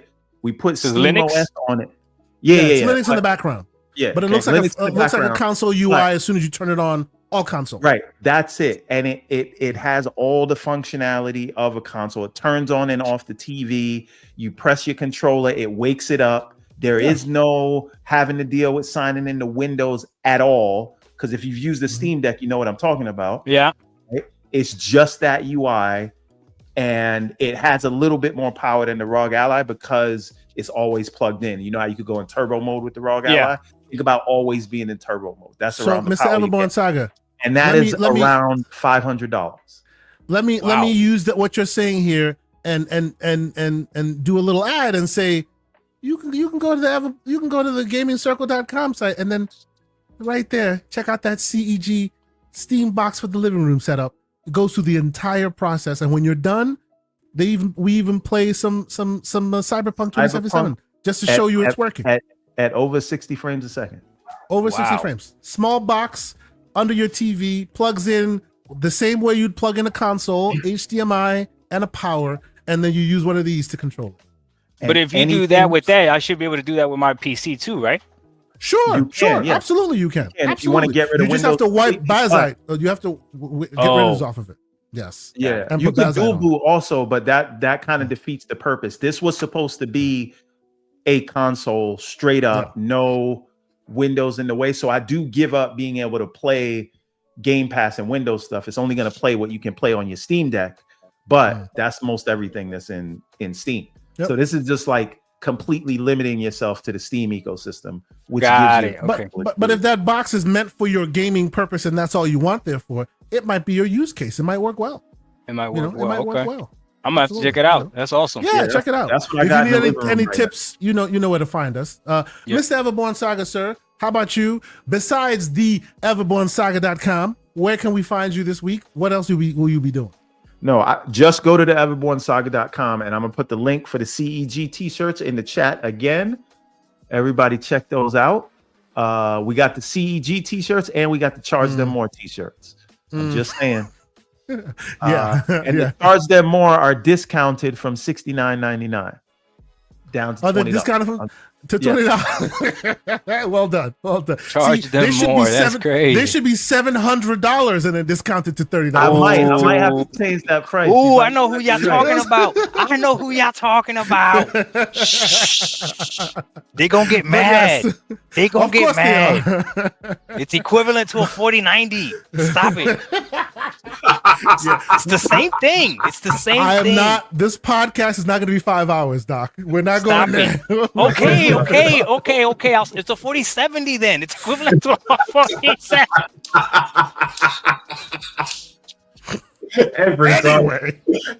Anyway. Behave, K Asante. Behave. As for me, you can find me on the GamingCircle.com. Correct that man, K Asante, on Twitter. You saw what he put it on Twitter. How come you didn't correct that man? Because I got no time for no BS, bro. You know who I was talking about? You know who I was talking about? Let's not get mad. I read white papers like everybody else. If you read different information than I do, it's up to you to educate yourself. Shout out to Hargeet in the chat. Yeah. Oh, shout out to the man Hargeet Chani. What's going on, bro? Listen, it's Hargeet's fault. All of this is Hargeet's fault. See, but Hargeet also makes a good point. Use Play Night. Play Night's great. It gives you the front end UI, the whole thing. It just takes some getting used to set it up. Jank to it. I tried that. I think it's a problem between the keyboard and the seat, sir. I didn't like Play Night either. I tried that too, and I tried GOG. I didn't like it either. Just Steam works better. I don't know. GOG is made for keyboard mouse. That's the problem. They need to update their UI for controller. Then it'd be much perfect. But anyway, thank you all so much for being here. You can find us on thegamingcircle.com. Maybe I can talk Mr. Everborn Saga into finally writing that article about, we'll talk about that one in the DMs. Of course, you can find all of our previous episodes on thegamingcircle.com, like you're watching us right now on the website, Ouroboros. I enjoy doing that. Besides that, of course, you can catch me on Wednesdays on Mr. Boomstick Excel's channel, where we're talking games and we're talking other things. People love clipping us when we do that. Y'all continue to clip us. It's all good. Oh yeah, you got clip back, K Asante. You got clip back on that one. Talk to your brother. He needs to learn. Don't come for me unless I send for you. But that's neither here nor there. I know. Yeah. Hey. 4090. That's all I'm gonna say. 4090. If you don't understand technology, you don't have to put it out on Front Street. I'll let you hang yourself out to dry. It's fine. It's good. It's good. But yes. On that note, it has been an episode I thought it would be. One of the good episodes. I enjoyed this one. This was mad fun. I appreciate everybody being here. Thank y'all so much for being here. Hit the like button on your way out. If you are new here, consider being a subscriber. We're on our way to 3K. It's a small venture for us, but let's 3K go. Would be wonderful for us to hit before the end of the year. So we appreciate y'all for continuing to support us, whether you're on BlueSky or X.com. The only time I call it X because now there's proper Twitter. X.com, YouTube, Twitch. The one person that watches me on Twitch. Appreciate y'all. Thank you so much for being here. And yeah, we'll see y'all next week. On that note, I think we're done here. Peace. Nice to be in orbit.